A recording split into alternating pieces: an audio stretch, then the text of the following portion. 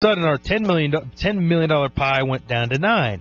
But the owners are saying, and that's not coming out of a 50-50 split. That's coming out of what we'd pay you guys. So all of a sudden, that $6 billion we had just went down to $5 billion right off the top. So we're now $5 billion to $4 billion. And then the next negotiation went to basically a 50-50 split.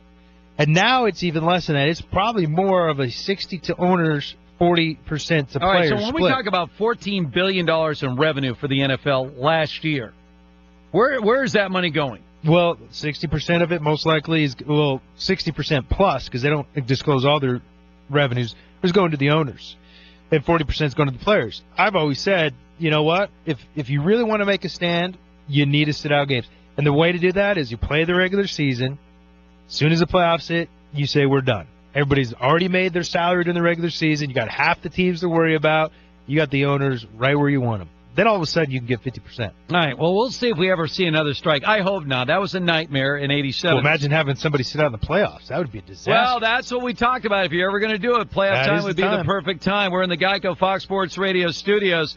We're getting ready for the Elite Eight coming up next. We are Fox Sports!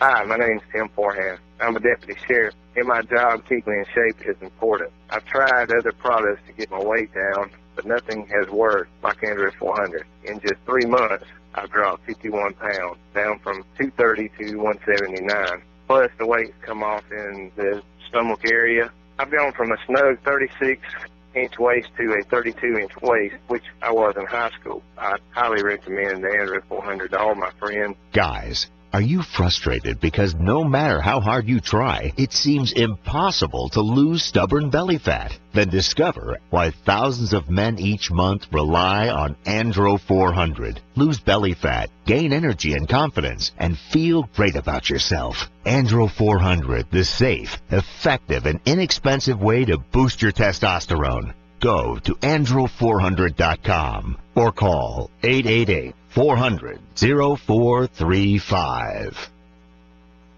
EerieHelpWanted.com salutes the Employee of the Month, the one who works hard for that special parking space and shiny brass plaque. Wouldn't you like more of them and fewer? Well, let's just call them Dave. Oh, hey, Dave. Hey, Mr. Employee of the Month. What you been up to? Oh, just consistently meeting my sales projections, adjusting my workflow to compensate for low-performance staff, and still finding time to brew that second pot of coffee when the first one runs out. How about you, Dave? Oh, me? Well, let's see. I made an origami hippo out of your Q4 report, and I set it up with an InstaFace page. Already has 22 winks from the other Daves. Love the hippo, Dave! Thanks, Dave. See? Dave gets it. Yeah. We believe local businesses should be packed with more local employees of the month and fewer Daves. EerieHelpWanted.com. Local jobs that work. We don't discriminate against people named Dave. Dave is a common name, fun to say, and so we're using it as a catch-all for lackluster employees everywhere. Please don't write us to tell us you were insulted by this ad. That would be a real Dave move, Dave. This week's Half Off Erie special is on sale now. Just log on to halfofferie.com to get a $20 gift certificate to E Street Eatery for only $10. E Street Eatery, located in Edinboro, has a variety of food that you must try. If you like gourmet sandwiches, hand-spun milkshakes, amazing burgers, and loaded fries, then try E Street Eatery. Limited quantities and great deals are waiting at halfofferie.com. Now, here it comes. On stage and in person, The Price is Right, live. April 23rd at Erie Insurance Arena. All the games, prizes, and excitement. And now, more winners than ever before. You could even win from your seat. Tickets on sale now at erieevents.com. The Price is Right, live. Produced by Magic City Productions. No purchase necessary. For complete rules, visit or call the box office. Hi, I'm Craig Morgan. You might know me for my songs, but before I sang country music, I served in the United States Army, where I stood side by side with some of the most resilient people I've ever met. They taught me that one small act can make a big difference during tough times. If you're a veteran or service member in crisis or having thoughts of suicide, the Veterans Crisis Line can help. One conversation can save a life. Call 1-800-273-8255 and press 1, or visit veteranscrisisline.net. 160,000 kids stay home from school every day for the same reason, bullying. This is Mike Crossie, president of the Pennsylvania State Education Association. Bullying impacts nearly 1/3 of all students every year. But parents, educators, and concerned adults can make a difference. It takes just one caring adult to intervene and help stop the bullying. Victims need an adult that will listen, will stand up for them, and most importantly, show them they are not alone.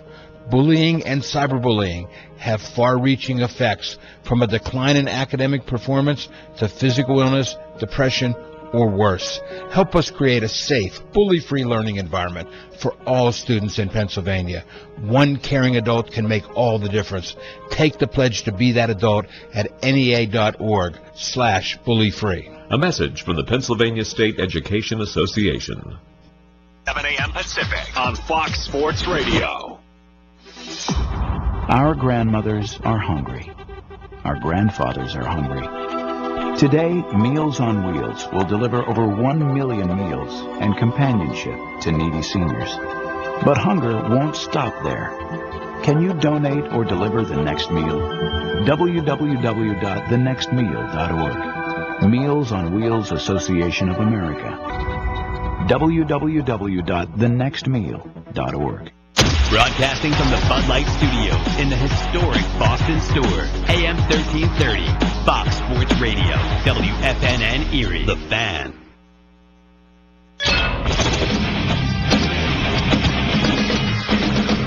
Fox Sports trending now. It is time to get it started. The NCAA's Great Eight just about to tip off in the West. San Jose is the site, as the West top seed Gonzaga will take on number 11 Xavier. Here's the Bulldogs. Mark Few. Xavier has our full attention. I mean, they are on an absolute roll, the way they're shooting the ball and playing right now, probably as good as anybody in the tournament right now. And so we got our hands full with a short prep. They're set to tip it off in less than 10 minutes. Then later at 8:49 Eastern in the Midwest, Kansas will take on the Oregon Ducks. One final in from the NBA. The Clippers win 108-95 over the Utah Jazz. Jamal Crawford led the way for the Clips with 28 points. I'm Ralph Irvin. We are Fox Sports. They're armed with power, speed, and adrenaline. Navigating extreme jumps and treacherous turns in pursuit of the checkered flag. Monster Energy Supercross, live from Detroit. Tonight at 7 p.m. Eastern on FS1. Ladies and gentlemen, this is Fox Sports Saturday. With Steve Hartman and Super Bowl champion Brady Papinga. Steve Hartman. Before we get started today, here's your update. Brady Papinga. This is what's sort of inside my soul right now. Out of my mind. Yeah. Hartman. No. Papinga. To answer your question there, yes. Your sports, your topics. I'm going to lose it here. All for you, the fan. Now. Here's Steve Hartman and Super Bowl champion Brady Papinga. Let's go. Rolling along here on this Saturday, it is Hartman and Papinga coming to you live from the Geico Fox Sports Radio studios. 50 minutes can save you 15% or more in car insurance. Visit geico.com for a free rate quote. Well, we are less than 10 minutes away from tip-off of the first Elite Eight game. It's going to be out of the West Regional as Gonzaga, the number 1 seed, takes on Xavier, the number 11 seed. By the way, 11 seed is not unprecedented for the Final Four. In fact, no seed below 11's ever gotten to the Final Four, but 3 11 seeds. We go back to 1986, LSU. Whoa. 2006, George Mason. By the way, that was a George Mason team that in the Elite Eight was facing off a number 1 seed, UConn. And then the last one was VCU. Remember Virginia Commonwealth with Shaka Smart? They actually started in the first 4 as an 11 seed and ended up in the Final Four. So 3 11 seeds have made it to the Final Four. By the way, only 1 10 seed has done it, and that was last year. Syracuse as a 10 seed, and again, matched up against a 1 seed Virginia in the Elite Eight. So when you look at it, you say a 1 seed versus an 11 seed. When you've gotten this far, forget the seeds. The seeds are meaningless. It's about matchups. It's about execution. Momentum. And you got 2 well-coached teams, Mark Few at Gonzaga And then, of course, as he calls him, Xavier. I see that. Chris Mack. I do believe it's still up for debate whether it's Xavier or Xavier. It's Xavier. But anyway, you can call him Xavier. You can call him anything you want. Yeah. But the bottom line is Chris Mack is every bit the coach that Mark Few is. So these guys have been there. They've been in the tournament. They're tournament tested. You know, they're only looking for that one more thing on their resume. And as a coach, man, when you say, I made it to the Final Four. Oh man, you got big bucks. That's big bucks. It's sort of like winning an Oscar. You want that's the ticket. You want to be to the big dance. Why don't you just have it be you win the championship, be the number one? Well, thing? Why does it have to be the Final Four? I mean, the Final Four one is step in the process. It is one step in the process. But if you're a school like Gonzaga, look, if you're Roy Williams or Bill Self, getting in the Final Four is not going to cut it. You got to finish the deal. John Calipari, those three coaches that are still left. That's not going to do it because they've won championships, so they've set their own bar. You got to win the championship. Or for all these other coaches, that's the dream. You want to get to the Final Four, especially if you've been like a Chris Mack or certainly a Mark Few, where you've been knocking on the door, Sweet 16. You just can't quite break through. Can't quite get through. One of them is going to get there after today. So you like Gonzaga? I like Gonzaga. I like their balance, their size, then their perimeter play with Williams Goss there. I mean, it's just balance. I'm all about the balance, man. Can you do a lot of things very well? And Gonzaga does a lot of things better than any team in the tournament. Now, I mean, it doesn't guarantee you anything because you actually got to go out and perform, make shots and big buckets, especially in crucial moments. But when you look at that kind of structure of your team, that team gives you the best chance to win because you can play any style of game. We saw it with West Virginia. Even though West Virginia was pressing them up and down the court, it really was a dirty, muddled up, slow it down, grind it out kind of game that, a team that's a high-flying scoring team like Gonzaga had been, they generally struggle because it's outside of their comfort level. But they went toe-to-toe with West Virginia and being tough, physical, focused. Because when you shorten the game like that, every single possession becomes that much more valuable. And what ended up happening was Gonzaga basically they wore out West Virginia, which you got to give Gonzaga a lot of credit. But then all of this, you've seen the Gonzaga run up and down the court with some of the most high-scoring kind of offenses in the country. So they can play multiple styles. They're very, like I said, balanced. They got talent. Zach Miller's the first McDonald's All-American they've ever had in their history, and so he's from Las Vegas, big 7-footer there. So they got the tools there, Stevie. Oh, you talk about a turnaround. Last year, Xavier was Zach Collins. Yes. His name, not last year, Xavier was a 2-seed, and they got upset in the round of 32. They didn't make it to the Sweet 16. And now they're 11 seed. You look at Xavier this year. At one point this year, they lost 6 straight games. Yeah. I don't know a lot of teams that have lost 6 straight games at any point of a season and have even made it to the tournament. They finished 7th alone in the Big East this year, but they got a big win against Butler in the tournament, which barely eked them into the tournament as an 11 seed. So obviously they were one of the last at-large teams to play. But the one thing about it is, even though they aren't nearly as talented as they were a year ago, they do have players similar to Wisconsin, although Wisconsin are losing that game last night to Florida.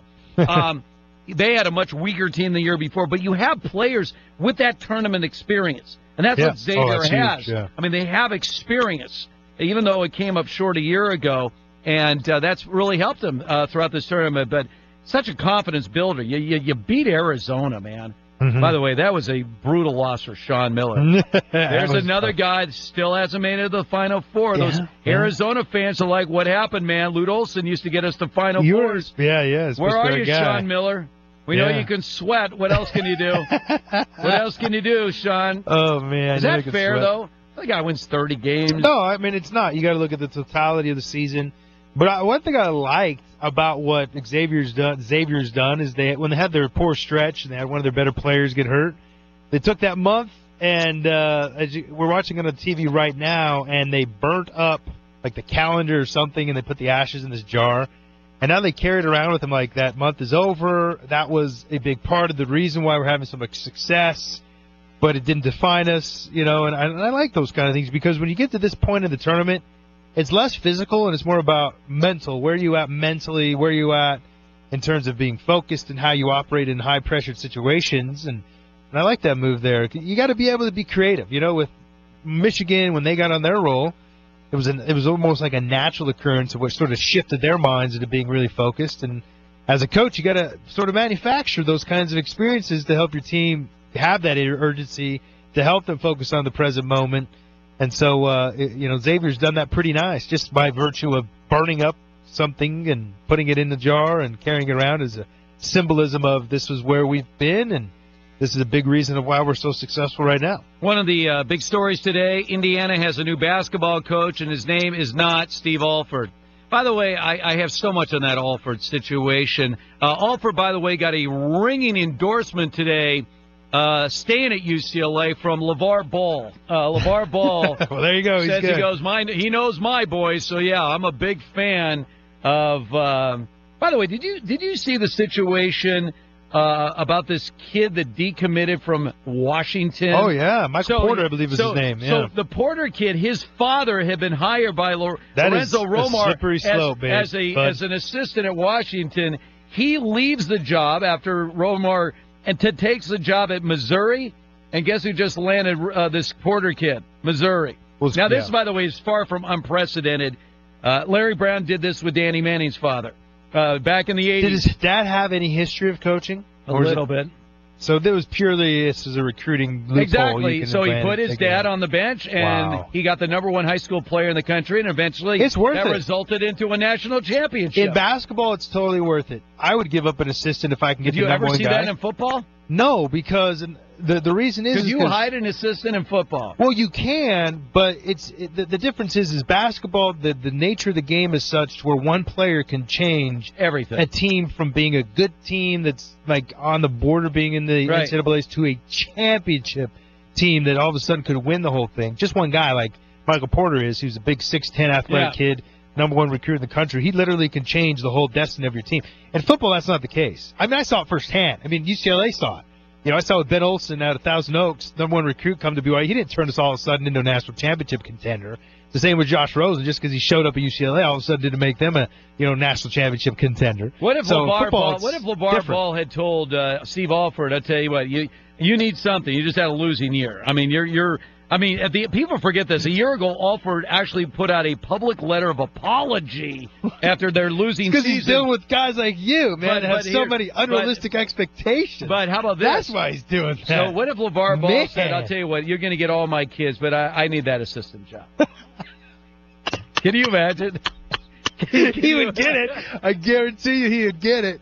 And he would be on the bench, and he'd probably be up and yelling just as much as Steve Alford. Can you imagine Heckler sitting behind the bench yelling at LeVar Ball that he's turning around during the game? Oh, my gosh. It's funny because there's so much truth to that. Yeah. And I would not, if you looked at this, because the thing is I can't imagine there's any salary cap on that assistant.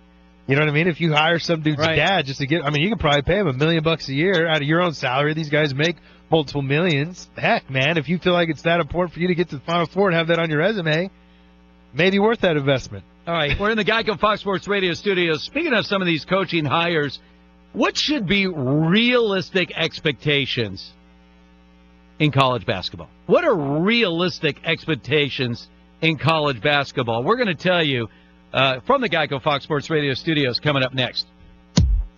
Our social media handles connect with us are all over the madness. Tom's two-handed slam. We're throwing it down on Twitter at Fox Sports Radio and looking for penetration on Facebook.com/Fox Sports Radio.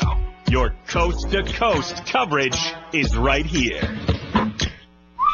AutoZone presents Time for a Tune-Up. Performance, fuel economy, engine life. They're all good things that come with giving your car a tune-up. And doing it yourself saves you money. Another one of those good things. Get $2.50 per plug plus a $10 AutoZone gift card after mail-in rebate when you buy 4 or more Autolite Iridium XP spark plugs. So visit your local AutoZone. With over 5,000 locations, the right supplies and good advice are just around the corner. Let's get you what you need. See store for restrictions and details. Get in the zone, AutoZone. Burger King presents Breakfast Stories. Here's Pete, Tony, and the 2 for $4 croissant deal. The other day, Pete and I go to Burger King for my croissant. They're just 2 for $4. Oh, it's my favorite. I'm like, what? Yeah, so I got 2 croissant, and I get one to this guy. I'm like, who are you? I'm the guy that just paid for your breakfast. That's my favorite guy. You guys. The croissant deal is 2 for $4. Now made with 100% butter for a soft and flaky croissant. Get 2 croissant sandwiches now for $4 only at Burger King. Price and participation vary. Message and data rates may apply. If you're considering going back to school, ask yourself the following questions. Do you need the flexibility to take classes on your schedule? Do you have college credits you need transferred? Do you want to earn a quality degree from a world-renowned university? If you answered yes to any of these questions, Arizona State University is the perfect school for you. Arizona State University offers over 100 highly ranked degree programs 100% online. You'll earn the same degree as you would on campus from wherever you are on your schedule. Plus, ASU Online accepts most transfer credits. For information, text the word TALK to 35517. Learn for yourself why the Wall Street Journal ranks ASU 5th in the nation for producing the best qualified graduates, and why 90% of ASU grads are recruited within 90 days of graduation. Learn to grow, learn to succeed, and learn to thrive at Arizona State University. To learn more about ASU online degrees, text TALK to 35517. Again, that's TALK to 35517. Bianchi Honda, where they treat every customer as though you're a member of their family. Visit them at 8430 Peach Street, Erie, or 24 hours a day, 7 days a week at Erie Seawolves, Notre Dame football, Erie Otters, Bayhawks basketball, the Sports Blitz, the best sports radio in Erie, Fox Sports Radio, AM 1330, The Fan. This week's Half Off Erie special is on sale now. Just log on to halfofferie.com to get 4 cords of semi-green firewood from A&J's Inc., a $450 value for only $225. A&J's Inc. is located at 5675 Wattsburg Road, just north of I-90 on Route 8. Limited quantities and great deals are waiting at halfofferie.com. Corporal John Vale was injured on patrol in Kuwait. The truck flipped. The vehicle landed on me. I realized I can't move my legs. I'm looking for one person, one contact that can help me. When John arrived at the VA, there was someone. Stephen Bush of Paralyzed Veterans of America. He helped John with his claim and became his advocate to get him back into life. When I approach someone that's newly injured, I want them to feel comfortable that they're not alone. For over 65 years, Paralyzed Veterans of America, through their National Service Officers, has helped hundreds of thousands of veterans get the care and benefits they've earned. And their service is free to America's veterans and their families. If you need help with a claim or just navigating the system, contact us at pva.org. Paralyzed Veterans of America, changing lives, building futures. When I grow up, I want to be a new pair of blue jeans. When I grow up, I want to be a kid's first computer. I want to be warm fleece on a I want to be football. I want to be a bike that races around the country. I want to be a bench on a forest trail. When I grow up, I don't want to be a piece of garbage. And if you recycle me, I won't be. Give your garbage another life. Recycle. Learn how at iwanttoberecycled.org. Brought to you by Keep America Beautiful and the Ad Council. In 50 feet, turn left. Why are you driving so slowly? After a few drinks, I'm taking it slow. Well, you're not fooling the cop behind you. What? Get ready to pay in 0.1 miles. Getting pulled over for buzz driving could cost you around $10,000 in fines, legal fees, and increased insurance rates. Nothing kills a buzz like getting pulled over for buzz driving, because buzz driving is drunk driving. Brought to you by the National Highway Traffic Safety Administration and the Ad Council. Diabetes Association, Juvenile Diabetes Research Foundation International, and the Ad Council. This is Fox Sports Radio, AM 1330, The Fan. You get Colin Cowherd, Dan Patrick, Rich Eisen, Clay Travis, and now, Doug freaking Gottlieb. Whoa! Are you effing kidding me? It's over. Wow. Breaking that news. I don't know about you, but if I were the competition, I would be soiling my underoos. We just got a whole lot stronger for you. This is Fox Sports Radio. Start your engine! Want to know who's going to be the next big thing in racing? These guys have an idea. The NASCAR Xfinity Series. Live from Fontana. Hammer down now, come on. Today at 4 p.m. Eastern on FS1.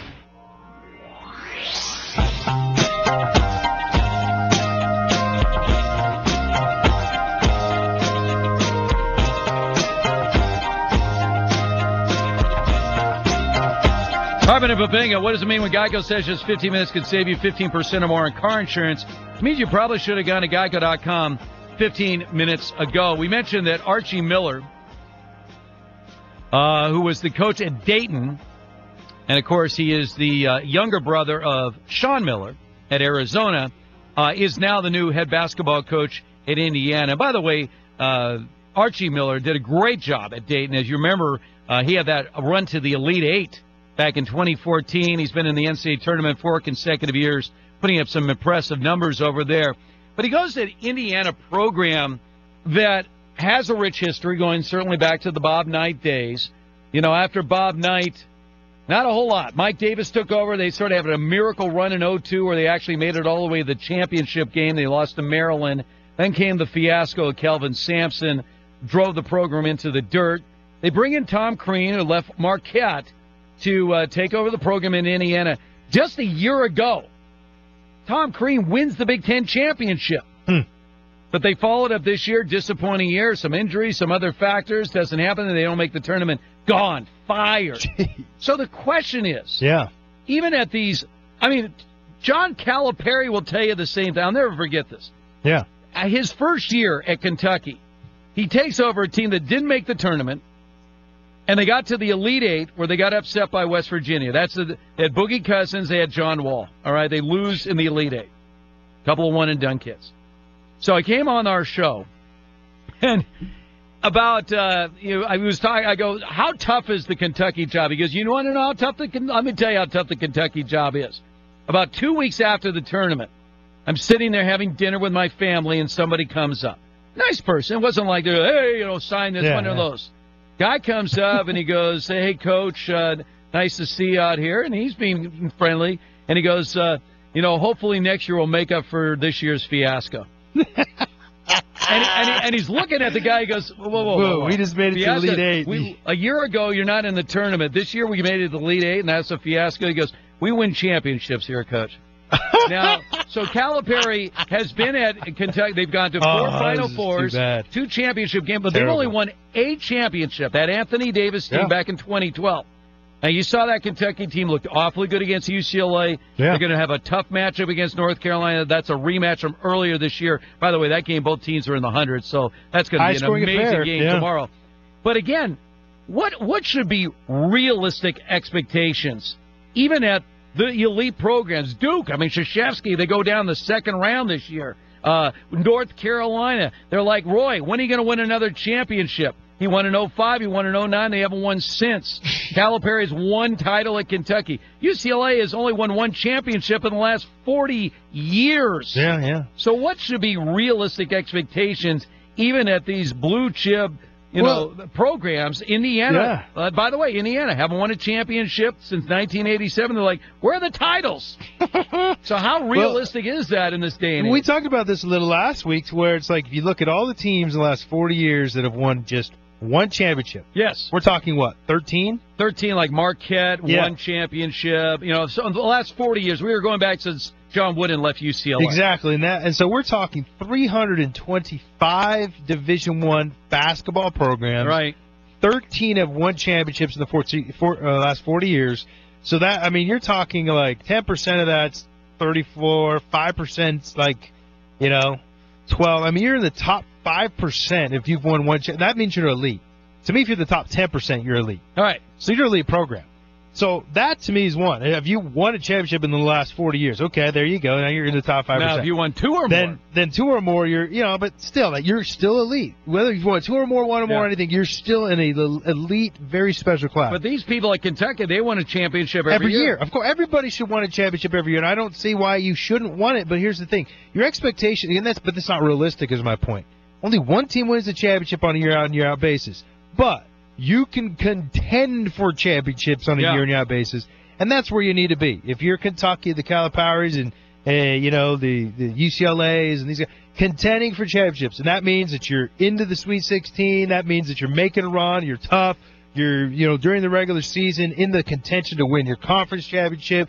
You're competitive. You're constantly making strides, because here's the bottom line, ladies and gentlemen. The only way you go off on winning a championship is contending year in and year out. Eventually, the law of averages will kick into your favor, and one of those years you'll pop one off to where you'll win a championship. The years of winning 5, 10 championships in a row that everybody wants again at UCLA, it's over, guys. Stevie, I wish I could grab your head right now, but I don't want to mess your hair up. Thanks. I'm going to do it from a distance.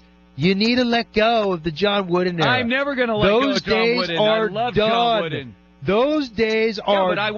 I want more than one championship in 40 years. A new era. Yes. This era of basketball isn't one to where it's obviously you got one and done, so you're not going to get, if you get a really good recruiting class in, they're not going to be there for 4 years. Yes. So there's already a diminishing possibility of repeating championships. See, I look at Final Four. That even messes up your Final Four, Steve. Then on top of it, you're witnessing it now with one of your top players in Lonzo. You get the whole parent thing coming in. Hey, we heard about it last week from UConn's women's basketball head coach, as he was talking about the makeup of his team. If he's out on the recruiting trail and he sees a women basketball player who's extremely talented, but all of a sudden she's got a support system that all they care about is how many points they score. Did they get their name in the paper? He's not recruiting them. And if he gets somebody like that slips through the cracks and they act that way, they don't see the court.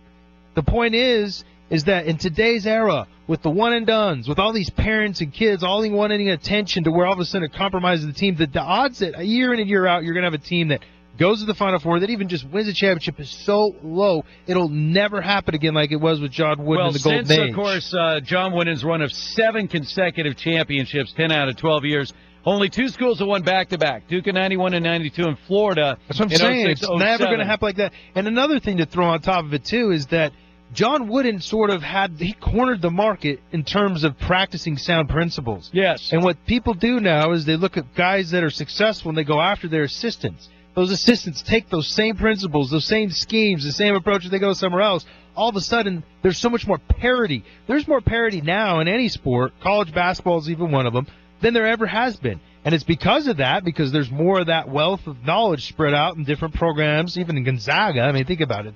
Some little school out of nowhere, I think their attendance is like 7,000. They're operating at the same level as a UCLA in terms of the resources they have. Back in John Wooden's era, I mean, you go to those schools, and they'd be lucky to have, like, school-issued shoes. They're probably, like, wearing flip-flops when they're playing at that time. One of my favorite conversations with John Wooden, and I feel so fortunate. I had many conversations over the years with Coach Wooden. He was an amazing man. He really was. But I always asked him, you're an Indiana guy. I mean, you were from Indiana. You played at Purdue. You were coaching at Indiana State. You were an Indiana guy through and through. How do you end up out on the west coast of UCLA? He goes, I get a call from Wilbur Johns, the athletic director at UCLA, and he wants to do something. He goes, by the way, and John Wooden, what kind of facilities do you have? Well, we have like a men's gym, but we're going to build a new arena for you. We're going to have a new arena for you within 3 years. Woo!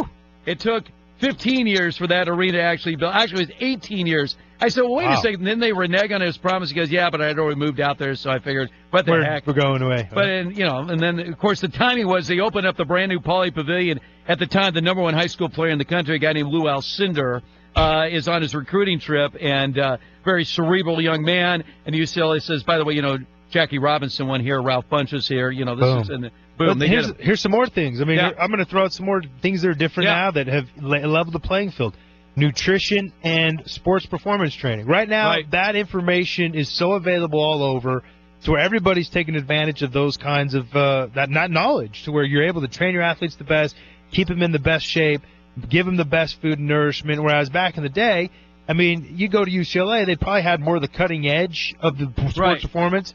You go down the street to probably like UC Santa Barbara or something, those guys are eating peanut butter and jelly all day, chips, frozen pizza, because they just don't have the resources nor the knowledge base, because information wasn't as readily available then as now. How was your training table at BYU? It was phenomenal. We were on the cutting edge because at that time it was Nebraska who was sort of out in front of everybody and we all caught up to them because information with the internet and everything has started to become already available. Steroids out of they sight. could have been. They could have been. In the 80s, it was. I can promise you that. 80s was a different era. Yeah, 80s. But my point is there's more parity now, so to want to win a championship every year is fine. It's just not realistic. There's too much competition. But that is where. And here's another thing too. But you got to adjust your expectations. You should want to win a championship, but then at the end of the day, you have to realize that winning a championship every single year is unrealistic because of the parity that exists.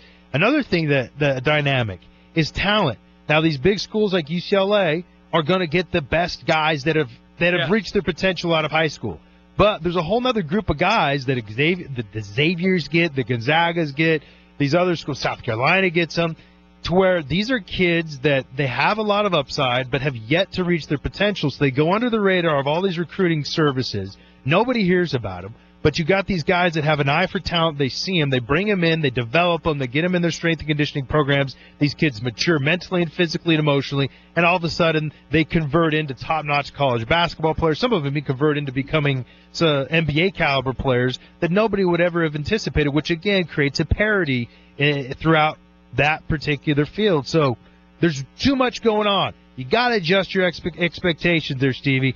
No longer are we living in the 1970s. Anything less than a championship. We're just not living in it no, man. It's not Year 2017 parity is at an all-time high. Another wasted year. Because here's the thing. If you go on to win a championship, this is what will happen. You look at these years when you come up short, and they become some of the biggest I remember the 95 championship. Why. I was there. I was dead center court. But, Stevie, you know what happens? Dome.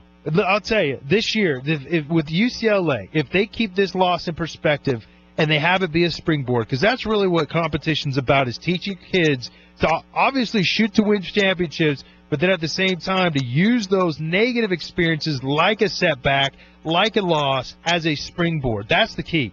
And what happens is you have a disappointment like this, you use it as a springboard, it could be the very thing that helps them into the future get over the top to win a championship. So how disappointing is it now that maybe UCLA is sitting on a springboard, which is their disappointment of losing in the Sweet 16? I hope you're right. That's not a lost cause. It'd That's be so much better if they had a good coach. If they only had a great We're coach. In the Geico Fox Sports Radio studios. We're going to update you on everything going on with the Elite Eight. But first, here's what's trending.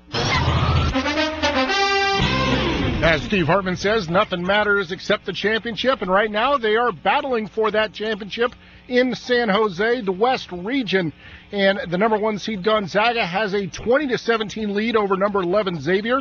11 minutes to play in the first half. Coming up at 8:49 Eastern, it will be action in the Midwest. The Midwest Regional Final is the top seed Kansas will face the number 3 seed Oregon. Again, tip-off in Kansas City is at 8:49 Eastern. In the NBA today, one final already in as the Clippers were 108-95 winners over Utah. Jamal Crawford led the way with 28 points. The win clinches a playoff berth for the 6th straight season for the Clippers. And at the World Golf Championship Dell Match Play in Austin, Texas, the Final Four is set. John Rahm, Bill Haas, Hideo Tanahara, and Dustin Johnson. And I'm Ralph Irvin. We are okay. FS1. Don't laugh! This ain't reality TV! To find FS1 on your television, go to foxsports.com for details. FS1.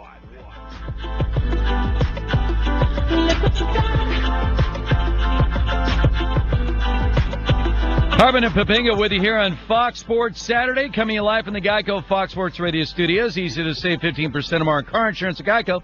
Go to Geico.com or call 800-947-AUTO. The only hard part, figuring out which way is easier. And as we predict, we're halfway through the first half right now. Gonzaga with a 1-point lead over Xavier. I would be stunned if this game, 2 minutes to go, is still not up for grabs. Two well-coached teams, two schools looking for their first ever trip to the Final Four, two schools that have been in the tournament every year, veteran players. They're feeling it, man. They play well as a team, too. That's both these. Yeah. Every team left right now does it, and they share the ball. They make the extra pass. They set picks for each other. You know, and right now what's happening is Xavier is packing it down because of Gonzaga's size. Yeah.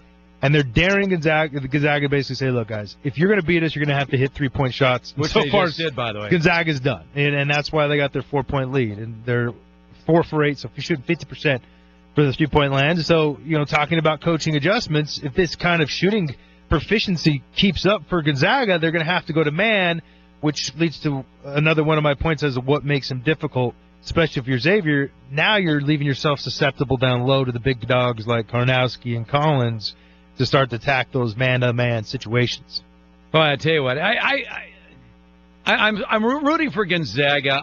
Ever since they made that first Elite Eight run back in 1999 with Monson, and then, of course, he left for Minnesota, and Mark Few took over the program, I love to see a school like Gonzaga not just get to the Final Four, but actually win it all. I mean, the only comparable school was UNLV. Villanova. Yeah, but Villanova, I think they're technically, if you went and looked at them and their perception, I would think, I get their history. Yeah. But let's cut off history. Let's just look at them in the scope of today.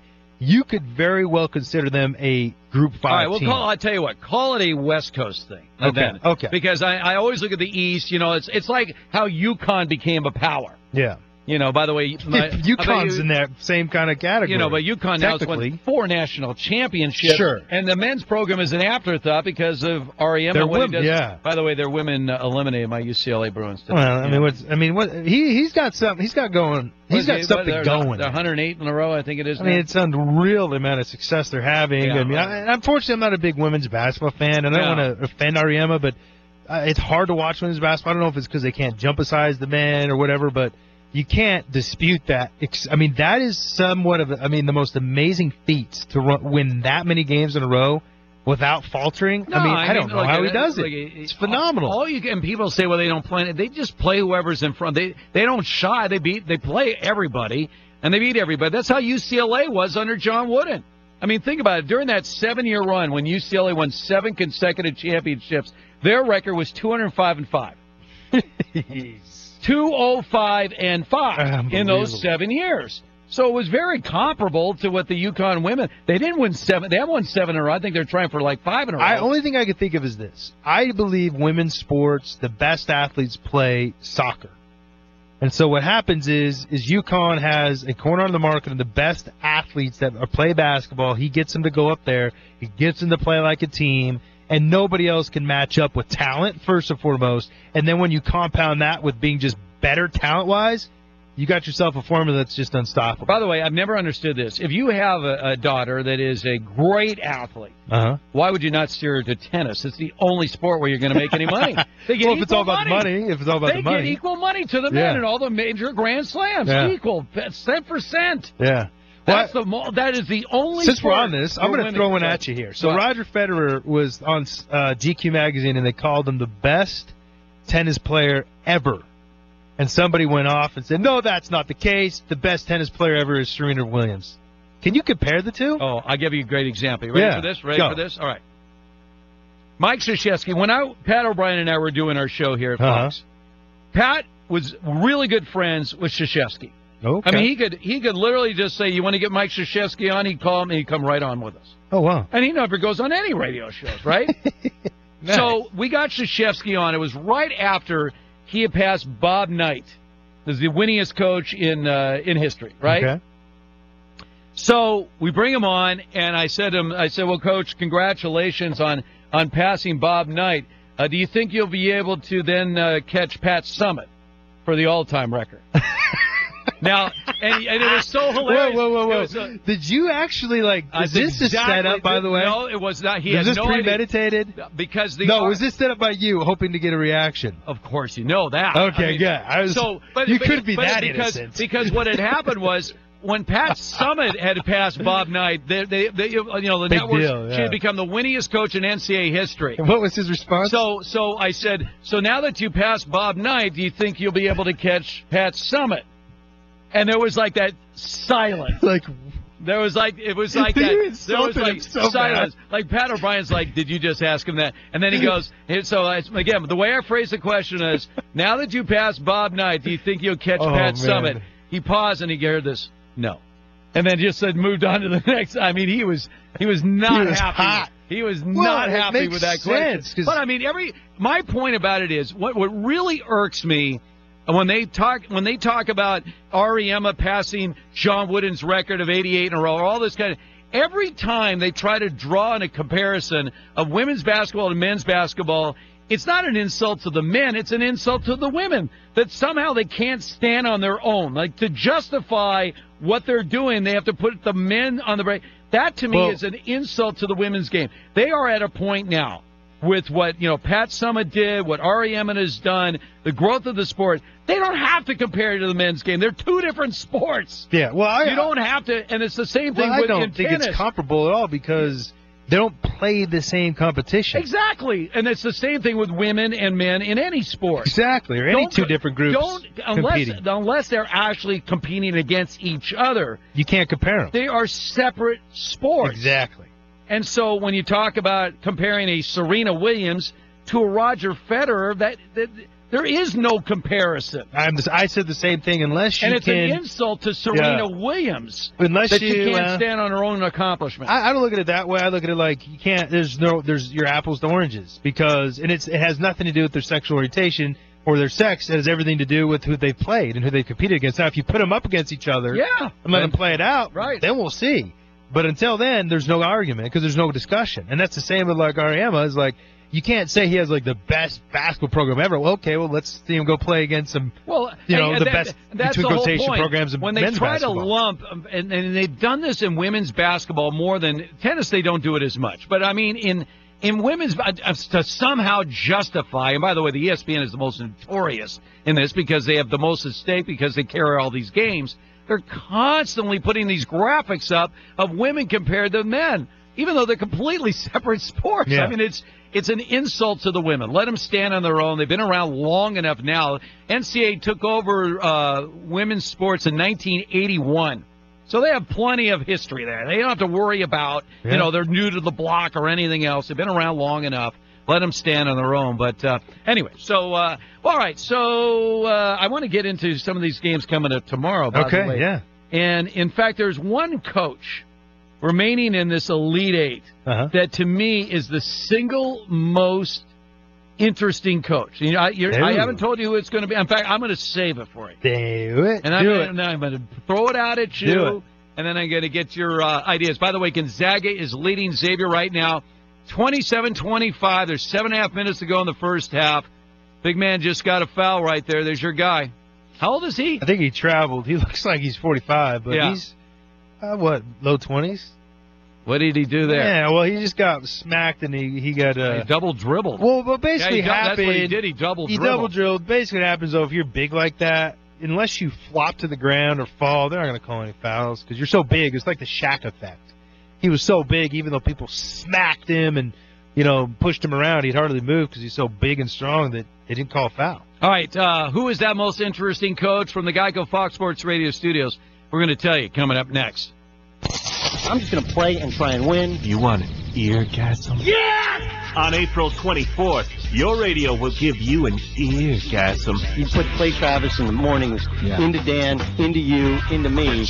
I mean, that's death row. The Doug Gottlieb Show hits the air right here on Fox Sports Radio. Hi, I'm rapper, actor, model Lil Dicky, and I'm here to talk to you guys today about a pretty glaring issue within our society, and that's condom usage. Guys, I think we've gotten pretty laissez-faire about wearing condoms, and to be honest, I find it disgusting. People are having unprotected sex without even batting an eye. It's insane. It doesn't make one shred of sense to me.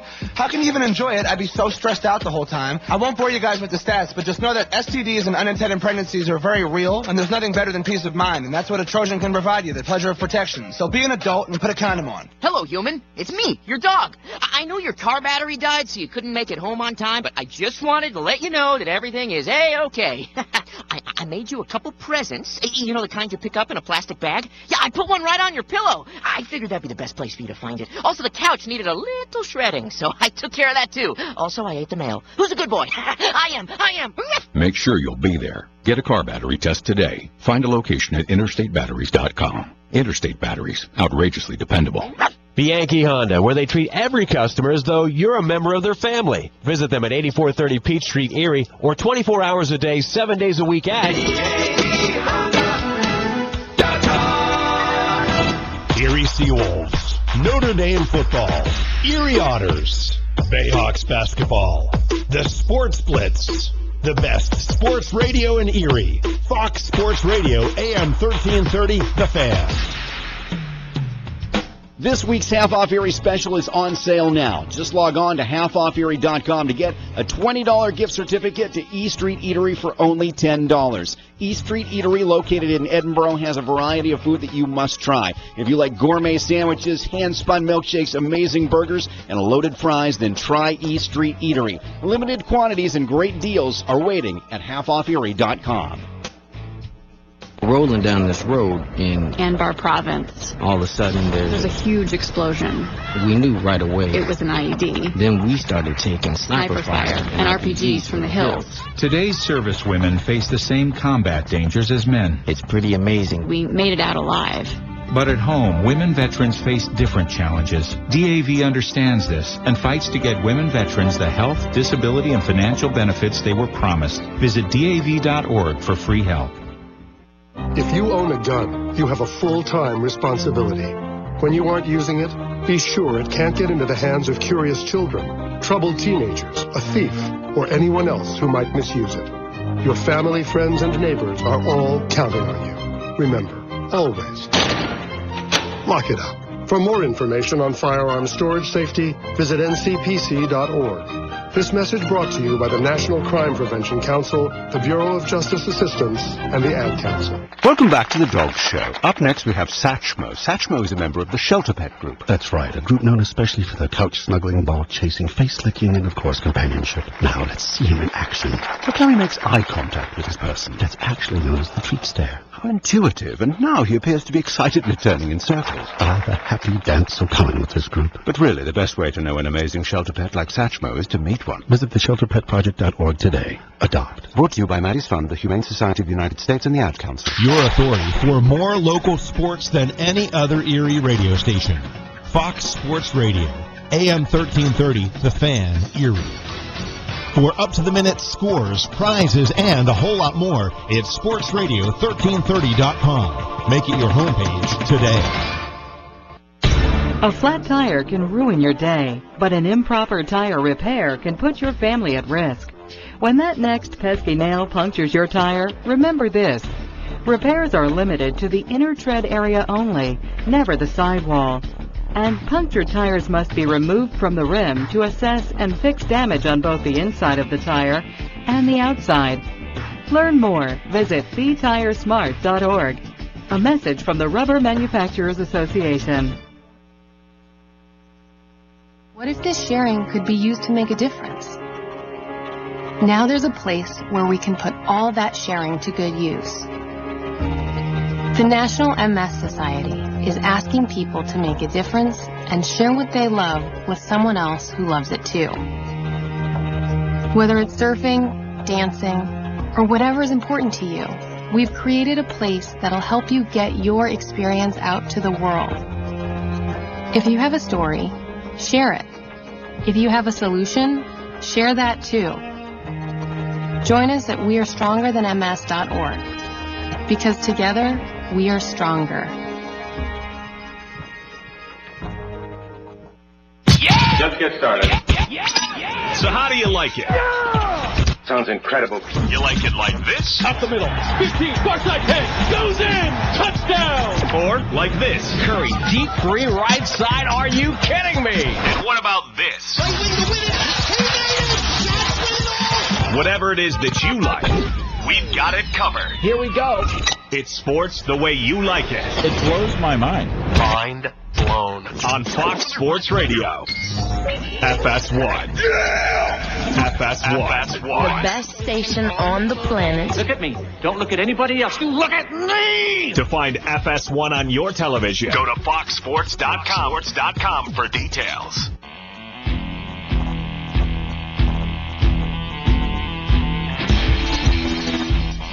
5-minute Papinga. Fox Sports Saturday. 15 minutes could save you 15% or more on car insurance at geico.com. Gonzaga has extended their lead. They got it up to 8. It's now 6 with a little under 4 minutes to go. So Gonzaga 35-29 over Xavier. Of the remaining coaches, now you've got 3 coaches Actually, you have two coaches that are already in the Hall of Fame. Calipari and Roy Williams are already in the Basketball Hall of Fame. By the way, Bill Self is a finalist for the Basketball Hall of Fame. He should be in there. And he will get in eventually. But those are not the most interesting coaches to me. Of the 8 coaches remaining, the most interesting coach to me is South Carolina coach Frank Martin. Yeah, he's a funky monkey, isn't he? He is a... I mean, his way he's dressed, the way he acts. Well, just the look on Frank Martin. Now, if you don't know the history about Frank Martin was a high school basketball coach in the state of Florida for 16 years. Woo! So he was a high school guy. Yeah. And he was looking to, somehow get a college assistant job. Finally, he got an assistant job, bounced around through a couple of schools, ended up at Kansas State. They promoted him to head coach. Made a run to the Elite Eight 1 year at Kansas State. So he's been there before. Went to South Carolina, and outside of a brief run in the late 60s, early 70s with Frank McGuire, they have no basketball history. Wow. First couple of years at South Carolina, predictably, had a losing record, but this year, he's gotten them to Elite Eight. South Carolina, by the way, has never been to the Elite Eight. So he's already gotten, but there's something about Frank, I don't know if it's the look of Frank Martin. I've never quite... When I look at Frank Martin, there's something about this guy. I don't know what it is. Well, his coaching style is very energetic, in your face. By the way, he is the son of Cuban political exiles. Really? And was the first American-born member of his family growing up in Miami. So that's where fascinating. That's an interesting how the Martins background. ended up in Cuba, though. You know what I mean? Martin's like an English last name. Yeah, that's yeah. Wonder why they went to Cuba. I mean, it's just a immigration question of people going to Cuba. Maybe it was a vacation spot. Maybe I didn't know of a lot of people immigrating from England to Cuba, I guess is my point. But anyway. But this is one of those guys that South Carolina, they didn't just beat Duke. They beat him up. That was a really fun game to watch because Duke, they were acting so entitled. Yeah, and it just ticked me off. Duke always is. Well, and by the way, always that way. But it's about this Duke team before the season began. It's time for Erie Otters hockey on Fox Sports Radio, AM 1330, WFNN Erie. Now let's go to the ice with Aaron Cooney.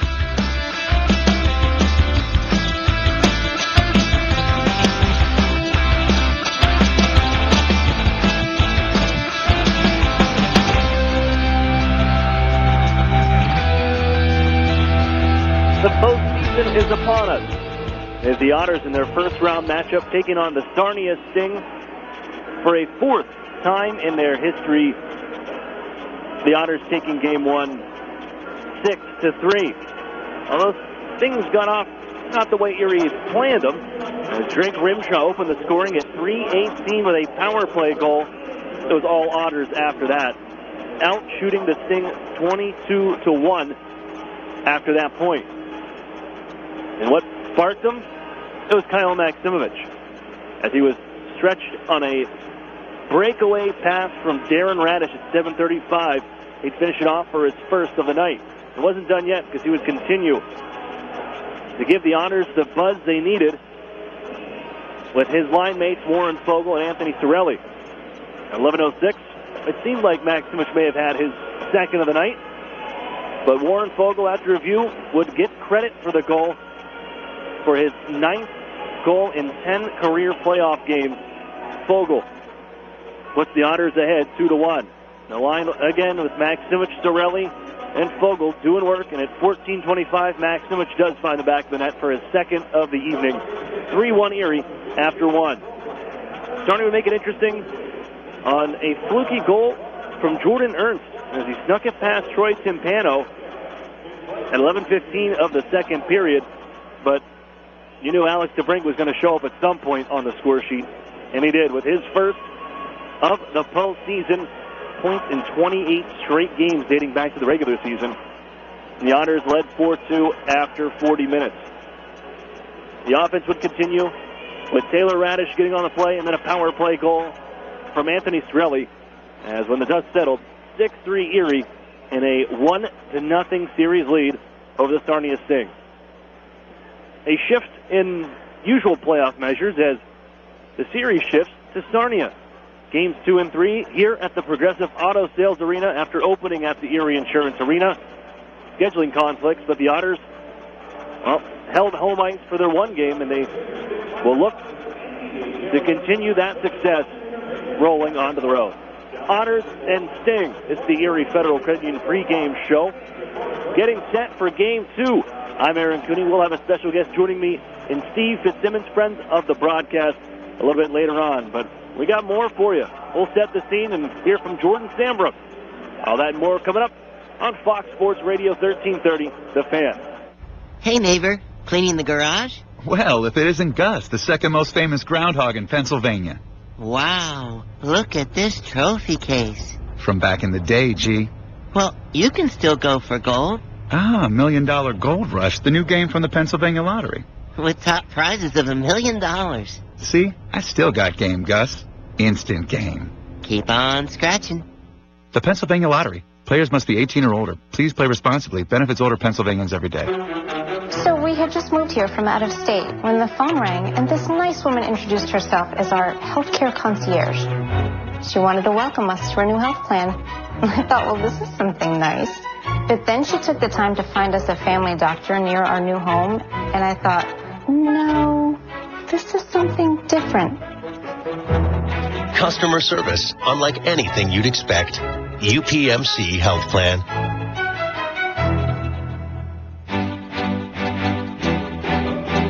The Sheridan and Courtyard Erie Bayfront Hotels are proud sponsors of the Erie Otters. Join us for the pre- and post-game celebration at the award-winning Bayfront Grill or the brand-new Shoreline Grill. Let us help you fuel up for the high-energy game with our extensive menus and craft brew selections. You Otter be dining with the best.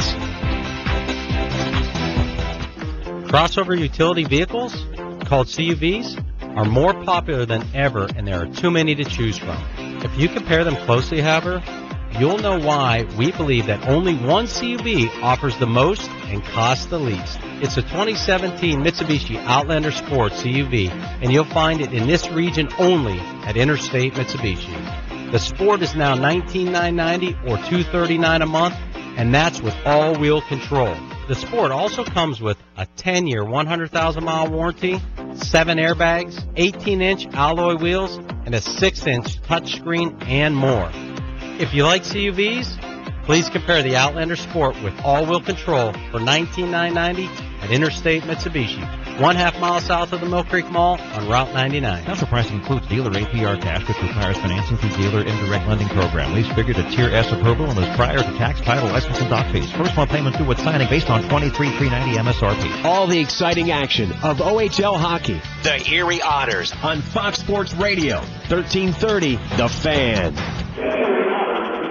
Welcome back inside the Progressive Auto Sales Arena. Aaron Cooney here. This is the Erie Federal Credit Union pregame show. Happy to be joining me again on the broadcast.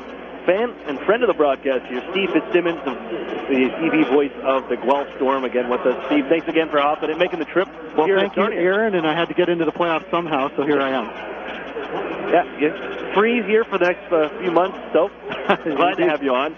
But, Guelph is going to be a team to be reckoned with in the next couple seasons, though. Absolutely. I mean, they're just in a tough division and conference this year, a young team rebuilding, and, if they'd been in the Eastern Conference, I think they'd be a playoff team. I mean, yeah, everybody's a playoff team in the Eastern Conference. That's true. You can play in.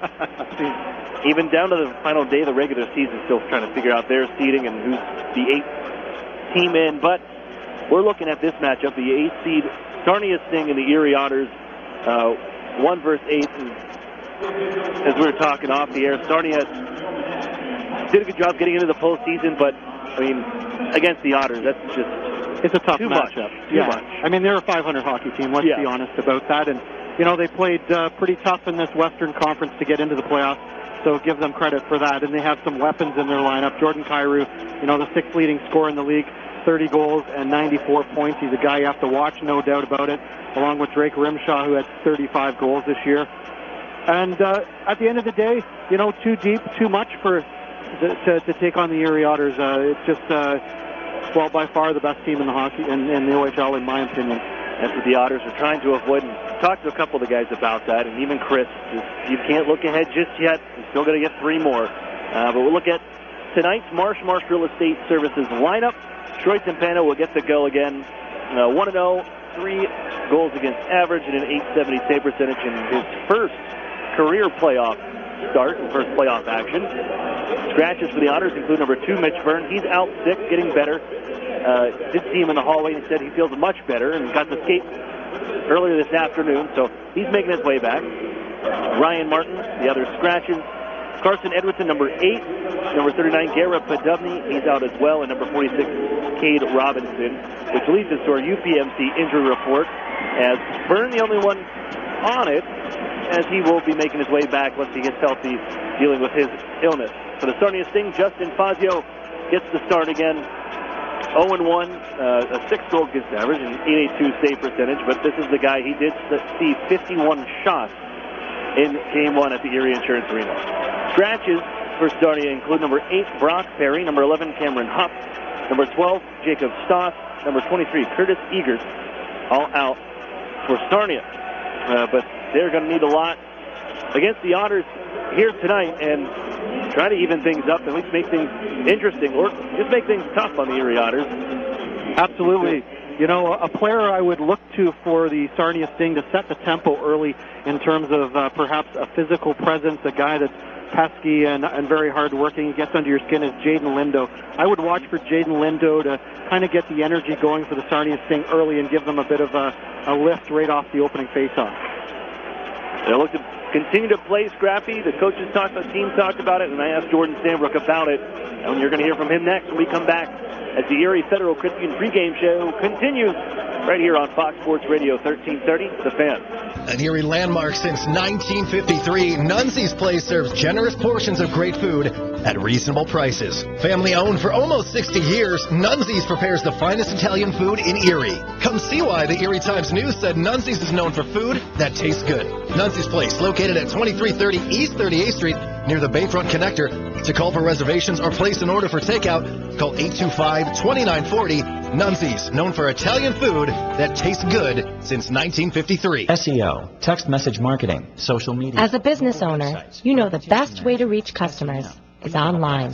Viral videos. But you don't have time to keep up with the latest digital marketing technology. Web design. That's where Local Edge comes in, especially for the one term you're most concerned with. ROI. As a full-service digital marketing agency, Local Edge offers turnkey solutions to grow your business online. From search engine optimization and marketing, to social media, to mobile advertising, to video promotion. Our expert support team is ready to customize a program to your needs and track results throughout the campaign.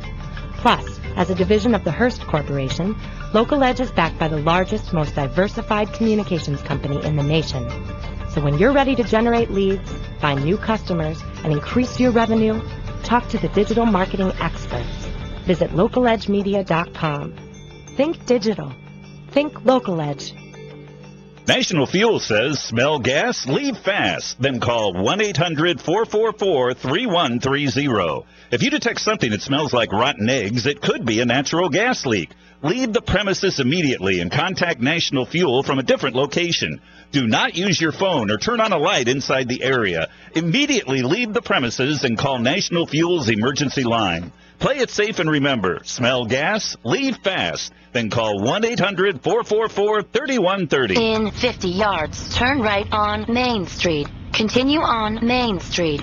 On second thought, go directly to Tim Hortons. Order any freshly baked bagel and Philadelphia cream cheese for just $1.99. Like the new Asiago bagel with chive and onion cream cheese. Recalculating route to your nearest Tim Hortons. Change up your morning routine with a bagel and cream cheese from Tim Hortons. Now just $1.99 at participating U.S. restaurants for a limited time. Keep up on all things Erie Otters by following us on social media.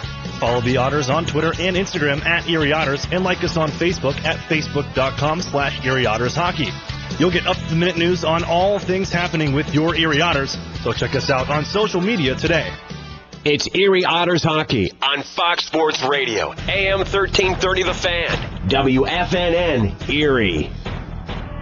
Welcome back inside the Erie Federal Credit Union pregame show. Aaron Cooney here, joining at this time Jordan Sandbrook, defenseman with the Erie Otters. And Jordan, to start out on home, just oddly the series is. You have game 1 and then you go to the road for 2 for games 2 and 3. How important was to get the win in game 1 on Thursday night in Erie and then shift to the road for 2?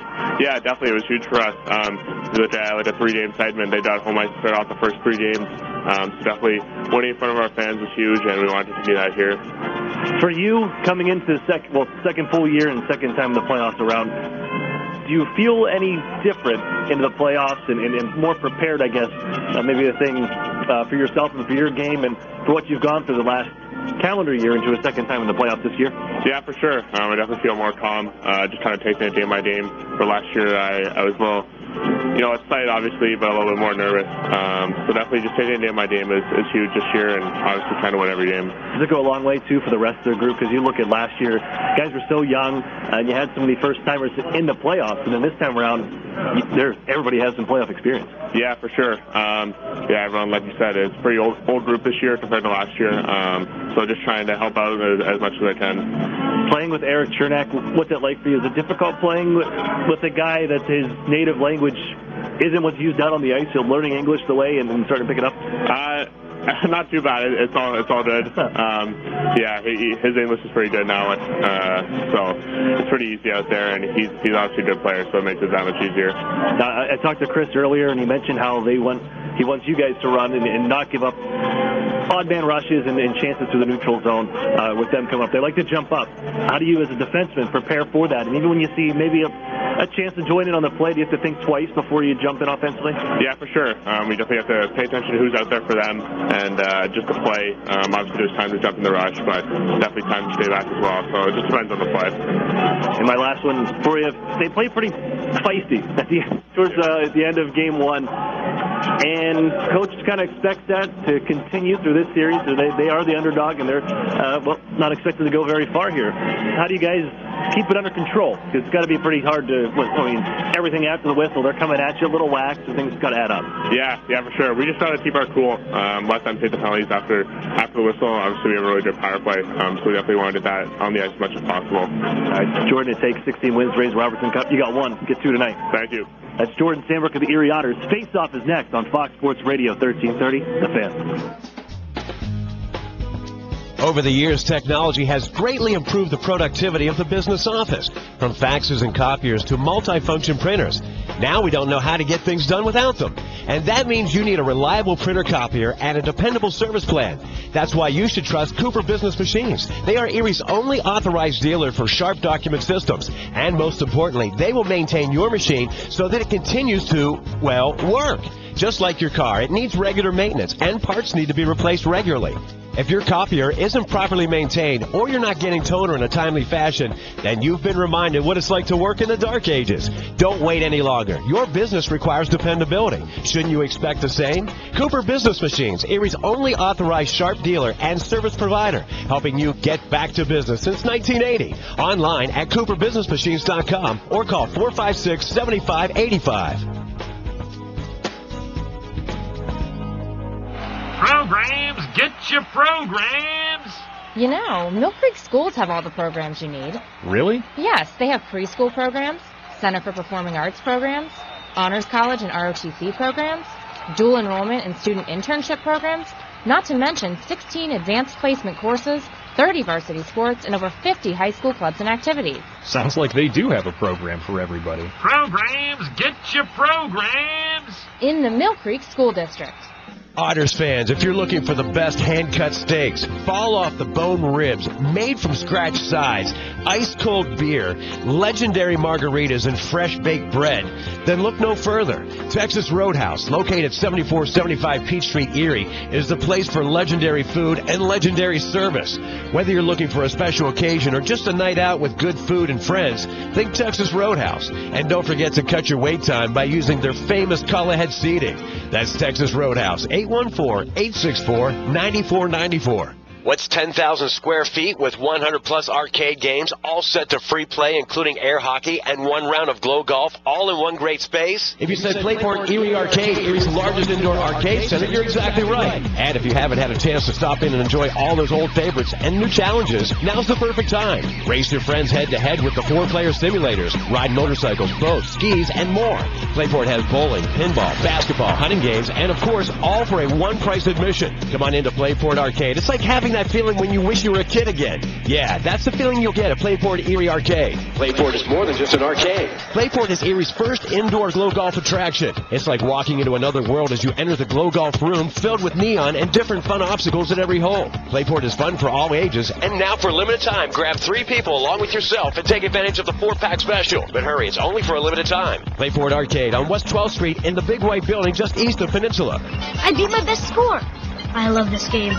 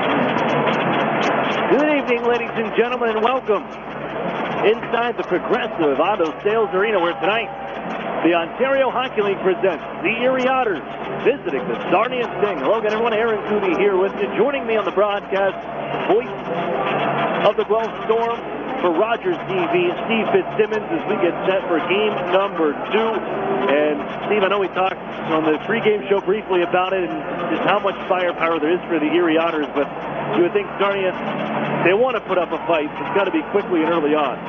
Yes, I think they have to come out with a tremendous amount of energy right off the opening face-off, and hopefully, from their point of view, catch Erie napping a little bit and get an early lead. And, of course, we know what Justin Fazio is capable of at his best. They did some of that in Game 1 at the Erie Insurance Arena. They came out quickly, and they had 4 of the first 5 shots and scored on the power play. They got the puck. Now it's Ernst sends one just through, and another try wide from Calvin. Starting into the offensive zone of the Otters, Spinozzi flies into the net. That's deflected down on goal, and a try from the near side off the stick of Spervero, but the Otters, Tim Pano able to fend it off, and now Darren Radish holds back the red line in a short shift, 30 seconds for the opening line there. A little bit of energy to get Sarnia going in front of the home crowd. Rimshaw dishes out to center ice, looking for Kyrou offside on the play with the pass just behind him, and we get a halt in action, 43 seconds in, but There's the shift that you wanted if you're Sarnia in that first 30 seconds. Absolutely, a good way to start, having the puck deep in Erie territory, a couple of shots. One that was a little bit elusive, and Timpano lucky to get it through a crowd. Now, Aiden Hughes, if I'm not mistaken, is between the pipes there for Sarnia. That is correct. And we'll get to that in a second here, but the sting into the Otters zone.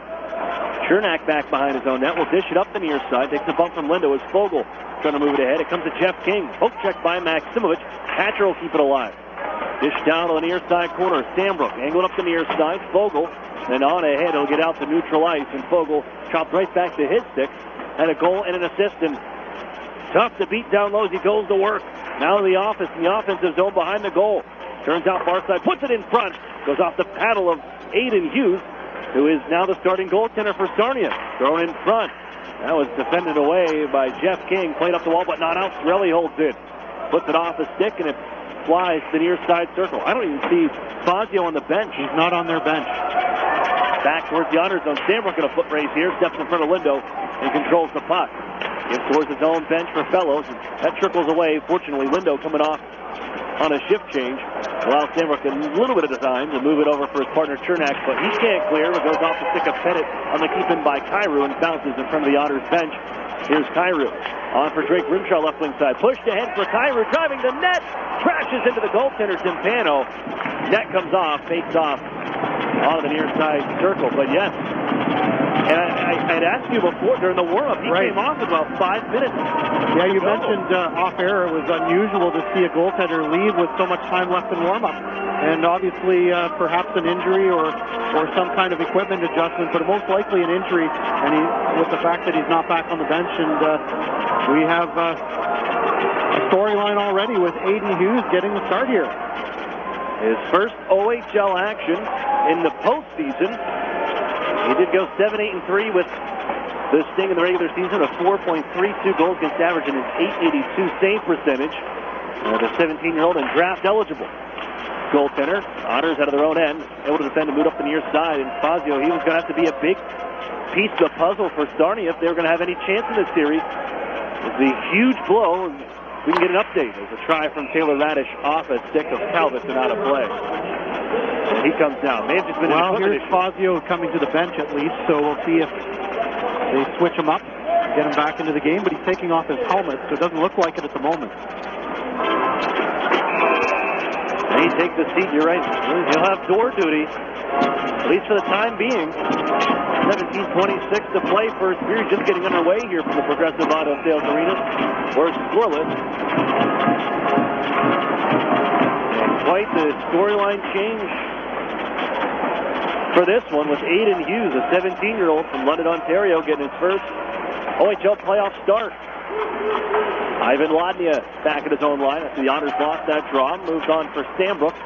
He'll send it back off the skate of Owen Hedrick, and it comes right back to Sandbrook. He'll do the job himself to get it out to center. Across the line, gives to Pettit on the right wing side. Kind of bounce it back ahead as it's thrown towards the side of the cage by Sandbrook. Still loose, scrambling is Hughes, and it's sent onto the near side boards. Given down low by Sandbrook as Patrick Fellows tries to get body position and keep it alive. It's Owen Hedrick who got a backhander on it, but it's cleared out the center, then drilled in by Ernst. There's the far side corner of the honor zone. Owen Hedrick will pick it up, skate behind his netminder, and find Ladnia. Head for Cam Lazat, backhanded in. He'll chase it down, the former defenseman. Lazat battling down low. That was against Schlichting. It's taken away by Sarnia, and they hand it right off to Christian Gurning in the far side board. Inside Sarnia territory. Flips towards the net. That's blocked away by Hughes. Left back there for Schlichting. To Jeff King, and out left wing side, Lajeunesse. Flip it up the wall, but won't get much further. Tied up with Jeff Rutherford, one of our linesmen. The Otters can send it back in. Then onto the far side. Quickly spun out the center. Chernak in control for Erie. Going to charge ahead. Takes a bump from Philip Helt. Here didn't get a whole lot of action in that game one. Philip Helt. There puts a shoulder into Chernak, and here we go. The dump in. Timpano's going to play it. On for Chernak near side. He's hit by Lindo. Maximovic stretched it out ahead for Fogle on the left wing side. Bounced ahead. Spinozzi gloves it down in front of his netminder and dishes it up the boards, but not out. Otters keep it alive. Here's Fogle dragging with a shot. And off the cuff of the glove of Hughes. makes his first big stop as Sarnia clears it back to Erie territory. TJ Fergus bumped by Maximowicz at center red, got it into the zone, but it's quickly sent out by Grima and back to the Honors line. Fergus leaves it at center. Salonitri picks it up there and floats it in and chases. On down to the far side corner, Darren Radish bumped behind the net, but will take control, skates away from the check of Salonitri, and the Honors out to center. Poked off the stick of Sorelli, down to the far side boards, and around the corner, controlled by Sarnia, they'll find Spinozzi, the captain here of the Sarnia Sting. For Jaden Lindo, an alternate, an overager, sends it in behind the Honors net. Fergus there. Sends it around the horn, looking for Taylor Radish. Kelton Hatcher keeps it in. A wrist shot, bounces off the glove of Timpano. Loose in front, but the Honors able to clear it away. Here's another try from Josling. Goes off the skate of Salonitri, and Erie picks it up. A little under 5 minutes off the clock. Here from the Progressive Auto Sales Arena, first period, no score. Otters and Sarnia Sting in Game 2. Erie leads the series 1-0. DeBrincat in the offensive zone. He takes a check from Josling, but Josling took the worst of that one. Although the Honors do lose the puck, and Spravero takes off. They put it in on the back end behind the Honors net. TJ Fergus has some time, chased out by Sean Josling. It looks like he got clotheslined on that attempt to knock over Alex DeBrincat. Fergus can skate out the center with it, and he'll leave it for Owen Hedrick just on. No Mitch Burton for the Honors again tonight, as the dump in by Hedrick goes off the stick of Hatcher and out of play. But 6 minutes off the clock, scoreless here in the first. Well, Sean Josling had Alex DeBrincat right in his bomb sights and was ready to unload with a heavy hit. And DeBrincat turned around and gave him the worst and flattened him to the ice. And that's the elusiveness you get with Alex DeBrincat, able to find a way to get away from those things. And that is going to make him very successful at the next level as well. And that's something he worked on, is that elusiveness. And he's just that much more shifty as being a smaller guy at 5'7". And 170 pounds, he was going to have to avoid some checks because guys are going to want to line him up. The Otters coming offside.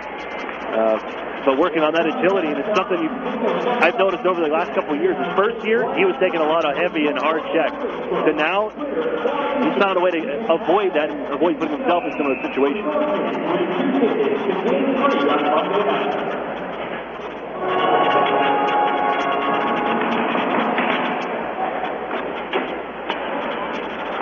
Otters drill it in. Chernak from center red, and it's covered by Aiden Hughes. A spot start here tonight. We were expected to see Justin Fangio. It didn't play out. And maybe if you're a 17-year-old goaltender, this is the way to go in, where you don't have to think about it for 2 days, knowing you're going to get the start. It's just sort of on the spur of the moment. Chernak's trying, with Fogle trying to deflect it. Sails wide, and it's dished out to center. Good post check from Sambrook, opens things up. Sorelli give out ahead. The touch in off the sticks of Spinozzi and Fogle, and Maximowicz will find it. Centering right through the goal mouth, and nobody home for Erie. Back out to center. Sambrook trying to chase it down. Foot race with Jordan Kyrou. As it's kicked away by Sambrook. Brings up the near side. Takes a hit from Drake Grimshaw, and the Honors put it out to center ice. Played by Spinozzi, and Chernak to get in control. The Honors have seen the Sarnia Sting 3 times in the postseason, and they've won each matchup 4-1. A penalty coming up here. Going to go to Spinozzi. Well, behind the play, jumped Warren Fogle. He's going to get the gate for that, and Fogle skating away from Spinozzi, trying to cause a bit of a ruckus there. Smart play by Fogle. We saw the tempers flare up a lot in Game 1 after just about every whistle. Sarnia fixing things up, trying to drag the Otters out of their game. The Otters have been cautious of that. And try to use it to their advantage there. Fogle, you mentioned, didn't get mixed up in it, and the Otters are going to the man advantage, first one of the night for either team. Erie went 1 for 6 in Game 1. Alex DeBrincat. Now to Taylor Radish, right wing side, sets up there, and for a one-timer, that one sails high. Given back to the blue line, Radish to Radish. That's Darren on the left wing. And out to the circle, DeBrincat, throw it in front, looking for Sorelli, tucks it through the goal mouth, and then a mass save by Hughes on Strome. From inside, Otters hold in though. Darren Radish at the left side, giving in front, wide open, Trelli, hack and whack, loose in the circle, and again the Otters still pitchfork away, cannot find it. It's Strom. Comes away from the pile-up in the blue paint, looks to the heavens. Could not believe they couldn't somehow get that puck across the goal line. Well, that puck was lying there for a good 5 or 6 seconds where the Erie Otters players were trying to get to it, and Aiden Hughes had no idea where that puck was. His defenders trying to help him out and dish it back to him, and it just kind of lied there. The officials lost sight of it and whistled it down. Hughes looked like a fish out of water. He did. Do whatever he could to get something on wherever he could find that puck. And Sarnia, they win this draw, and they'll send it down the length of the ice.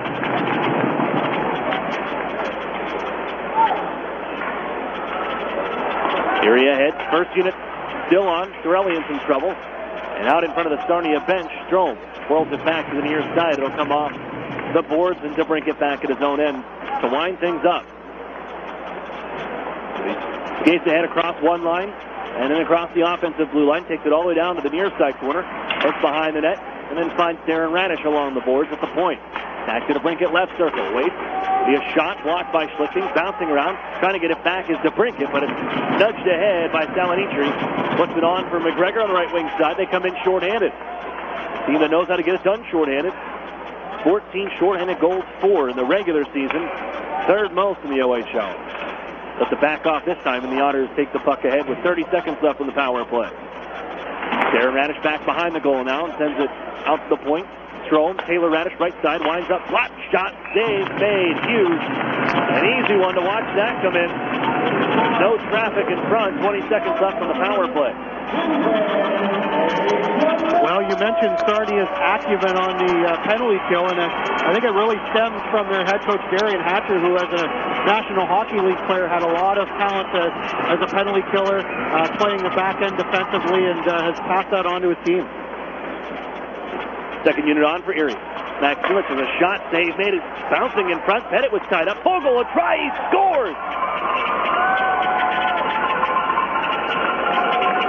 Warren Fogle, his 10th goal in his 11th career postseason game, and he puts the Otters ahead 1-0 with the power play goal. Fogle right in the slot and put it through the 5-hole of young Aiden Hughes. Bang that in no time flat. Not much Hughes could do about that one. The power play goal for the Otters gets them the early lead here. You're going to hear from Chris Knobloch in the first intermission. And then I asked about Warren Fogle. What makes him so successful in the playoffs?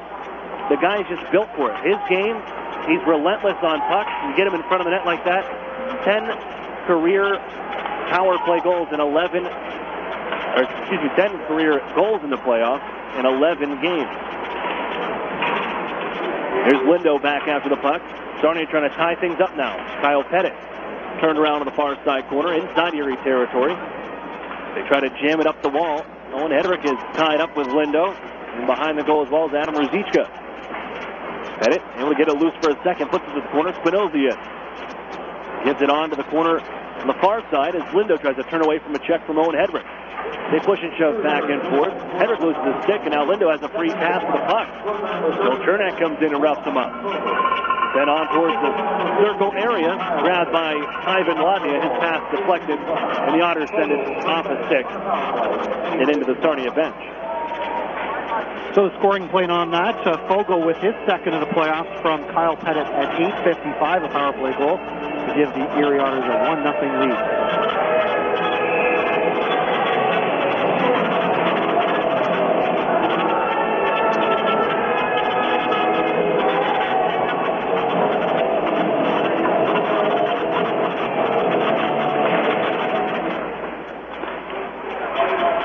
Back to action almost midway through the first period. Otters the 1-0 lead. The Fogle, Maximich, Sorelli line back out there. Drilled out of the far side corner off the stick of Stanbrook out to center ice. Grimshaw looking for it. Picked up by Maximovic. Sent on to the near side and again pushed out to center as Grimshaw trying to track it down. Battle with Darren Radish onto the near side boards. Grimshaw has it. Gives off to Kyrou. Stands on the pass out to the point. And Fogle gets it out to center. Lauren Fogle, Carolina Hurricanes pick. Trying to give off in front, throws it, it's off a stick, and deflected on goal, and Hughes able to make the stop with the paddle. Radish back to his own line now to the clear. Sends it off a swig of Sorelli. It'll get down deep. King back for Sarnia. With 9:17 to go. Here first period, the Otters draw first blood. Fogel's power play goal is second to the playoff. Darren Radish again. He'll launch this one ahead. Trying to stretch everybody out, but it's knocked down by Ernst and sent back towards the Sarnia line. Knocked out of midair by DeBrinken. He gives off the Strom. Ducks down, left wing side. Lets a shot go. Misses wide on the glove hand side. Sent down low off the body of King. And he's able to knock it away and skate up the center with it, Jeff King. Working on to the right wing side. Settles down at the point. Floats it across for Ernst. His try. Save made Timpano. The Otters guided up the near side. Taylor Radish. Chased by Kelton Hatcher. The son of head coach Darian Hatcher. They jostled down back behind the goal line. Trickles loose for Fergus. Will send it up the board. Took a hard check from Jordan Ernst and went down to the ice. And Chernak again back after it. Running into him is Ernst. Comes out to the point for King's try. That's knocked down in front. Comes on goal. But Timpano able to slow it down. 8:18 to go. First period. 1-0 Erie. From the Progressive Auto Sales Arena. Here's the extracurricular stuff. Fergus mixed up with Jordan Ernst.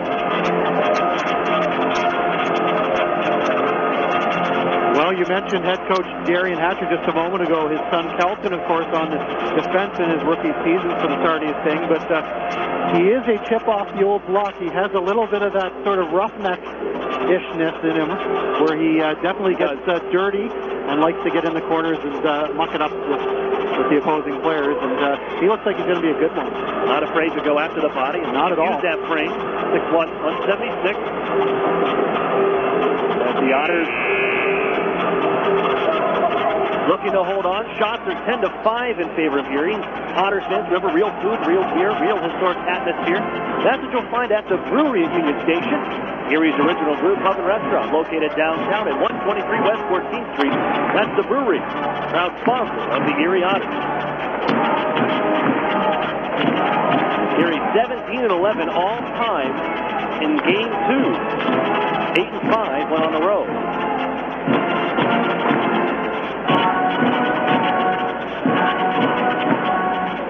The face-off to the left of Troy Timpano. Looks to rebound after game 1 on Thursday night. A couple deflections and odd bounces that made their way behind him. He's made 5 stops thus far. Puts it on to the near side corner, directed by Sambrook. On for Hedrick on the far side boards, and he'll get up off the leg of Gurney out to center. Thrown right back by Hins off the linesman, and the Otters trying to stretch ahead for Lavia. Too much air on the pass from Hedrick, and the whistle sounds. Coming back to the Otters zone. And what a nice addition Owen Hedrick has been since the OHL trade deadline, of course, being signed by the hockey club, a draft pick from a number of years ago, and he's really fit into this lineup nicely. And for what he's brought to the table, that's a player that at the deadline you'd had to pay a couple of seconds and a third-round pick for, and you had him in your cupboard, if you will. Some the Otters did not have to go out and get. And for them, nothing against Cam Lazat, but Owen Hedrick, yeah, you're right. He fits the Otters in the system and the style of play much better than Cam Lazat. When you look at puck possession, how important passing is and everything, Cam Lazat doesn't have that kind of stick skill that Owen Hedrick possesses. There's a try coming out of the corner. Stopped by Timpano as he makes another save. The try from Ruzicka coming out from behind the net.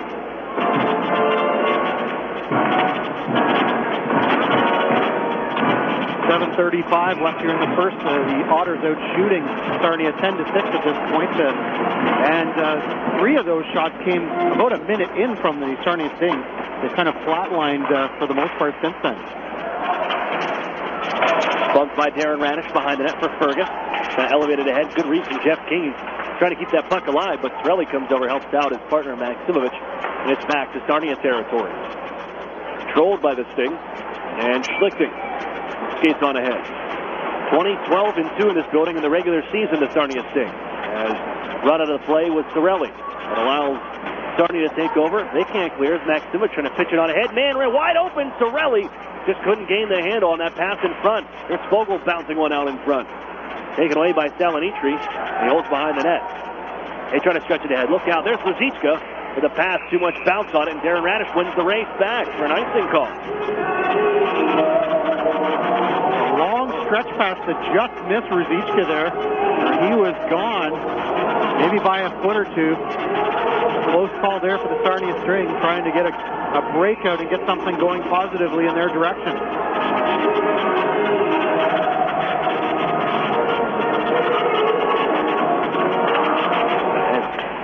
End up icing the puck. Good play from Darren Radish to hustle back. Here's Strom with a try from the top of the circle as it sails high to bring it back behind the goal now. On to the far side. Finds again Radish with a quick shot. He scores! Let the big dog eat! Taylor Radish rifles home his second of the playoff, and the Otters lead 2-0. And how many times have we seen that this year where Alex DeBrincat, he had 65 goals, but he's a heck of a playmaker as well, and a nifty little pass to Taylor Radish, and he made no mistake with that big shot that he has. The number 1 and number 2 leading scorers in the Ontario Hockey League go together on that one. They had talked about this at breakfast as being with the team and kind of get this kind of inside perspective, but they had a little video session at breakfast and was talking about offense generated from below the goal line. You saw it right there. That's what the Otters think that's really a little weakness of the Sarnia Sting. And to break it from behind the goal line, finds Taylor Radish. They finish things off. Chris Knobloch will be happy. He will. Well, there's such a perception of what a great goal scorer Alex DeBrincat is, and he is. He led the CHL by 13 goals, more than anyone else in the entire CHL. 65 goals, but he had 62 assists. Nobody really talks about that much. They're back out here again. Strom. Kick it on for Taylor Radish. Back to Strom. Radish out of the near side corner, tied up by Calvin. It's all after an icing call. Comes out to Chernak. His drive into the net. He scores! I don't know if it changed direction. Hughes thought he had it lined up, but Eric Chernak sends it to the goal, and the Otters lead 3-0.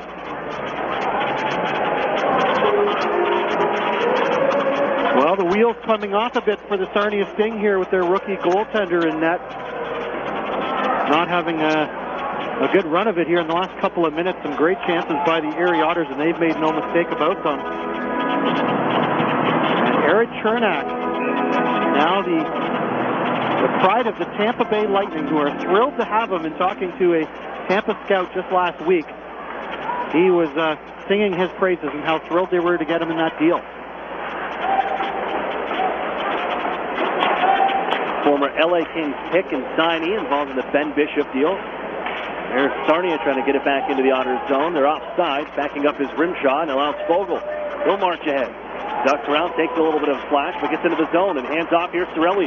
Between the circles, able to pass on to Maximich. A try from Fogle.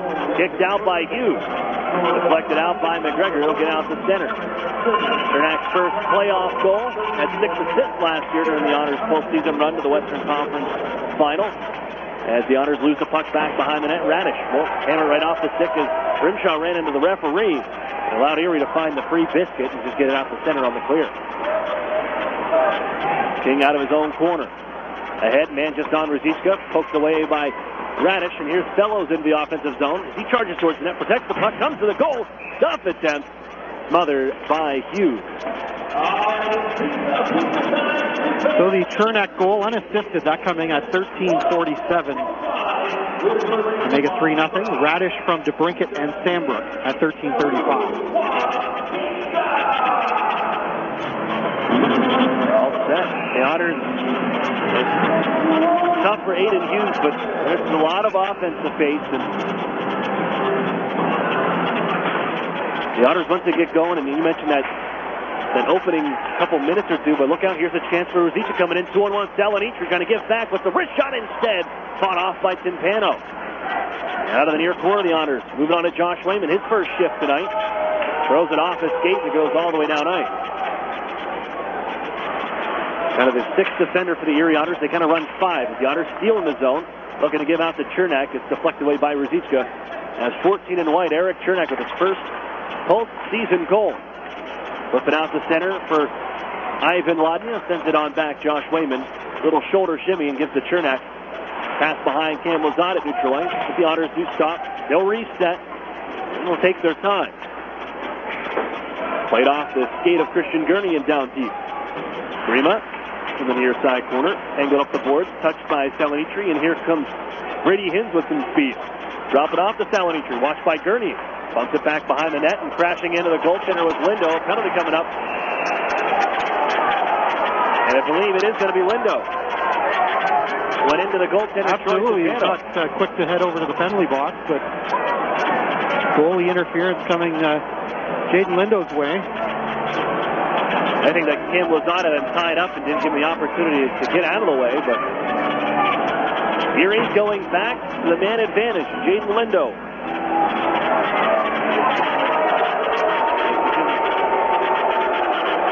Here's the disagreement. The crowd. Darian Hatcher the same on the Sarnia bench. The Otters are going to the power play. Sarnia's going to... There's the penalty kill unit. They'll pour it out.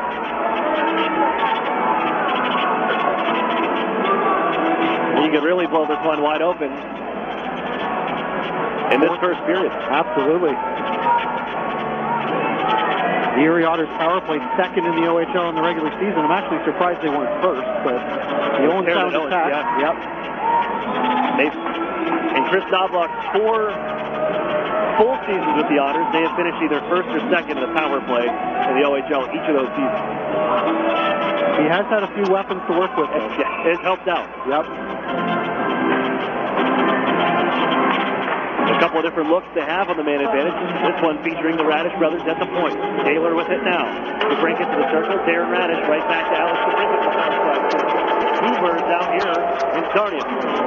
Taylor Radish at the point. Couldn't hold it in. It hops over his stick and the Otters have to touch up.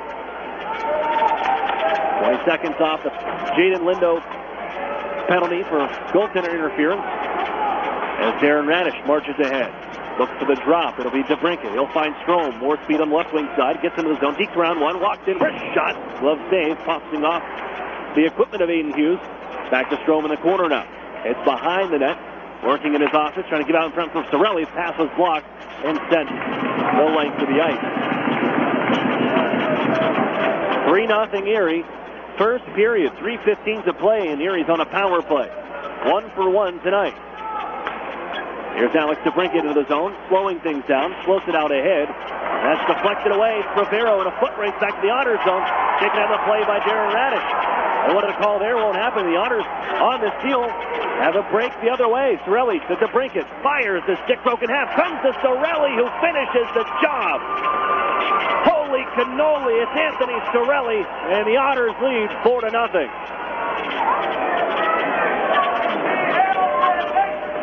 Wow. The Erie Otters come right back. Alex DeBrincat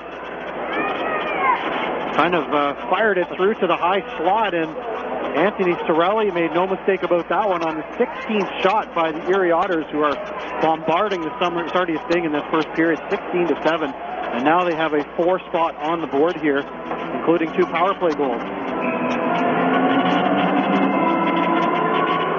Vogel got it started at 8:55 with the power play goal. And then Taylor Radish, Eric Chernak, and now Anthony Sorelli with his second of the postseason, and the Otters ahead 4-0. Here's Tyru. Got to get something going before the period ends. And they bounce one off the side of the cage and picked up behind the goal by Vogel. Ahead to Patrick Fellows, 2.5 to go in the period. Vogel trying to pass across for Maximovich. That one just behind him. Whacked out of midair by King. Backhands it back onto center and picked up right at the Sarnia logo by Owen Hedrick. All over him is Jordan Kyrou.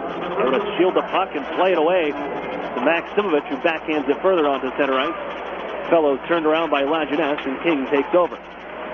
Watched by Vogel. And now he'll call the dogs off, make his way to the bench. Sent out ahead for Lajeunesse. Pushed for Sprovero, but getting there in time, Owen Hedrick to tie him up. And they collide in the near side board. Erie territory. Johnson looking for it. 4-0 Erie here from the Progressive Auto Sales Arena. Chernak ahead. Passed on to Christian Gurney. He's got a head of steam left wing side. Trying to drop it off. Too many gold jerseys there belonging to Sarnia. And off goes Spravero right wing side. Nice move into the zone. Ernst with a wrister. Blocked away by Timpano with 1 minute and 34 seconds left. First period. Anthony Sorelli getting his second on the power play from Alex DeBrincat and Taylor Radish. That coming at 17:08. And a very serious 4-0 lead for the Erie Otters here in Sarnia. Has them in flight for sure. And Sarnia not knowing how to respond here at all. Erie averaged 4.69 goals per game. They led the league in offense. Nearly hitting that average from regular season in the first period. This one try after the blue line by Schlichting, blocked by Fogle. Kicked it all the way back to Sarnia territory. Directed back into Erie ice as Fergus stuck the check, hands off to Stambrook. Bumped ahead for Sorelli by Maximovich. 22 in white. Just guides it into the zone and will try to chase it down. With Grima back behind the net. Fogle watching also. Schlichting joins the play. Fogle comes out near side, avoiding the check from Schlichting as the Otters steal. Maximovich to Sorelli. Drags in front. Sorelli in all alone. And it's poked away at the last second as the net comes off its mooring on the try from Anthony Sorelli.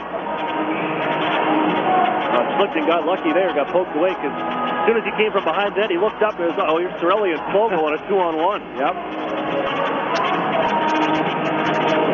62 seconds to play in the first. Erie in the driver's seat, 4-0. And a lot of people had, you look at the previews, you had the top seeds moving on in just about every series. And well, they're the most dominant teams in junior hockey in large part, and certainly in the Western Conference. So you would expect those kind of predictions. Sarnia would have wished that happened last year. Yeah. They got the scare from the two Greyhounds in the first round. So they were the favorite as this pass by Drake Grimshaw goes between his 2 point men and all the way back, removed by Aiden Hughes. Spinozzi chop it up the near side. Ernst follows up. Spravero, they got a man in front. Jostling back is thrown defensively. He'll leave it in the Otters zone. The Otters clear. Offside is Sarnia. They tag up. They can go. That's the other thing the Otters wanted to work on. That breakfast video meeting was also the ability to score on the rush for the Sarnia Sting. They got to make sure their forwards get it back. And Dylan Strome did just that to take away that opportunity. Trying to send out Jostling ahead. Time just got to run out. The Otters are playing four corners essentially for the final 5 seconds. Hedrick back behind his goal, chased by Ernst. Lugs it ahead, and the horn will sound. A little shove from Ernst into Brinkett. They go back and forth a little bit. Ernst trying to get something started here for his hockey club. We've noticed that on 3 occasions maybe in the last 7 or 8 minutes. Yep. He is hot. And Aiden Hughes made a beeline to the locker room. First one off. Tough spot for the 17-year-old, the rookie. Thrown into the fire. And the Otters take advantage. 4-0 after one. And it was an inferno in the first period, to say the least. The Erie Otters with a tremendous first period to propel themselves to this 4-goal lead. They go 2 for 2 on the power play. Score on 17 shots. 4 times it gets behind Aiden Hughes. We should mention, too, that Alex DeBrincat, of course, has extended his point streak to 29 games now. He had a couple of assists in the first period. 29 games dating back to the regular season. Not too shabby. Pretty good. Something that, let's go back and look at what Connor McDavid did extending into the playoffs. He had a 27-game streak himself. It ended with the playoffs, or with the playoffs starting. Everyone a time it. But the Otters will take the intermission break. 4-0 the lead. We're going to hear from Chris Knobloch after this on Fox Sports Radio 1330, The Fan. Dr. Jones is right over there. Early in the afternoon, Barbara checks in at a doctor's office. But if you look out the window, it's miles from the closest medical facility. Because Barbara is in Highmark's Healthcare Mobile Clinic, a doctor's office on wheels that brings care directly to remote communities and members in need. By reaching out to Highmark members in need and inviting them to our mobile clinic, We're making access to care a little easier. Living proof of the difference you can make when you're all for health. Highmark Blue Cross Blue Shield. Visit highmarklivingproof.com.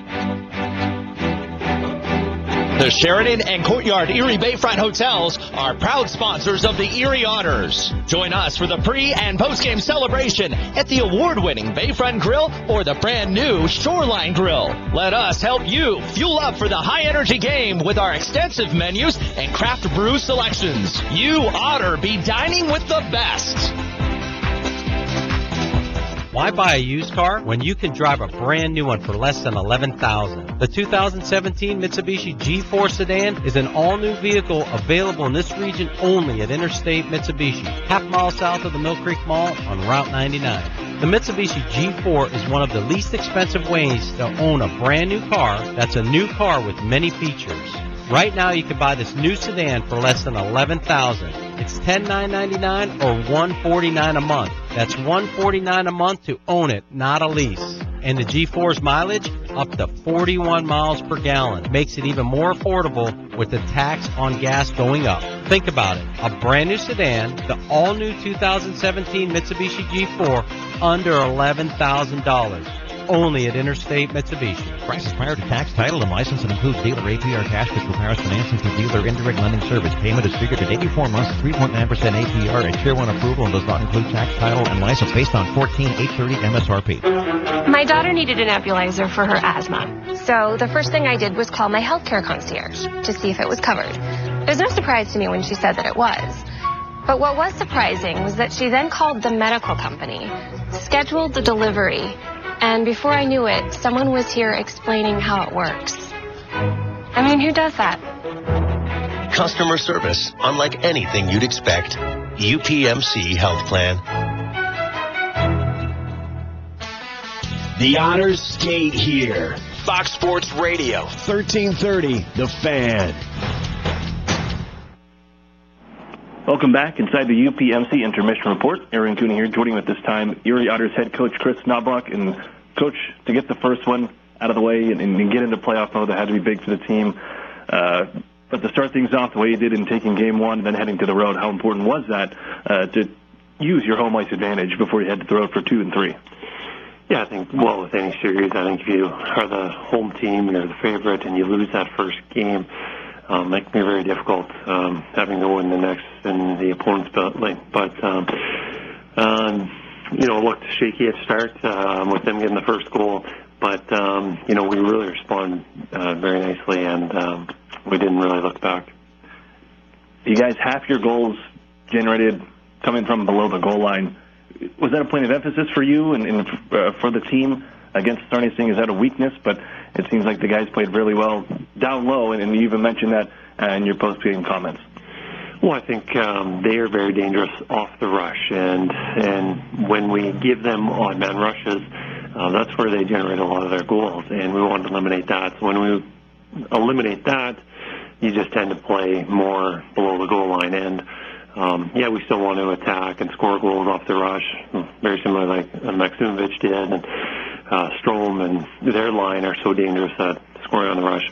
But the biggest thing is, you know, we don't want to give them odd man rushes and not turn the puck over. So we'll be playing below the goal line more. With that, in that style of play, does that fit right into Warren Fogel's game? It seems like he was a man amongst boys at times out there in game one. And for a guy coming into the playoffs when things get a little tighter and being as physical and as good as he is along the walls, I mean, he's scored in 9 out of 10 playoff games on average here, 9 goals in 10 career playoff games. But is he just built for this?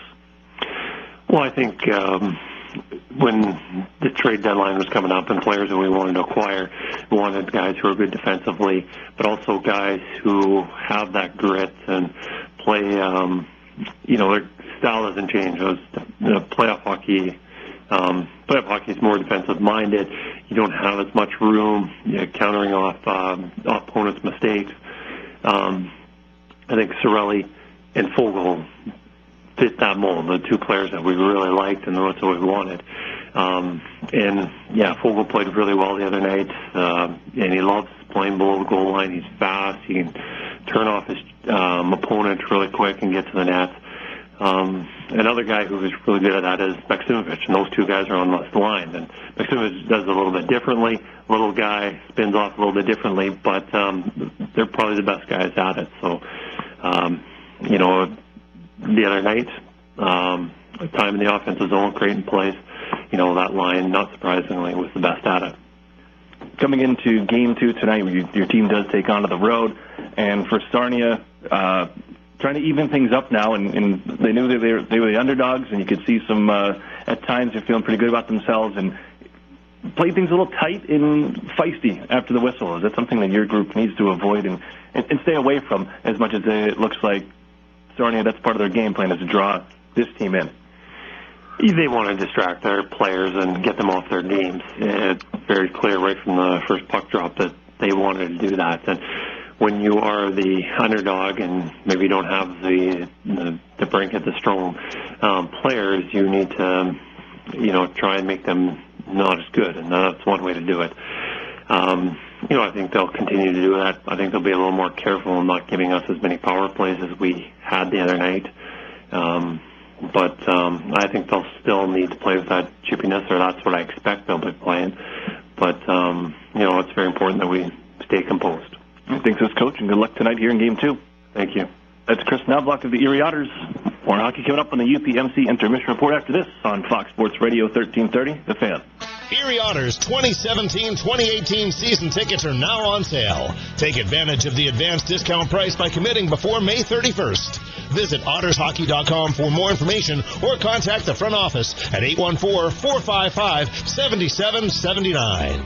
An Erie landmark since 1953, Nunzi's Place serves generous portions of great food at reasonable prices. Family owned for almost 60 years, Nunzi's prepares the finest Italian food in Erie. Come see why the Erie Times News said Nunzi's is known for food that tastes good. Nunzi's Place, located at 2330 East 38th Street, near the Bayfront Connector. To call for reservations or place an order for takeout, call 825-2940. Nunzi's, known for Italian food that tastes good since 1953. SEO, text message marketing, social media. As a business owner, you know the best way to reach customers is online. Viral videos. But you don't have time to keep up with the latest digital marketing technology. Web design. That's where Local Edge comes in, especially for the one term you're most concerned with. ROI. As a full-service digital marketing agency, Local Edge offers turnkey solutions to grow your business online. From search engine optimization and marketing, to social media, to mobile advertising, to video promotions. Our expert support team is ready to customize a program to your needs and track results throughout the campaign. Plus, as a division of the Hearst Corporation, Local Edge is backed by the largest, most diversified communications company in the nation. So when you're ready to generate leads, find new customers, and increase your revenue, talk to the digital marketing experts. Visit localedgemedia.com. Think digital. Think Local Edge. National Fuel says, smell gas, leave fast. Then call 1-800-444-3130. If you detect something that smells like rotten eggs, it could be a natural gas leak. Leave the premises immediately and contact National Fuel from a different location. Do not use your phone or turn on a light inside the area. Immediately leave the premises and call National Fuel's emergency line. Play it safe and remember, smell gas, leave fast. Then call 1-800-444-3130. I'm a night owl. You? Nah, more of a morning person. Do you like comic books? Historical nonfiction. Documentaries? Sci-fi. Window seat? Aisle. Beach? Slopes. Favorite color? Red. You? Blue. We all have different tastes. That's why Tim Hortons makes a rich, smooth, dark roast coffee served hot or iced. Try a small today for only $1 plus tax. Tomato? Tomato. At participating U.S. restaurants, offer available for a limited time.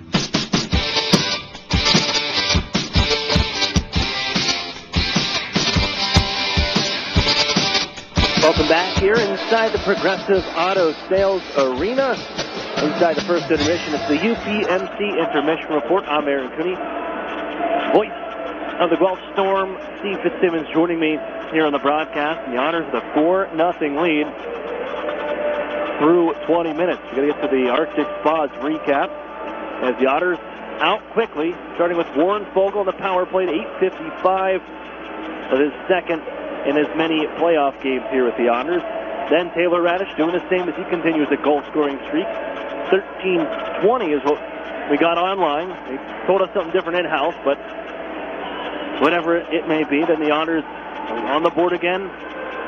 Just 27 seconds after that, Eric Chernak. Looks like he was just trying to keep the puck in. And ends up going into net.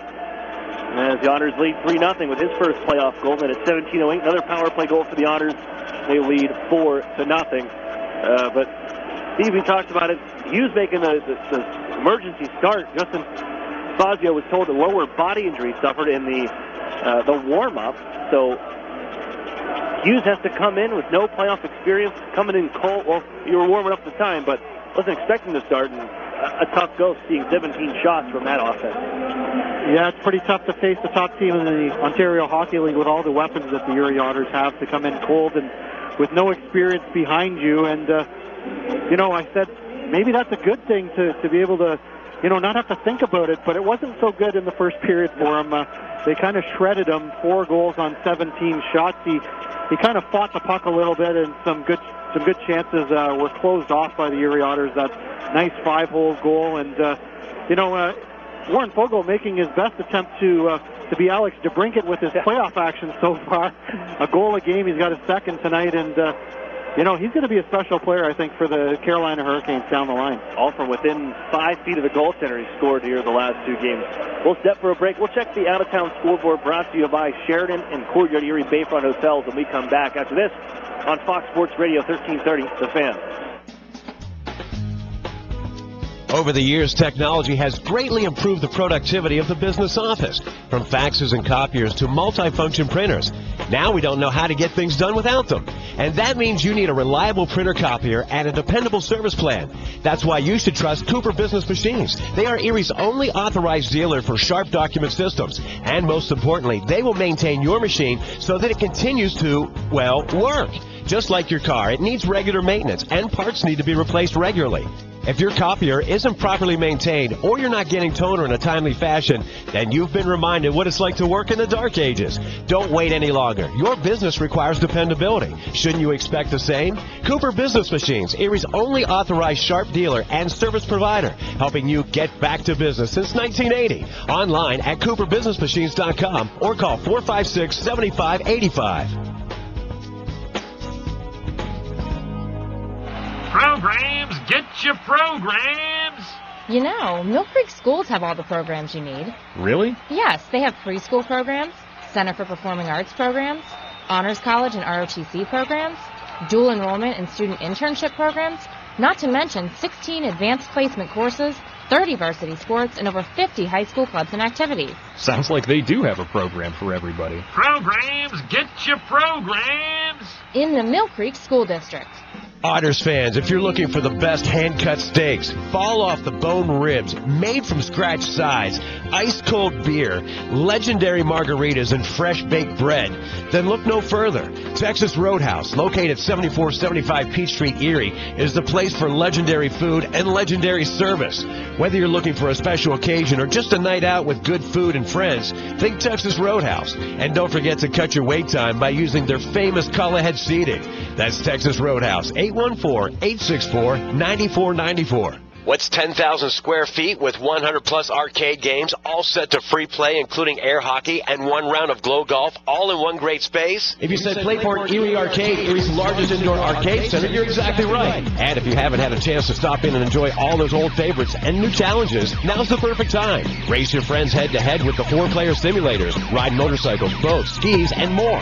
Playport has bowling, pinball, basketball, hunting games, and of course, all for a one-price admission. Come on into Playport Arcade. It's like having that feeling when you wish you were a kid again. Yeah, that's the feeling you'll get at Playport Erie Arcade. Playport is more than just an arcade. Playport is Erie's first indoor glow golf attraction. It's like walking into another world as you enter the glow golf room filled with neon and different fun obstacles at every hole. Playport is fun for all ages. And now for a limited time, grab 3 people along with yourself and take advantage of the 4-pack special. But hurry, it's only for a limited time. Playport Arcade on West 12th Street in the Big White Building just east of Peninsula. I beat my best score. I love this game. It's Erie Otters hockey on Fox Sports Radio, AM 1330 The Fan. WFNN, Erie. Welcome back here to the Progressive Auto Sales Arena. Second period just underway. The Otters had to get out of their own zone. A little bit of trouble to start the period. But they do clear, get it out to center ice and on down to the Sarnia territory. Aaron Cooney here joining me on the broadcast. Friend of the broadcast, Steve Fitzsimmons, TV voice of the Guelph Storm. Here along the way, taking a trip to Sarnia for tonight's matchup. The Otters lead 4-0 after one period. Here's Max Simic trying to track a puck down and duck around Theo Calvin. Leaves it behind the net to the near side corner. Erie was changing at that side. It's floated ahead back to Erie. Then off the stick of Patrick Fellows in midair, but nothing further coming from that as Johnson just run out of the play by Eric Chernak, and Erie will grab the biscuit. Ladnia sends it on to Jordan Stamberg. Stretch out ahead. They have a man intended, but it goes off the body of Hatcher. Steps in front of us. Erie coming in, flying. Ladnia walks in. Wrist shot. 6-8 made, and it's covered quickly by Aiden Hughes. As that one thought he had sent it on to the near side, and ends up dropping underneath him and covers up.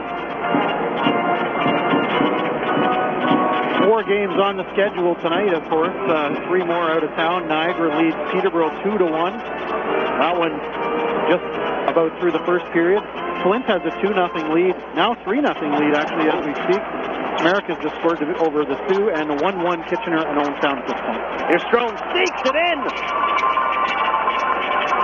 On the short side on Aiden Hughes, right after the draw. And the Otters make it 5-0. Strome with his first in the playoffs.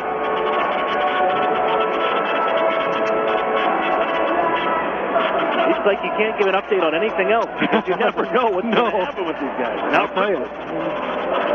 That 30-second update was 3 seconds too long. Offensively potent, and they just keep coming at you in waves, and Dylan Strome has his first playoff goal this year. Strome, the Otters' all-time regular season scorer, and still trying to chase down Brad Boyes in that department as well. Still off by a long playoff run to get him close. Otters coming offside after that goal, or after the play. Strome. Third assist for Alex DeBrincat. And we're only a minute and 25 seconds into the second period. If you look back at that is our out-of-town scoreboard that Steve delivered for you. The out-of-town scoreboard brought to you by the Sheraton and Courtyard Erie Bayfront Hotel. Proud sponsors of the Erie Otters. You Otter be staying with the best.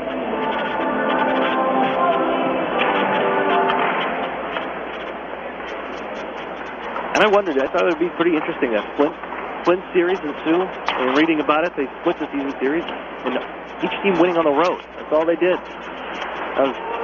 That Flint hockey team's a tough one to play against, and they have a few elements that make them, they could be some road warriors in the playoffs, I think, and certainly are going to be a stout challenge for the Sioux Greyhounds, who were a very good team in the regular season, as we all know. I don't think the Otters wanted to see them, at least from watching the 4 matchup between the two. Always tough, rough and tumble kind of hockey. The Firebirds still pretty heavy, but the skill and talent there, we know Sherwood. And the seasons, the wrist shot from Salonitri's fought off by Troy Timpano, and down to the ice goes Cam Lazat on the heavy hit from Salonitri. Fergus will pick it up. Launch out ahead off the skates of Cam Lazat, and from center it pops out of play into the Erie bench. 17:32 to go in the second. 5-0 Erie. And just keep rolling here in game number 2, looking for a 2-0 series lead. Game 3 will be Monday here at the Progressive Auto Sales Arena.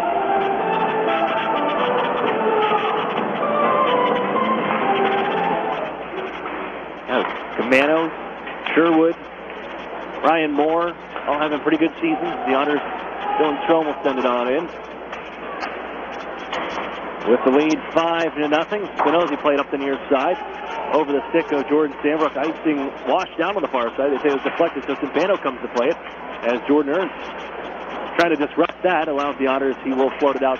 That was Darren Radish on to Alex DeBrincat with a bit of a break. Right back to Strome. Nifty pass. Slides on through on the back door for Taylor Radish. Oh, just could not finish it off. But a pretty passing play, and the Otters, they get it right back. Looking for Taylor Radish. Intercepted on the pass by Ernst, and Sean Josling will send it towards Timpano. Out to play it. Sends it up for Alex DeBrincat. He's trying to move it on to Strom. He will. And from center red, drop it off to Taylor Radish left wing side, and Erie beginning a change. DeBrincat heads off, and Strom blows the puck down on the far side boards, trying to take it back away from Lajeunesse, who skates the center with it. Watched by Eric Chernak. Stick tied up, Darren Radish takes over for Erie as they look ahead. Radish, a little stick handler, led all defensemen in scoring, Darren Radish, and now holds things at the offensive zone in the blue line. Gives off to Pettit in front, tipped by Fellows. Great save, two of them by Aiden Hughes. Robs Fellows on the back door. Best save of the game there by Aiden Hughes as Fellows standing on the doorstep fires one into him, and the rebound bounces right back to him, and he gets another whack at it, and Aiden Hughes makes an equally good second stop on Fellows. That's a 22nd shot fired the way of Aiden Hughes thus far, and we're just 3 and change into the second period. Erie had 23 in the first period in game 1. And they led the league in shots on goal, or second shots on goal. Try from the blue line by Chernak. Only team that averaged more was Owen Sound. Erie averaging 35.66 during the regular season. That one, looks like it may have goes off the glove of Aiden Hughes. The Otters again find it the near circle from a second as Fergus turns it over to Kyrou. Stretched ahead for Rimshaw. Former London Knight in Ottawa 67. He's just taken right out of the play by Eric Chernak. And now Surly trying to move it up the wall. They'll get to the blue line. Fogle reaching, kept alive. Swung back to the near side, corner by Hatcher. Picked up there, they give off. Kyrou drives it just wide from between the circles. Fogle looking to clear. They do chop it up and out of the zone. Cleared by Sorelli. Back is King. 5 members of this Owen Sound attack team left over from the 2015 playoff series. As the Otters steal, here's Sorelli with the puck. Moves in, and the shot is stopped by Aiden Hughes. On the steal by Sorelli at the top of the left wing circle. Bounce back to center. Chernak whizzes it ahead, and a break for the Otters again. Maximovich got to peel off a bit. Finds open ice. Heading off to Warren Fogle. Trying to chop it on for Sorelli, and it's given right back to Warren Fogle. Just ran out of real estate, and the Otters were making a change on that play behind. As away comes Salonitri. Goes behind the net. Try wraparound try. Thrown in front for King, and Timpano with his best stop. Hasn't had to do much, but that one stands out among the rest. With Jeff King in front. It does. Salonitri circled behind the goal and fed a nifty little pass out to King. Right in the slot, and a point-blank stop made by Troy Timpano, his best save so far of 11.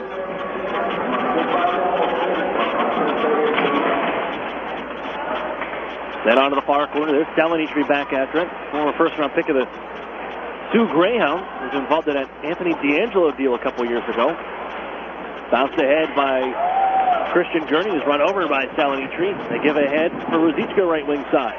Watched by Wayman. Wayman trying to stand him up. Just outbodied by Ruzicka, and the Otters though takes the centering pass. Hopkins to Gurney, and he'll float it off the end boards. Kicked out in front. Hopkins after, gets the shot to the net, and Hughes comes up with another save. A smart play by Christian Gurney. Taken out and a hit by Jaden Lindo on the far side this time around, and Wayman back behind his own net. Turn around by Ruzicka, and Wayman gets a little bit of time here. Chased out by Ernst. Gives off to Alex DeBrincat.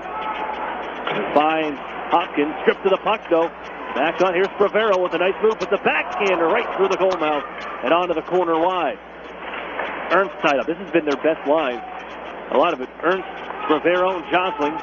This energy, they don't do much too flashy. Simple and make things work. There's a try from Taylor Radish the other way. His pass was intercepted by Sarnia, and off comes Josling. Around Sandbrook. Fires a sharp angle shot. Sails high lads, and that's just on. Shot deflected by a high stick. Sandbrook waits. He will play it. We're all good. We'll continue as Darren Radish looking ahead. Given for Dylan Strom. Intended there. Calvis steps up. Moves on, and the Otters, DeBrincat just takes it away. Sends into the zone. Spun right back out by Kevin Spinozzi. Brady Hins ahead to Lajeunesse. Back to Hins on the left wing side. Trying to go right back to Lajeunesse. Intercepted by Taylor Radish. Just sent it out to center. Here with 13 minutes to play in the second period. 5-0 Erie. All from 5 different goal scorers: Taylor Radish, Dylan Strom, Warren Fogle, Anthony Sorelli, and Eric Chernak. All on the board for the Otters. Sarnia, they're going to find an answer soon. They're guilty of an icing call here with 12:44 to play in the second. So if you were the Sarnia Sting and you're approaching the halfway point of this hockey game and you were told before the game that Alex DeBrincat wouldn't have a goal in that span, you'd probably be happy about that. Unfortunately, he has 3 assists. He can do it all. Alex DeBrincat, and it's crazy as the Otters win the draw. Here's a wrist shot from Fogle. Fought off on the kick save. Maximich gets back behind the net, bouncing around. Fogle back after it, sweeps it up the near side, but Kyrie's going to take off from there, trying to back down TJ Fergus. Cuts across the blue line now, drops it off a rim shot with a shot off the post, and it's loose in front, knocked away by Erie to the near side. I don't know if it was a deflection on the initial shot, pass, but the Otters escaped the center. And a little help from the left side friend of Troy Timpano. Erie gets it back the other way. Fogle hands it off to McGregor, and he pushes it out to center ice. Fergus. The Otters slow things down a little bit here. Chernak, they'll watch it in. Ducks the check from Rimchokin, flying across the near side, and misses on the opportunity. Erie in control. Hedrick with a drive. Slap shot out from the blue line. Blockered away by Hughes, and Kyrou carries away. Circles back as they're changing. Throw it towards his bench. And just on is Nick Grima. He's involved in that Karasilev deal. Bounced ahead. Played by a high stick. And the whistle sounds. 11:37 to go in the second. But it's funny, the more and more Alex DeBrincat has done, the more and more Chicago fans have been excited with what he's accomplished. It's funny you should mention that, because I ran into a Chicago Blackhawks scout last week, and I asked him, so you're pretty happy with Alex DeBrincat, I would think. And he said, you think? Of course, in talking to him, he felt he has a good chance to make the Chicago Blackhawks next year. And, yeah, they've loved to see the improvement in his game as well as the offense this year that he's shown in the past. But they think he's playing a more complete game as well. That's one thing a lot of these guys talk about once they get drafted and see a little bit of the pro ranks, and then come back for finish up their OHL careers with getting to that complete game, and something to work on. Look out, here's a break for Sarnia, though. 2-on-1 Wayman, the only man back is Lindo, crashing towards the net. Throw it on the goal as he crosses in front, and Timpano says no. Lindo in his 25th career playoff game, most of those with Owen Sound. 1 assist out of all that. A wrist shot kicked away by Timpano out of the near circle, and Josh Wayman just sends it to center for Ivan Lodnia. That said, on Jaden Lindo, a lot of Western Conference people are going to be very happy to see him leave as an overager, because he's hard to play against. 6'2", 215, former 6th-round pick of the Pittsburgh Penguins. He makes you earn every inch of real estate. There's no doubt about that. I'm sure that was tough for Owen Sound to give up before the season started. They went a different way if they're overagers. Here's Cam Lazat. Almost lost his stick into the Zamboni doors, and that opportunity allows Sarnia to find the puck. In front, Lajeunesse bounced around for Hins over his stick, and Gurney in control for Erie. The Chernak out of the far circle, bumps it on the near sideboard. Gurney turns away from a check, but they come crashing in. Help knocks it wide as King's shot sails past the post, and Sorelli going to bounce it up the wall. Continues up that far side, but it's chopped away for Helt in the corner. St. Louis Blues pick, 7th rounder this past year, Philip Helt. Tied up by Chernak. Gurney able to find that puck for a second. Threw it off the body of Helt. It's back behind the Otters net. They're getting a little tired here. It's been a long shift inside their zone for the 4th line of the Otters. King gives out ahead. Picked up by Bravero. Sends it back behind the Otters goal. Chernak is there. King on the forecheck. Another time, Lajeunesse. Had it knocked away by Chernak, and Lazat. He'll shovel this one high and out to center as the Otters can finally make their way to the bench. Sorelli takes a shot from Ernst, and makes his way to the bench after the dump in. As Darren Radish hammers around the near side, Ernst keeps it alive. Free agent signing from Bowling Green State University, and Ernst onto the puck in the far corner. Chopped away from him by the Otters defense, and off goes Dylan Stromes at center. Under 9 minutes to go, second period. Finds Darren Radish open and gives off to Taylor, the near corner. In front for Stromes, trying to deflect it on for DeBrincat, and was loose below the goal line. The pass was intercepted, and the Otters throw it right back in. Calvis to settle it down from the near side circle. Played ahead for Jocelyn, trying to give back to Rivero. The Otters knock it away. Taylor Radish gives ahead, looking for DeBrincat. He'll be chased down by Spinozzi behind his own goal. Forced to spin away from some pressure from Alex DeBrincat. And Spinozzi couldn't clear on the near side. Strome has it. Jocelyn comes on his back. Couldn't get away from Strome as DeBrincat down to his knees, tried to curl it ahead to the blue line. That was taken away by McGregor. And a give down for McGregor on the goal line. Only man in the zone right now. Changing behind the play is the Sting. Radish puts him on the near side. McGregor gives down the rim shot behind the net. Comes around, wraparound try, trying to slide it through. Timpano on top of it. With 8:04 remaining in the second, 5-0 Erie from Progressive Auto Sales Arena. Well, the Sarnia Sting trying to bring some pressure down low. They've had a few opportunities here in the second period, but Troy Timpano, he hasn't been busy, but he's been looking sharp, I think, tonight, and it's going to be tough to beat him. I think that was one of the question marks teams had, or people had about the Otters when you go to the playoffs. Troy Timpano, there have been some up and down moments. He showed some flashes of being a great goaltender. There's some times where he was leaky, and I never seen the playoffs. You wondered which Troy Timpano were you going to see in the postseason. Well, when you look at the OHL regular season, you know, his numbers are pretty solid. Second in wins, and he missed a month with injury, as we know, and you know, his save percentage, perhaps people would point to that they would hope an elite goaltender would maybe have a little higher save percentage.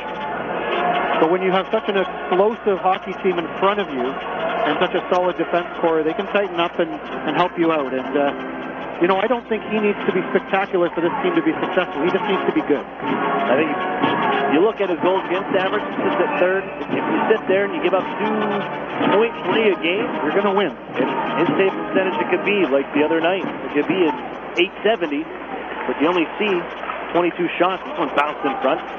This is a guy who came back from that illness. In his first 3 starts, he saw 14 shots, 16 shots, and then 14 shots. It's kind of tough to get into a rhythm as the Otters, a shot wide from King, popped out the center off the corner glass. This is not an apt comparison, but in terms of the shot, it kind of reminds you a little bit of Grant Fuhr in that way, where he used to receive, you know, hardly any shots for the Edmonton Oilers, and, you know, he did what he had to do, and then he still won hockey games. You hear it a lot from people that it's about time we saved for hockey players. This is bounce towards the net off the side of the cage, a wraparound try by McGregor and Warren Fogle. It would have helped, and they defended up the far boards, but not out. As Rimshaw, he's just running around right now. Now he comes after Sorelli, goes after one of the Otters, Fogle, and now Fogle's going to drop the gloves, and it will go. Fogle's had enough. Got him in a headlock, takes him down, a couple rights, an uppercut. Now, I think Rimshaw bit off a little more he could chew. They continue to go down, losing his balance was Fogle, but Fogle just took him to school. Boy, oh boy, Fogle just absolutely manhandled Rimshaw, who I think, like you say, Aaron, bit off a little more than he could chew, and Fogle had enough and exploded on him. Fogle lost his balance, went down. Rimshaw got the last takedown, but boy, Fogle had him in a headlock at one point, was just throwing uppercuts, serving up lunch. Yeah, that was a 3-1 in favor of Fogle on that fight.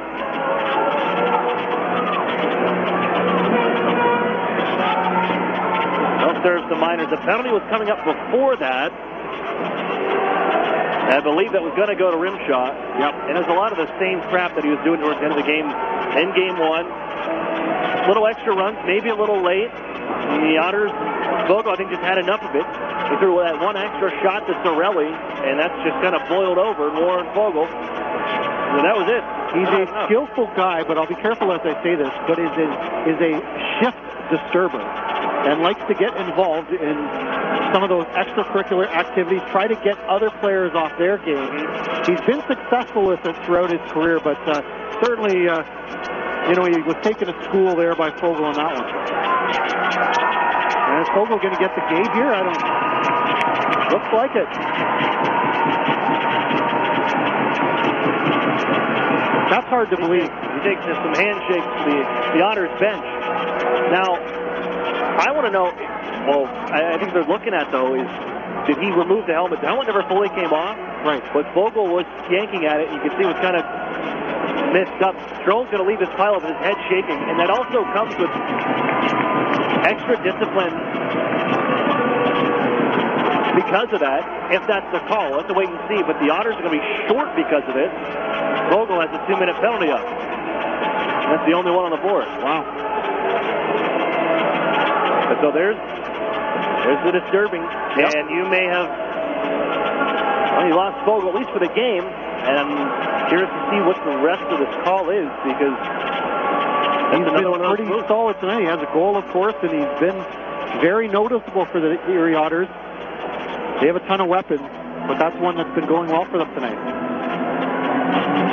Ivan Ladnia is going to serve for the Otters. The 2 minutes, we'll see what it is. But Fogel, it appears he's done.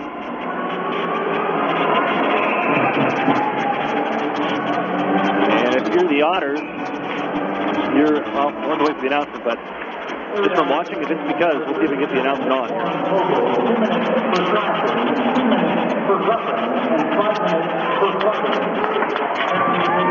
Okay, we didn't get the misconduct or anything taking the helmet off. It was tried by Kairu, kicked out by Timpano. We'll try now from the near side circle. 5-1.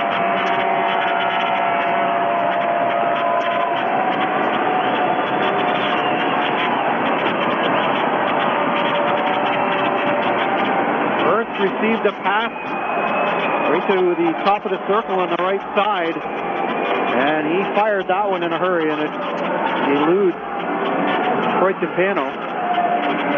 But he didn't have any time to react, really, as that one was off the stick as fast as it came over. A very hard shot by Ernst, and credit to him. He's got a goal, and it's 5-1. The defenseman turns forward. And he's kind of been a mainstay on that power play unit, even as a defenseman back in the regular season, and on that circle for the left-handed shot. There's Chernak back the other way. He'll throw it towards the net. Bounces behind the net. And Kyle Pettit goes to work. Bouncing down for Latvia. Pokes away from him up the near side. The game will clear. And here comes Jaden Lindo. A lot of work to do, but you got this crowd back into it. They haven't had a whole lot to cheer for in Sarnia, at least through the first 30 minutes.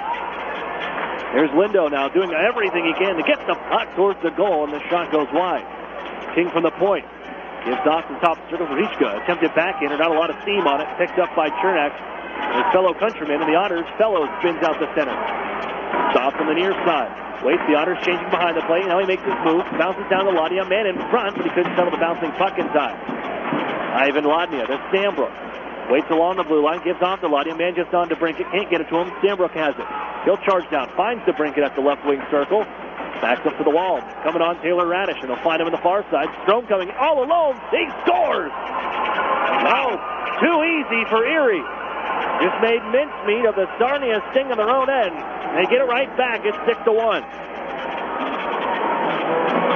Well, a feed from the corner by Radish out in front of the net for Strome. And wow, you give him that kind of room and time, and he just annihilated Hayden Hughes with his second goal of the game and his second of the playoffs. A beauty goal by Dylan Strome. They just showed the replay, but you had three guys from Sarnia all look at Strome and then each other after he scored. I thought you had him. Funny how the good ones can do that. There's the Brinkett. Turned around, so he hands off to Fergus. Taylor Radish to Stambrook. Erie back to their own line. Sent ahead, they're looking for Dylan Strome, and now a foot race for the puck. Ends up with an icing call. Erie guilty. Calvis is back. With 5:15, the Otters score a minute and 16 seconds later.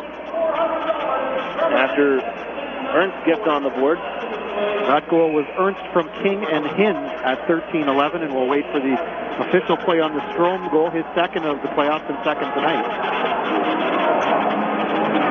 DeBrincat with his fourth assist. Yeah, we know that for sure.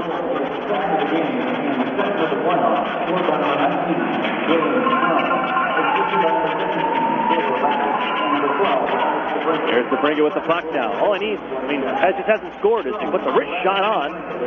Fought off by Hugh. 6 goals on 29 shots for the Erie Otters. They get 30 now. 4:59 to play in the second. Ho-hum, what else is new with the Erie Otters? Strome from DeBrincat and Radish at 14-27. So DeBrincat, he doesn't have any goals, but he's got a mere 4 assists. And Radish has a goal and 2 assists so far. Strome with the 2 goals. Here's Jordan Kyrou. Actually, 1 and 2 for Radish. And now look out, here's Sorelli on a break as he goes to the back end. Make it 2 for Deuces Wild. Anthony Sorelli with his second, and it's 7-1.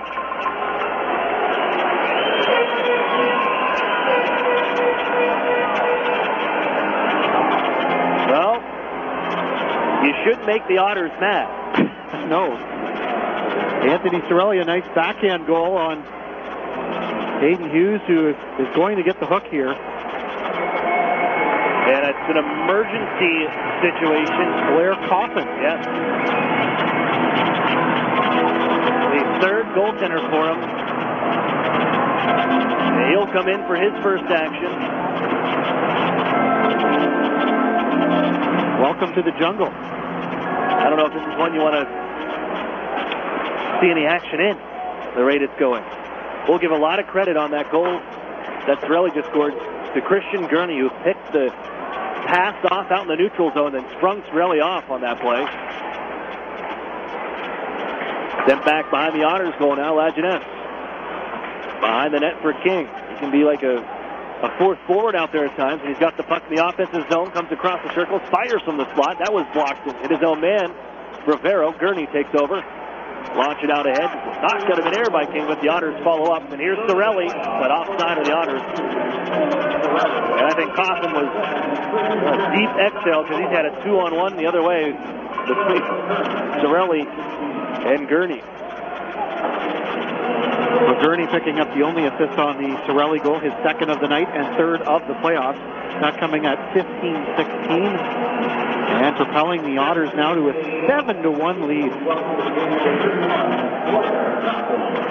Their 9th round pick in the 2016 draft, Blair Coffin. Launched into the Otter zone from the draw. And on Owen Hedrick, who played his first OHL game against the Sarnia Sting and signing with the Otters. With the shot from Cam Lazat. Off a leg and then sticks away as Lazat takes a cross check behind the play. Here's Chernak. He'll throw one towards the net. That goes off the glass wide and it's touched up. And I believe it's Spinoza's going off. The cross check in the corner. And Lazat slow to get up. Skating under his own power towards the bench as the trainer out to help him.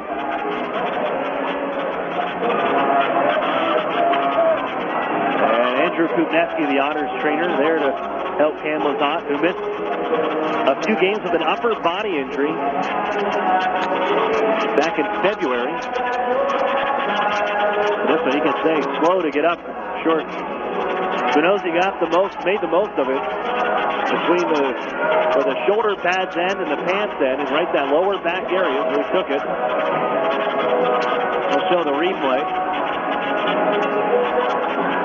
In case you're wondering on Blair Coffin, this is his 4th OHL appearance. He had 3 regular season appearances. He did have 1 win and 2 losses, a 4.70 goals against average and an 874 save percentage. Talk about being thrown into the fire. But I think it speaks volumes to what the situation is with Jocelyn Fazio, because he would have been back in this game if he had any possibility he could be. You're right, and that shows the injury in the warm-up. Lower body, that's severe. And going forward, It was already tough sledding against the Otters as a 1A matchup, but without your number one goaltender.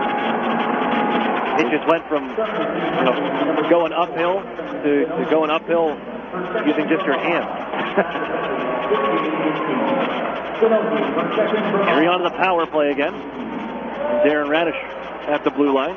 Give off to DeBrinket, left wing circle. He'll let one go and sails high on the blocker side of Blair Coffin. Here he gives down low. Sorelli trying to take from DeBrinket.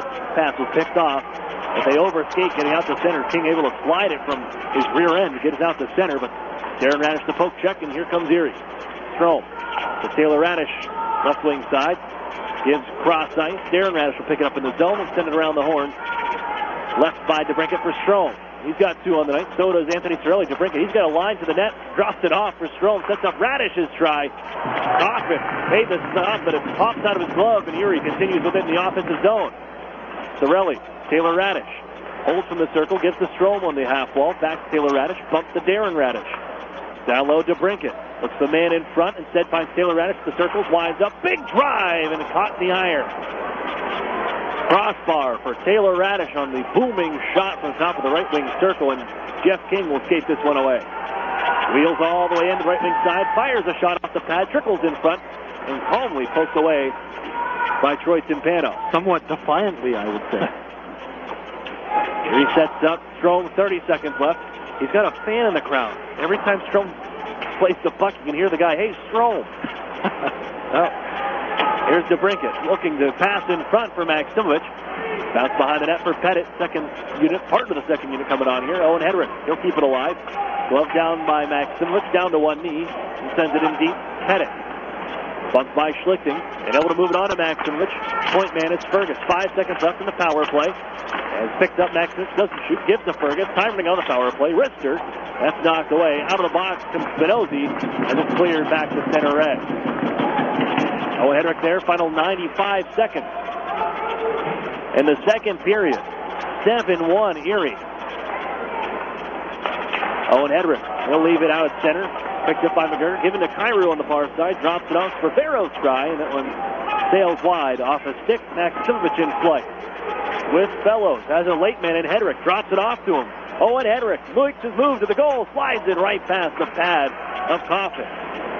Stick knocked into the hands of Kyle Maximovich. Will go to the bench.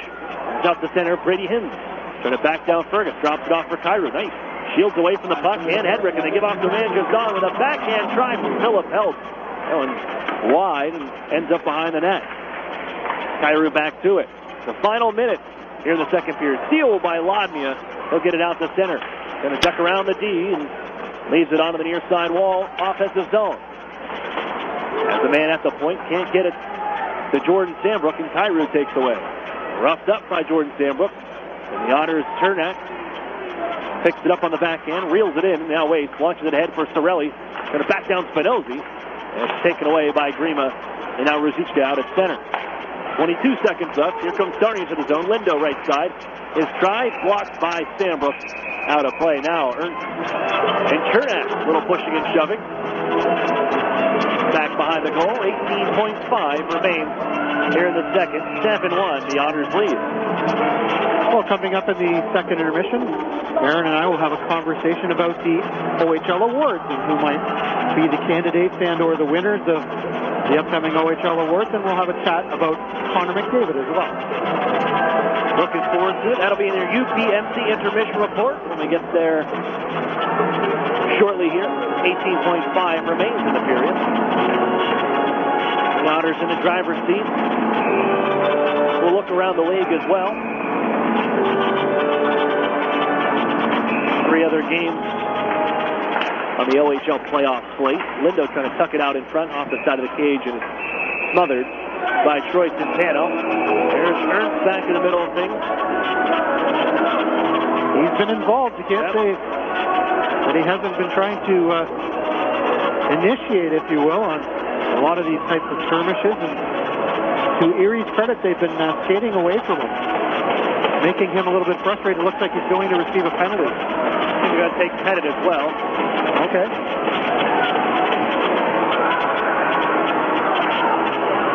They're going to get some misconduct penalties. I was wondering, I figured it'd be about time. The Lions are both going to start taking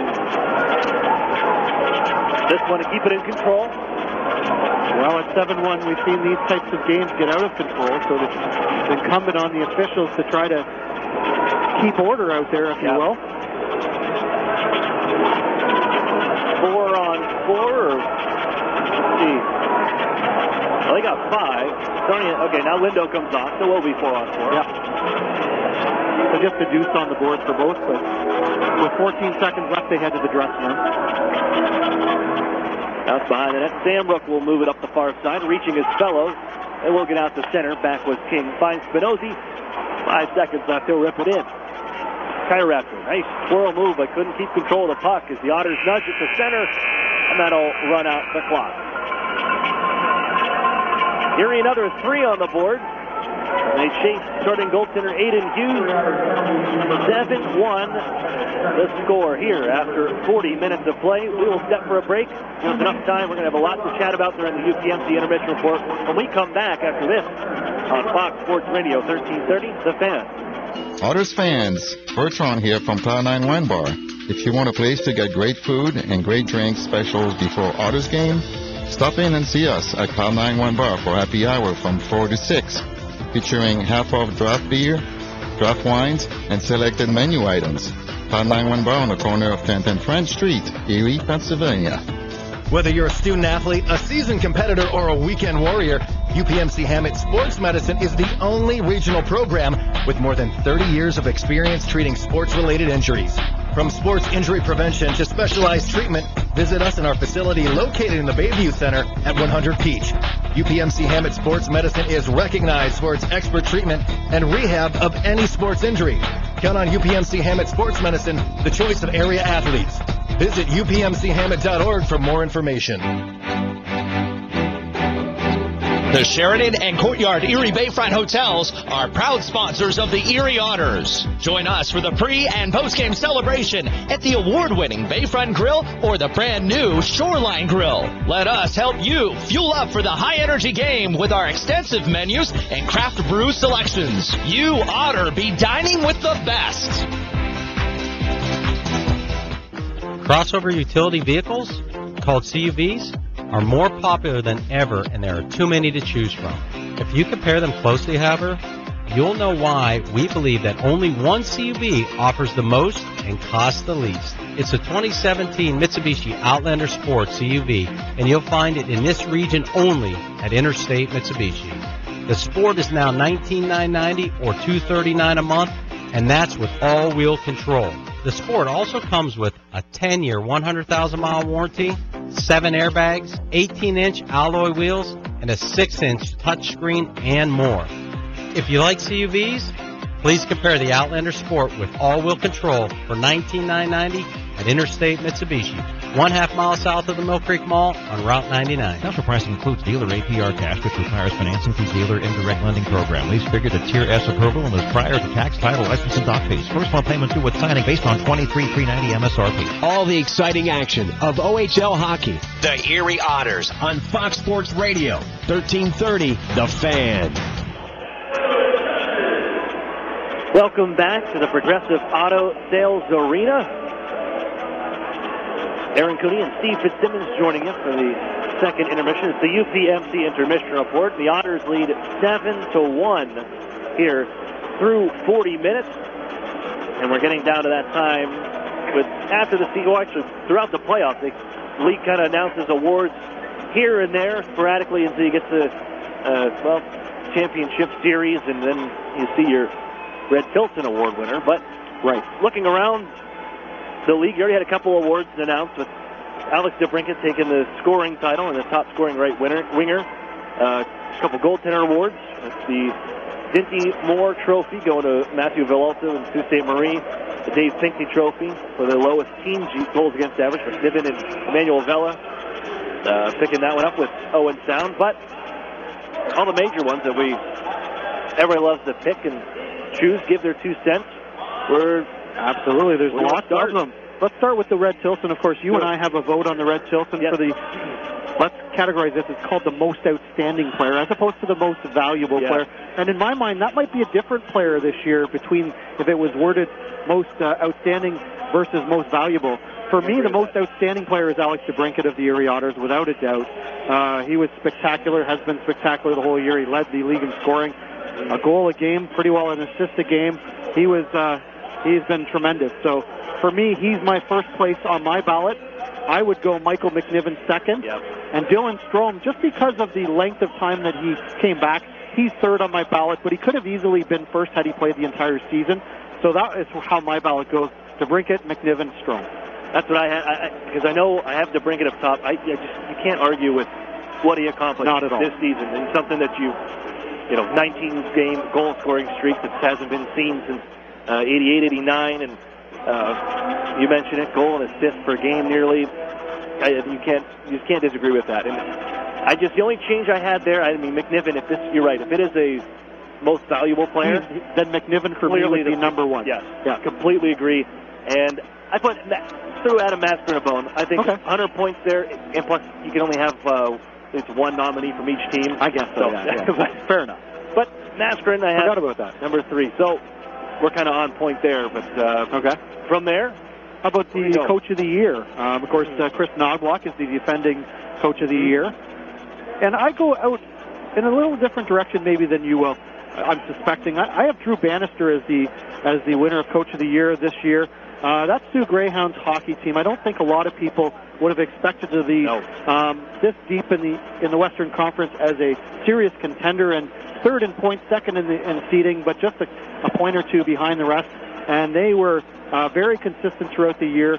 I think with what he had to work with relative to the other contenders, for me, he's the Coach of the Year. Yeah. With all due respect to the other two finalists in my mind, which would be Chris Knobloch and Ryan McGill, who did such a good job with the Owenstown attack.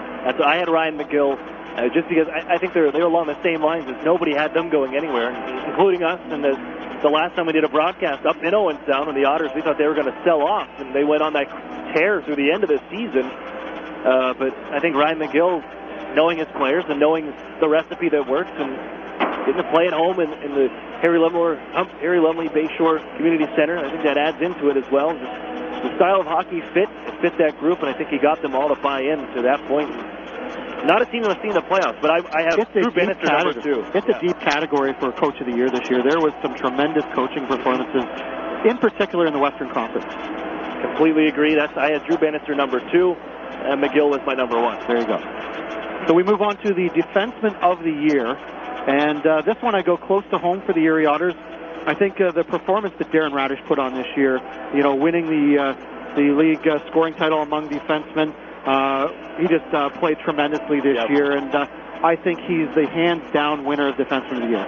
I think so, too, and you see a lot of it, just the popularity going to the defenseman that scores a lot of points. You see it in he was North Mr. Everything for this team, though.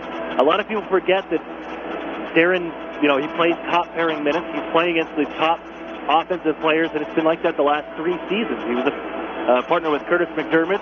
He was the number 1 guy last year. He's the number 1 guy again this year on the blue line, and I think even to this season, he was an underrated defenseman from a lot of standpoints. I would be completely shocked if he wasn't signed the second year he has done the playoffs to an NHL contract. I'd be absolutely floored. I think so, too. I think he's earned it. He showed it. He's been voted best defensive defenseman. He's been... Come on, Tampa Bay, you have his brother. Sign him. At this point, the Otters have become Tampa Bay. I know. It's junior, so why not? Santino Santorami, nothing against his season. Led defenseman in assists. He became the all-time scoring defenseman in Owenstown history. I agree. He had a tremendous year as well. But he just ran into a guy that was that much better. Agreed. Radish was just a step ahead of him in terms of what he was able to accomplish this year, so Radish is going to win that. So goaltender of the year, that's an interesting one, and that could go a number of different ways, but for me, the most dominant and impactful player in goal this year by far was Michael McNiven. If it was the most valuable player I mentioned, he would win that in my mind, as he was the most important player for any team in the Ontario Hockey League.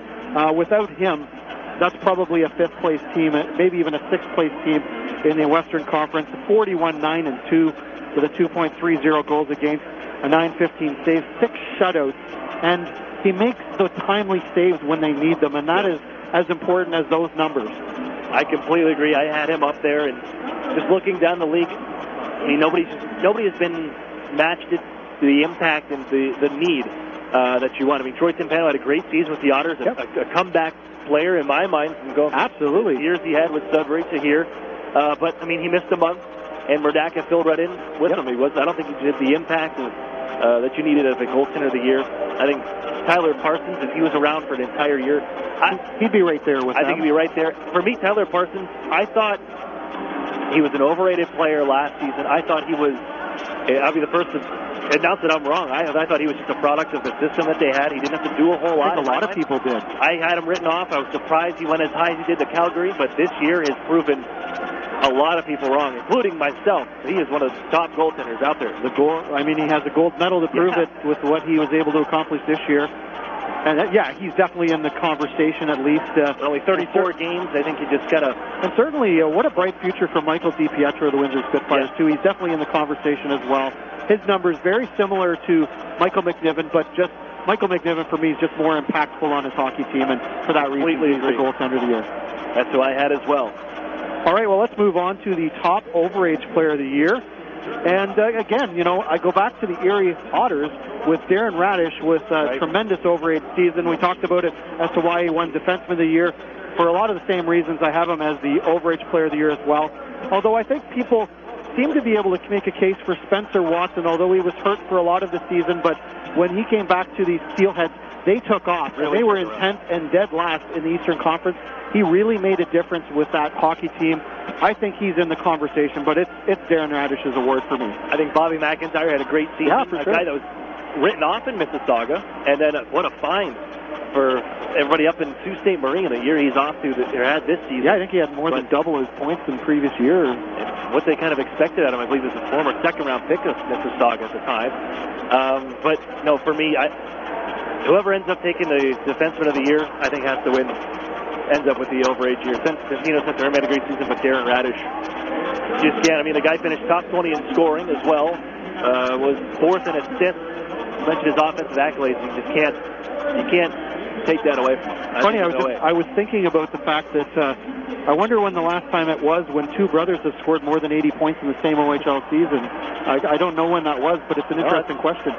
It'd be interesting to find out. For sure. But certainly a tremendous performance, and the parents of both Radishes must be incredibly proud of both their sons. I don't understand Dave Brown's asking them, you guys got a little more you got a little brother that we can, brother we can draft, or what?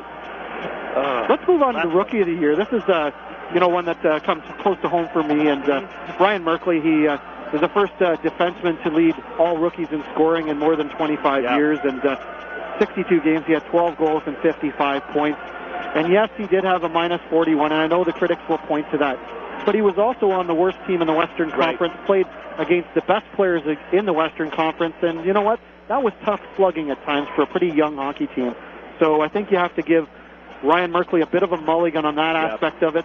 What a tremendous player, and we saw some of his highlight reel goals this year, some of the things that he was able to do, and for me, he's the Rookie of the Year.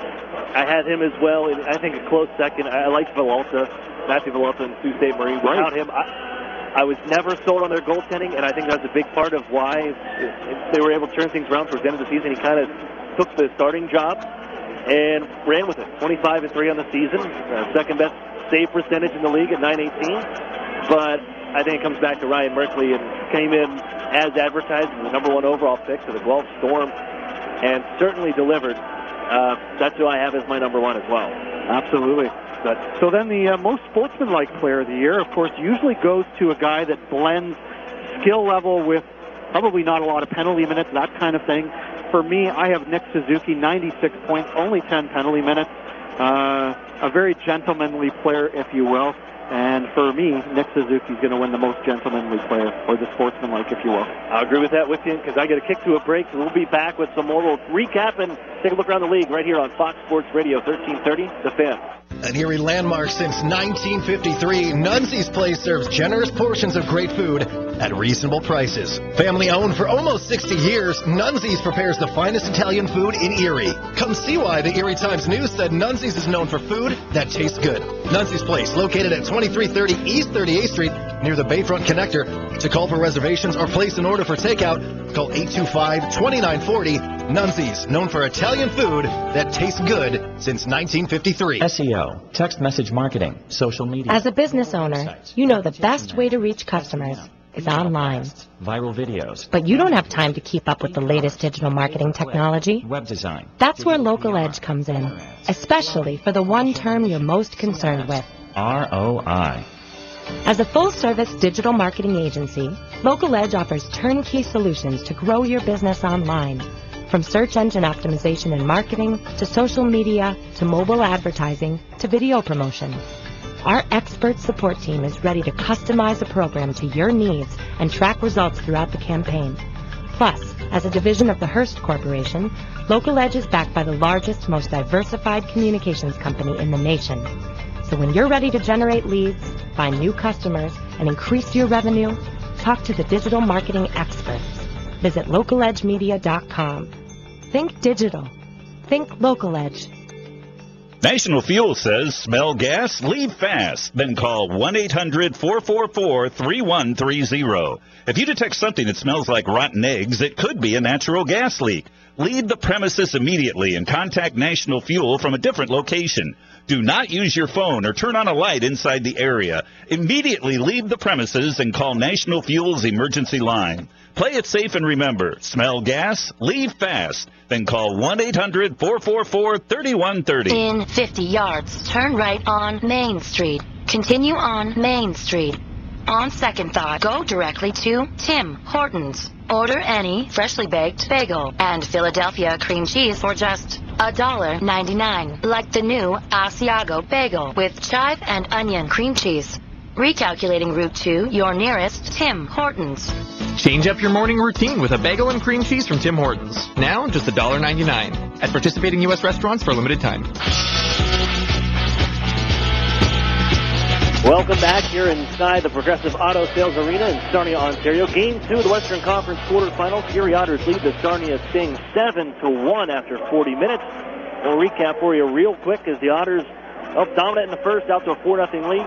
Fogel, Taylor Radish, Chernak, Sorelli on the power play. Otters led 4-0 after 20 and they just pile it on.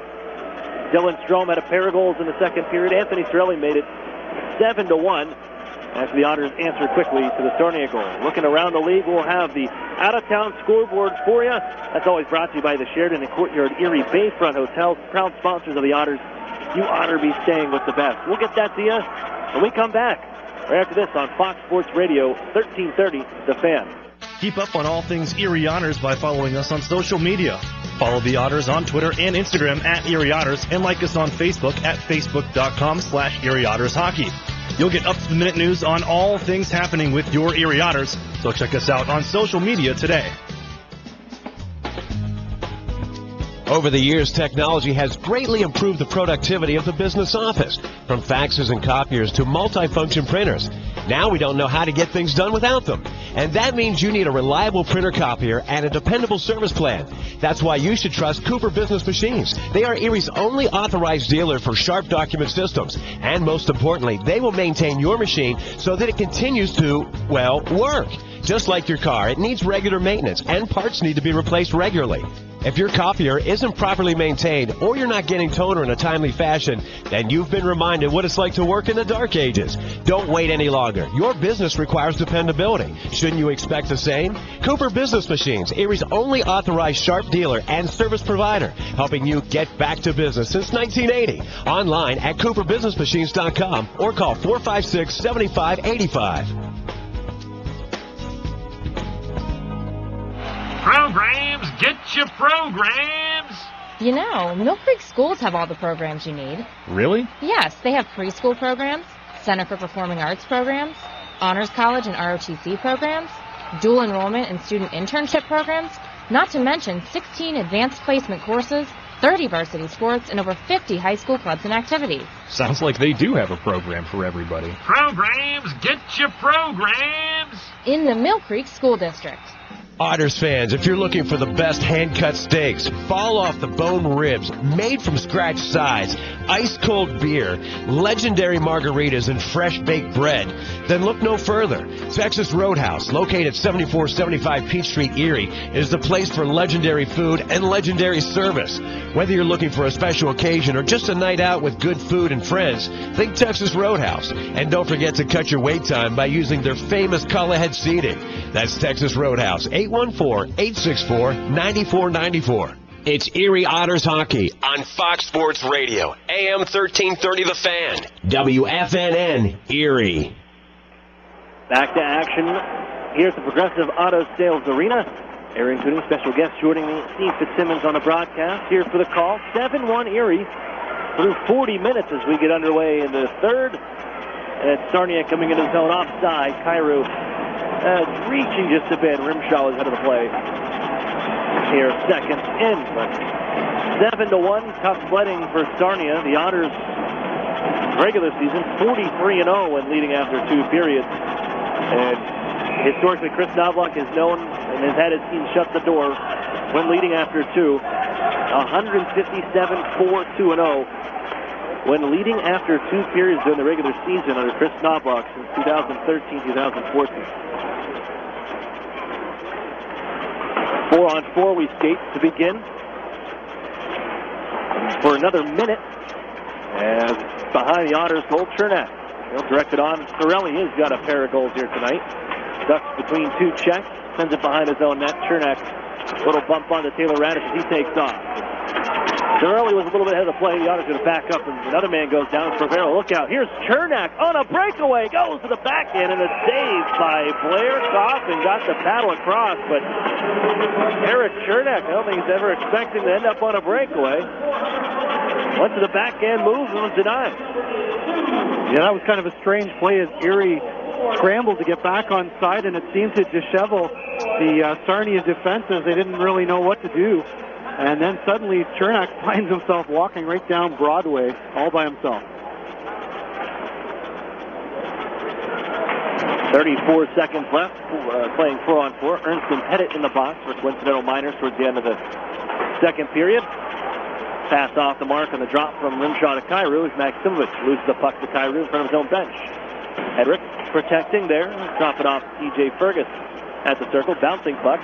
They will send it on to Hedrick, and now Ivan Lodnia out ahead to center ice and the offensive zone trying to get through Spinozzi. Loses the puck down to the corner. They both over skate. Theo Calvis will send it on the near side. Given out ahead off the skate of Rimshaw and then deep to Otters territory. Fergus. Knew the hit was coming, and out of the box come the 2 men, Pettit and Ernst. As the puck sent back behind the Otters net, Lindo's going to chase it down to the far corner with help. Gives the help in the circle, spins off the wall, comes up high. Thrown in front, good defense from Oda Hedrick, reaching in front of Jaden Lindo, but he finds the puck 22 in goal. Down near side, to the corner, Ruzicka. Chopped away from them, and Lodnia turns right over to Ruzicka. Lets a shot go. It's blocked by Owen Hedrick. Schlichting now, left wing side. He makes his way in behind the goal on the far side. All the way around the ropes, the circle. Swirls away from TJ Fergus for a moment. Almost got the puck away from him, but Erie will get some help. And Kyle Maximovich from his own bench floats it ahead. They look for Lindo. They're offside on the try. 17:27 left. Here, third. Erie in the driver's seat, 7-1. And to look at the out-of-town scoreboard real quick here. Always brought to you by the Sheraton Courtyard Erie Bayfront Hotels. Flint leads Sault Ste. Marie to the third period, 5-2. Owen Stout and Kitchener tied at 1. Peterborough comes back, 3-2 over Niagara right now, heading into the third period. But interesting on the Western Conference front with those 2 games after the dismantling of the Kitchener Rangers yesterday, 9-1. Staying in it into the third period now, tied at 1. Astrid and Paul Moo, the goal scorers. Lazat try from long range, blockered away by Blair Coffin. Third goaltender for Sarnia, as they were originally going to start Justin Fazio. Injured during the warm-up. In came Aiden Hughes to the Otters chase. Here's Fellows back at his own end. Cleaning it up, he'll back in at the center. And in comes McGregor. Going to go between 3. Attempts blocked down by Timpano. He'll quickly hop out, move the puck himself, and it's gone out the center. And a play by Gurney, bounces it ahead. One-on-one against Spinozzi. Now dragged towards the goal. Good poke check. Spinozzi sends it away. Lodnia follows up. Back for Sandbrook to try to keep it in. Spinozzi intercepts, and the captain finds Rimshaw ahead. Drop pass to Cairo. Hits the break. Trying to get around Gurney. Head to the circle. Wrist shot. Glove save. Timpano. He holds on to the whistle. Well, Drake Rimshaw was in front looking for a rebound, but nice clean save made by Troy Timpano through that traffic. Great focus to grab hold of that puck. He's been rock solid here for the Erie Otters. They haven't really needed him to be too much, but he has been. 18 stops on 19 shots. Here's King. His try, blocked by Christian Gurney. Sent on the near side, Lodnia. And he'll dish it back for Eric Chernak. Angles it behind his own goal for Sambrook. Offer to Brinket. Bingo balls out for Chris Knobloch. Going to change the lines a little bit here. Just got to get through at this point. Being ahead 7-1. Play another 16 minutes. Not trying to pour it on or anything. Chris Knobloch always admires that in games. There have been a lot of them that I've seen his team ahead by a lot. Well, it's time to put the heavy horses away a little bit and let the third and fourth liners get some ice time. King comes away with the puck after the take from Ivan Lodnia. Bounced off his stick and out of play on the try to the goal. Deflected out by King with 15:32 to go. I know you wanted to get to Connor McDavid. Yes, Connor McDavid. He is indeed.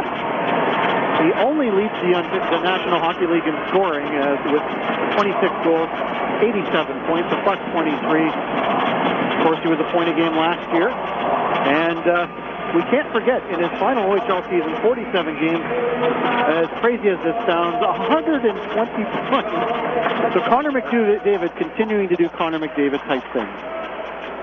Think he wins the heart? I think he does. They get into the postseason, everything? I think he does, yeah. He's got to be in that conversation. Aside from Taylor Radish. He'll fight with Sidney Crosby a little bit for that. That's going to be fun for him. His idol and his to be in the mix for a major NHL award. If he can hang on to the scoring title, he's got it made.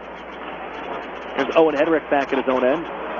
Turning away from Sean Josling, draped on him.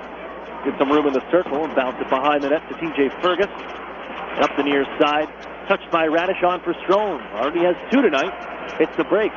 Only man on this line without a goal. Go figure. It's Alex DeBrincat. Yep. Radish has 1. Strome has 2. But DeBrincat with 4 assists. Touched by a high stick. And the Otters play it.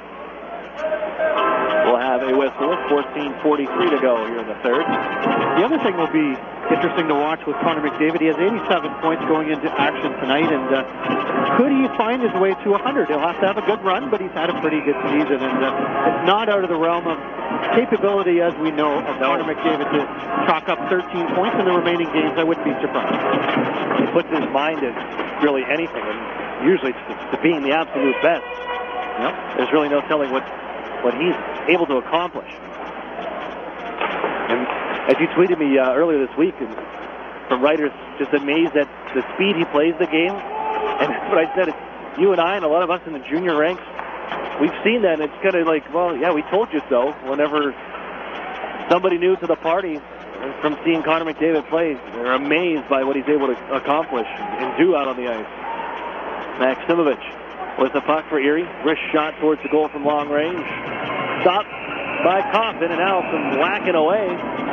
In front, Sorelli mixed up with Grima, and I think they're going to head to the box.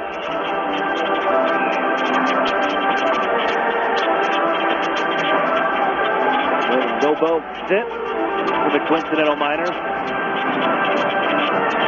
You know, kind of lost in the shuffle of this 7-1 overwhelming lead by the Erie Otters is Blair Coffin has come in and made some good saves in a pretty tough spot for a 2000 birth date with only his 4th OHL appearance. I think you have to give him a bit of a thumbs up for being a pretty game in there so far for the Sarnia Sting. It's usually a time, yeah, you make some call-ups that are around for playoff time. The Otters done the same. Got a couple next moves. Hayden Timmerman's a 5th-round pick of the Otters this past year as the Sting take control in their own end. But you bring them up maybe just to get around the atmosphere in the locker room and get accustomed to what it's like being around a locker room and in some intense moments. Cairo coming back the other way. His shot grazes off Troy Timpano and onto the near side. Chernak runs into Drake Grimshaw, who controls out of the far side circle. But I don't think Blair Coffin, they're expecting to see him at all play, but just due to circumstances.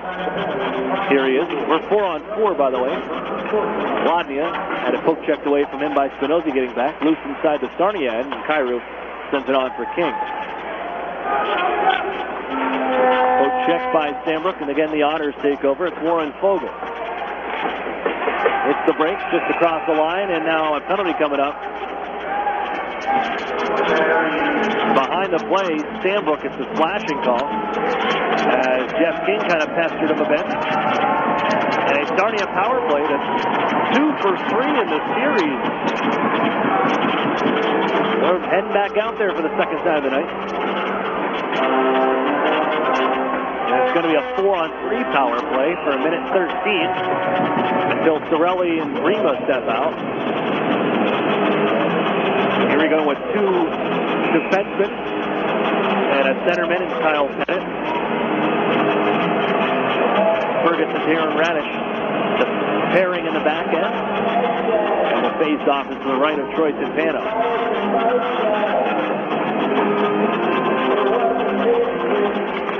Dig in, Pettit sends it onto the corner, drilled ahead, bounces off the dasher and down on the clear by Darren Radish.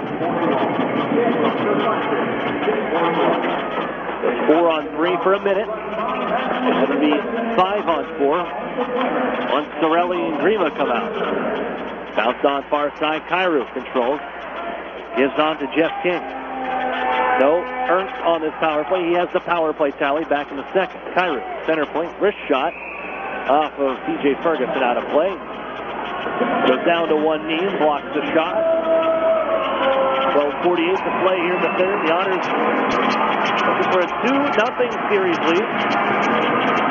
The Otters are 6-3 in game 2 underneath Chris Knobloch at the helm. 2-2 on the road in game 3 under Chris Knobloch. This being the one-on one because of scheduling conflicts, the Erie Bayhawks at the Erie Insurance Arena tonight. And the Otters backing up defensively. It's King. Get around Fogle and send it on for Cairo. Back to King at the right point. Holds and finds Grimshaw left wing circle. 4-on-3 for 15 seconds. Cairo is off to King. His shot. Save made. Timpano on the one-timer. Erie, though, trying to clear. Here's Fogle. He'll step around Cairo and has Chernak joining him. Warren Fogle to Cairo. Excuse me, that's Chernak. Cairo back defensively. And the shot from Chernak fought off by Blair Coffin. Sorelli out of the box, has control. And he'll send it down low, and Coffin has to play it. 35 seconds left on the Sandbrook minor. It's the power play for Sarnia. It's Spinozzi, turned around, lost the puck, and it's delivered the other side by Darren Radish. On the 11th ranked power play during the regular season at 18.8%. They just know how to. They knew how to find the back net during the regular season. 5th in offense in the OHL, averaging 3.78 goals per game. A lot of that coming on the rush. That's where they like to get their goals. There's a try by Schlichting off a leg wide. Out of the box is Sambrook as the Otters have killed it off. They charge on near side. Lajeunesse, 9 in goal. Poke check by Erie, but Schlichting sends it back in. Eatery out of the far side corner. Watched by Fellows. They give up high. Spinozzi. Schlichting left side. Back to Spinozzi. One-time drive. They score.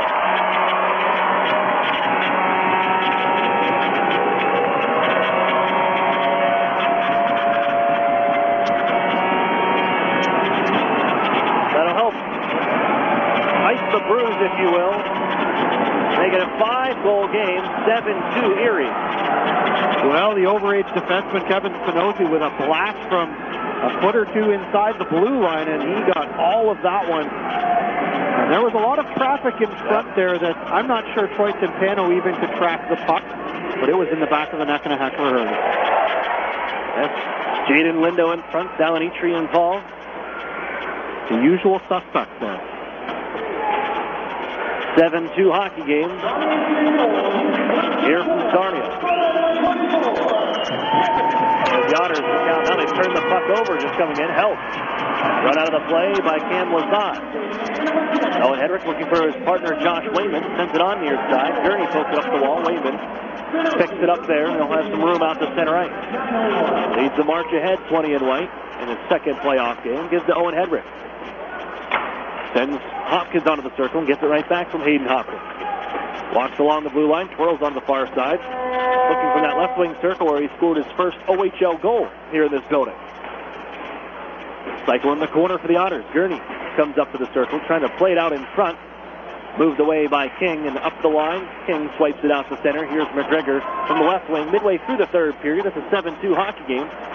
The Otters ahead with Kevin Spinozzi getting one back. Wayman pushes it on far side for Taylor Radish.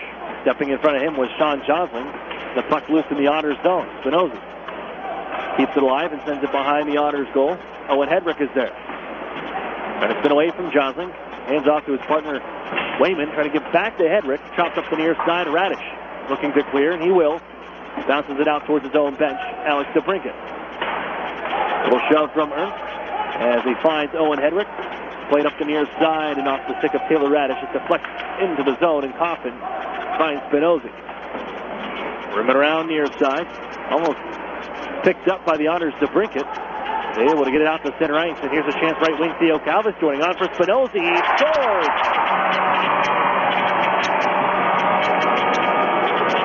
There they are on the rush. Kevin Spinozzi's got two in the period. 7-3.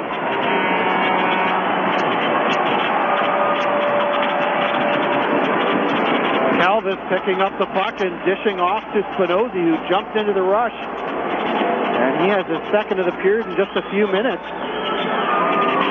Narrows the gap to 7-3.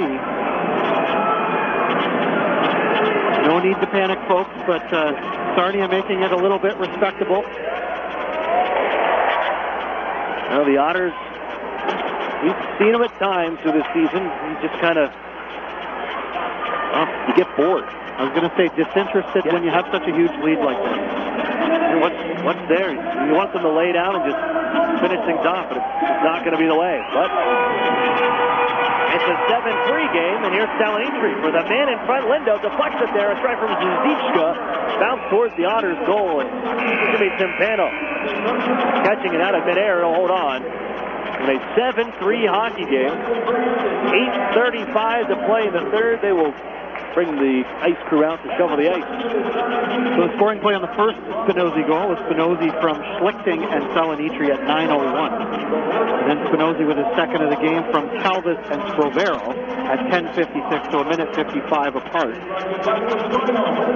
And it narrows the gap to 7-3, but again, you know, you get disinterested when you have such a blowout of a game, and okay, you let down a little bit defensively. You know you have this one pretty well in the bank, and that's hard to focus. So you leave your goalie out to dry a little bit, and no fault of Troy Timpano on either one of those, but they were grade A chances. One you can't see from the point with three guys in front of you, and the other one, you know, a nice little feed to Spinozzi, who was rushing right into the slot, and you know, good players are going to score from that. That's where they like to get their offense, and they delivered right there. Otters fans, keep your clothes in top shape with Chido's Dry Cleaners, complete with an easy, accessible drive-through and free pickup and drop-off. Chido's Cleaners is second to none. That's Chido's Dry Cleaners, the official dry cleaning service provider of the Erie Otters. And here's McGregor in the offensive zone, watched by Darren Radish, trying to bring it towards the net. Swept out right in front of their own goal, and the Otters had to keep it out of the back, and that was Rimshaw on the hunt. Flicking to King. Cross for Kyrou. Timpano was down along the ice. He's able to get back up here. Rimshaw's in front. They try off a leg. Kicked away by Anthony Sorelli. McGregor sends it into the corner. Fergus unable to clear. Darren Radish backhanded ahead. Patrick Fellows makes a little shove and then just shovels the puck. Out ahead to center. Followed up by Warren Fogle with Sorelli. Back to Fogle in the left wing circle. Fires. Save made Coffin. Bellows sends it around in the near corner. Fogle, Sorelli's in front. Give it that way. Poke it towards the goal, and it's stopped by Coffin. Fergus keeps it alive. Warren Fogle trying to pass between the legs to Sorelli. Got it right back, though. Fogle left wing side and try off a stick. Schlichting deflects it out of play with 7:38 remaining here in the third. Otters fans, if you are into following the top prospects of NHL teams, and many of the Erie Otters players are top prospects of NHL teams, you really want to pick up the latest edition of the Hockey News called Future Watchers. A guy named Dylan Strome on the cover as one of the top prospects, and it has a detailed look at the top 10 prospects from each and every NHL team and a lot of Erie Otters content. They've become a factory recently for the NHL, and one that always comes through is delivered as offside as Sarnia coming into the Otters zone. But before I get my hands on the latest edition, it's a subscription delivered to the Otters office. It goes through Dave Brown, Chris Knobloch, and once they're done with it, then I get to take a look. So see you around July, probably. Yeah. And time, hopefully in time for draft at the end of June. It's a great edition. You have to get it.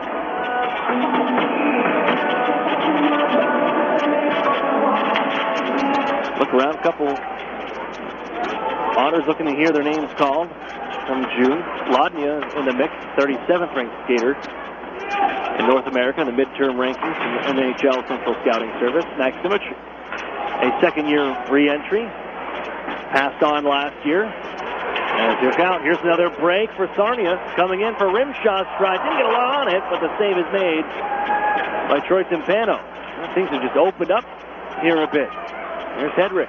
Trying to get away from Drake Rimshaw. Turn around and Rimshaw puts it into the corner. Otters dish it up the near side. Sent across, turned over. Here's McGregor on the steal. His shot saves Timpano. Whack away on the near side, and Radish sends it up the near side boards, but not out. Spinozzi, another drive. That one wide. Timpano, I think he's upset with Rimshaw in front. Well, Rimshaw should have got a goalie interference penalty. Nothing coming there. There's Strome, 2-on-1 for DeBrincat. Stopped by Coffin. Loose behind the net. Looking for Strome. It comes to Fergus. He'll step into one. Another save by Coffin. Pitched ahead, but not out. Here he keeps it. Now they're in the offensive zone. DeBrincat trades places with Strome. Sends it on to Radish. One-timer sails high, and Sambrook holds in. Erie changing behind the play. Sambrook standing there and just, where should I go with it? But the reinforcements now coming on.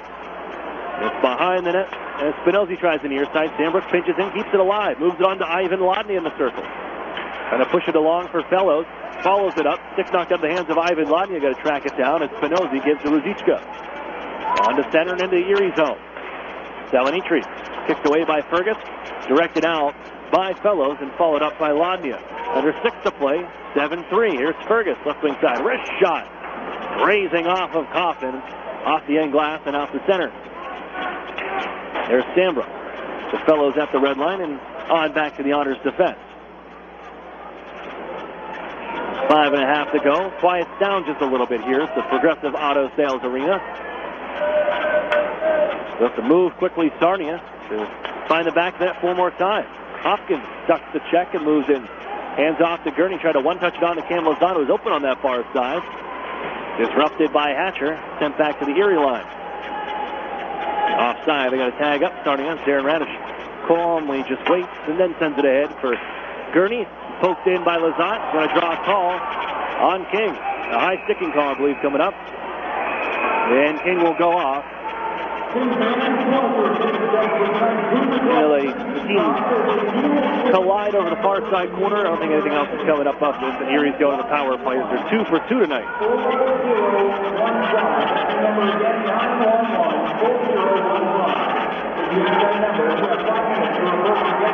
Exactly 5 minutes left in this one. 41-29 the shots in favor of the Erie Otters. As a penalty to Jeff King on the board, and the Erie Otters' vaunted power play will go to work here. 2 for 3, my mistake. I missed the power play. In there. Second unit will start for Erie. I'll tell you what, Erie would love to get Ivan Lodney on the board. He's kind of fallen off the charts a little bit here in the second half of the season. One-timer from Hedrick has bounced around. Knocked away. Spinozzi couldn't clear. Lodney is going to keep it in. Holding from the left wing circle to Owen Hedrick. Near side, Kyle Maximovich at the circle. Looking, comes up high, drops it off down low. Pettit shovels a backhander, not a lot on it. Kind of fanned on the play, but the pad save made by Coffin. Pettit getting roughed up behind the net. No penalty on that either. Here's Hedrick to Maximovich. Throws it in front off a stick. It bounces to the corner instead. Deflected by Spravero. Hedrick. Right back to Maximovich in the corner. In front for Fogel. Sets up Ladnia. One-timer. Scores. What a blast. His first OHL playoff goal. The Otters make it 8-3. Fogel shovels a pass back to Ivan Ladnia, top of the circle on the left wing side, and he has just absolutely hammered that one home. He can let it loose, and they need a little confidence booster for Ivan Ladnia. I mentioned right before the power play. He tried some things. You could see just gripping the stick a little too tight at times. Gets one there, and his first OHL playoff goal, and it's 8-3. The Otters back up by 5. 4:10 to play here from the Progressive Auto Sales Arena. Sorelli on with Hayden Hopkins and Cameron Lazat. Chernak is back to his partner Sambrook in front of his bench. In some trouble with 2 Otters on him. Ahead for Lazat, bounced around. Sorelli follows up. He's got 2. Try for the left wing side. In front, Hopkins. He scores. Hayden Hopkins with his first OHL playoff goal. Returning to the Erie Otters after finishing the season in the BCHL with the Cowichan Valley Capitals. And Hopkins makes it 9-3.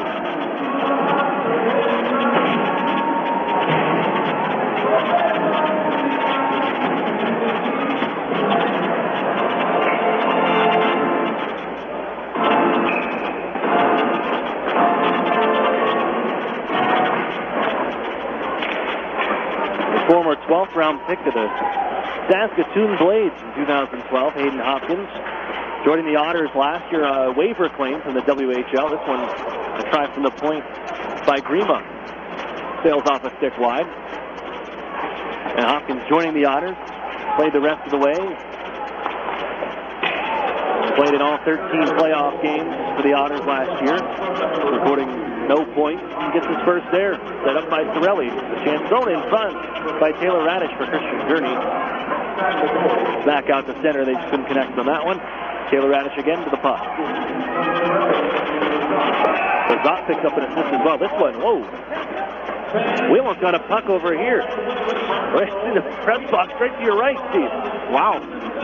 Craziness. 2:58 to play. So the Ladnia goal was Fogel and Maximovich with the assist on that one. I didn't catch the time. It was pretty loud in here. And then the Ladnia the Hopkins goal from Sorelli and Lazat at 16-19. 9-3.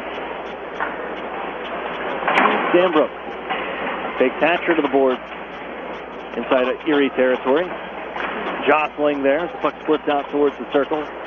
There's Kyle Maximovich on for Hopkins with Lazat. Stretched ahead. Erie on that pass defended by Lajeunesse. And they bounce back to their own end. Vargas, Sambrook. And the Otters pair of goals here in this period.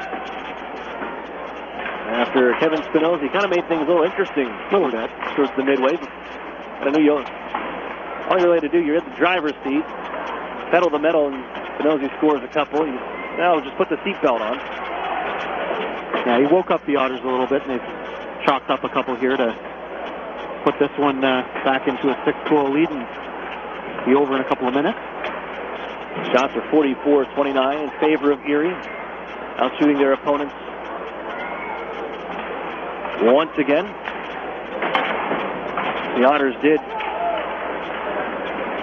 58 times during the regular season. There's a try in front by Erie again, back looking for more. Fellows was in the hunt.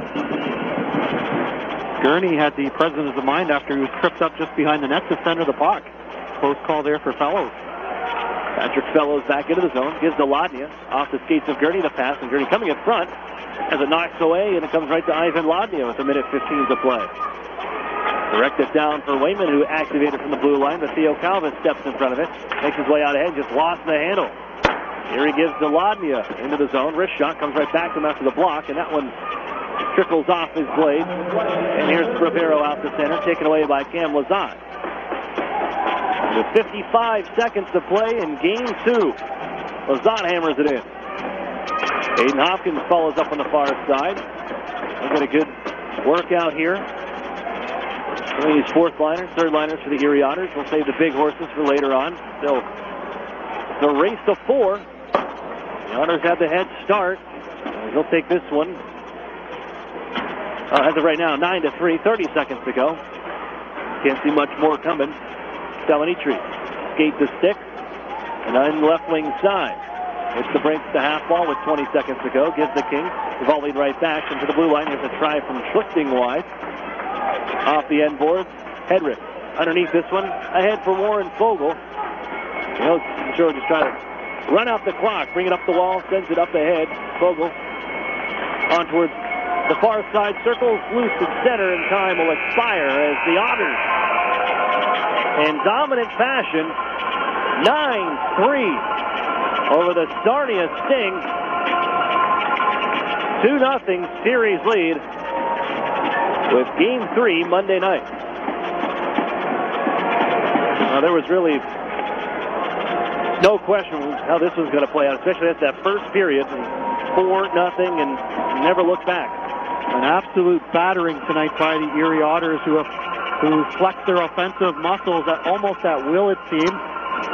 They were a little bit disinterested earlier in the third period, but then came back to extend that lead again when somewhat pressed by those 2 goals by Kevin Spinozzi, but this one was never in question. An overwhelming victory tonight for the Erie Otters. We'll step away for a break. Dustin Martin Funeral Home post-game show coming up next on Fox Sports Radio 1330, The Fan. Erie Otters 2017-2018 season tickets are now on sale. Take advantage of the advanced discount price by committing before May 31st. Visit ottershockey.com for more information or contact the front office at 814-455-7779. What's 10,000 square feet with 100-plus arcade games, all set to free play, including air hockey and 1 round of glow golf, all in one great space? If you said Playport Erie Arcade, Erie's largest indoor arcade center, you're exactly right. And if you haven't had a chance to stop in and enjoy all those old favorites and new challenges, now's the perfect time. Race your friends head-to-head with the 4-player simulators, ride motorcycles, boats, skis, and more. Playport has bowling, pinball, basketball, hunting games, and of course, all for a one-price admission. Come on into Playport Arcade. It's like having that feeling when you wish you were a kid again. Yeah, that's the feeling you'll get at Playport Erie Arcade. Playport is more than just an arcade. Playport is Erie's first indoor glow golf attraction. It's like walking into another world as you enter the glow golf room filled with neon and different fun obstacles at every hole. Playport is fun for all ages. And now for a limited time, grab 3 people along with yourself and take advantage of the 4-pack special. But hurry, it's only for a limited time. Playport Arcade on West 12th Street in the big white building just east of Peninsula. I beat my best score. I love this game. Hey, neighbor. Cleaning the garage? Well, if it isn't Gus, the second most famous groundhog in Pennsylvania. Wow. Look at this trophy case. From back in the day, G. Well, you can still go for gold. Ah, $1 Million Gold Rush, the new game from the Pennsylvania Lottery. With top prizes of $1 million. See? I still got game, Gus. Instant game. Keep on scratching. The Pennsylvania Lottery. Players must be 18 or older. Please play responsibly. Benefits older Pennsylvanians every day. At 6:48 in the morning, Anthony decided that he'd quit smoking. The only problem was he didn't know how to start.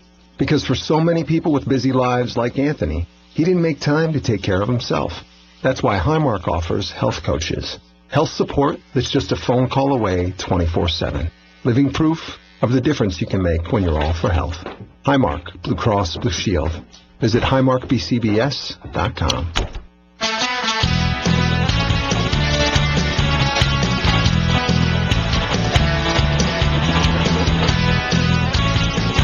Welcome back here inside the Progressive Auto Sales Arena, wrapping things up after game number 2. This is the Duskus Martin Funeral Home post-game show. Duskus Martin working tirelessly to give your loved ones dignity.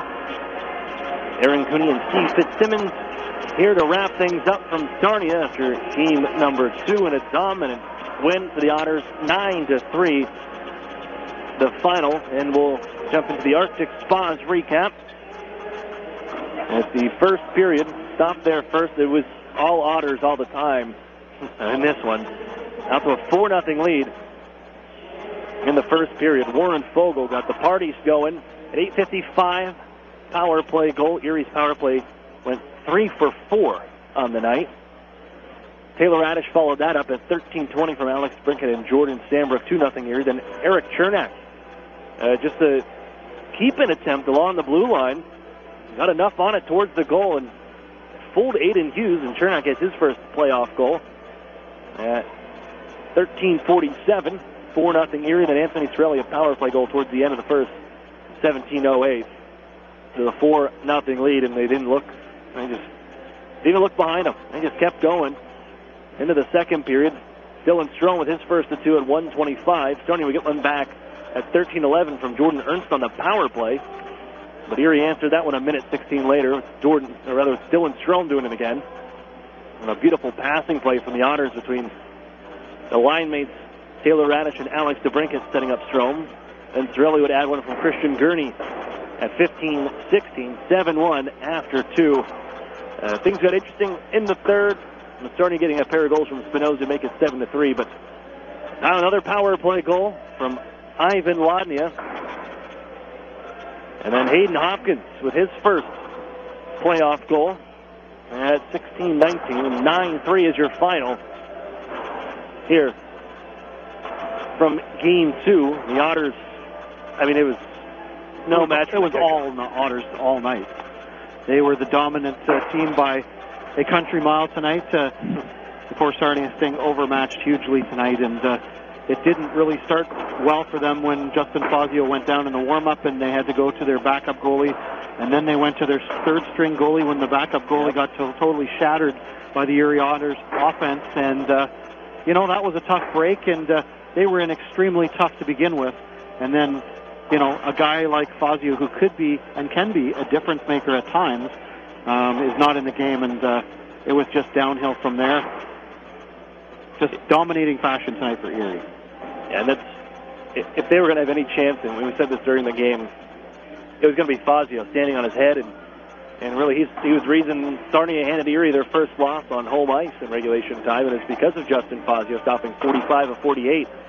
But seeing a Blair Coffin, 16-year-old, come in as an emergency goaltender because of the injury, and it doesn't bode well going into games 3, 4, and that may just be it at this rate if you don't have your number one. Well, and if Justin Fazio was at his very, very best, let's be honest, I think most people would give Sarnia maybe one game in this series if he was ridiculous in goal. Yeah.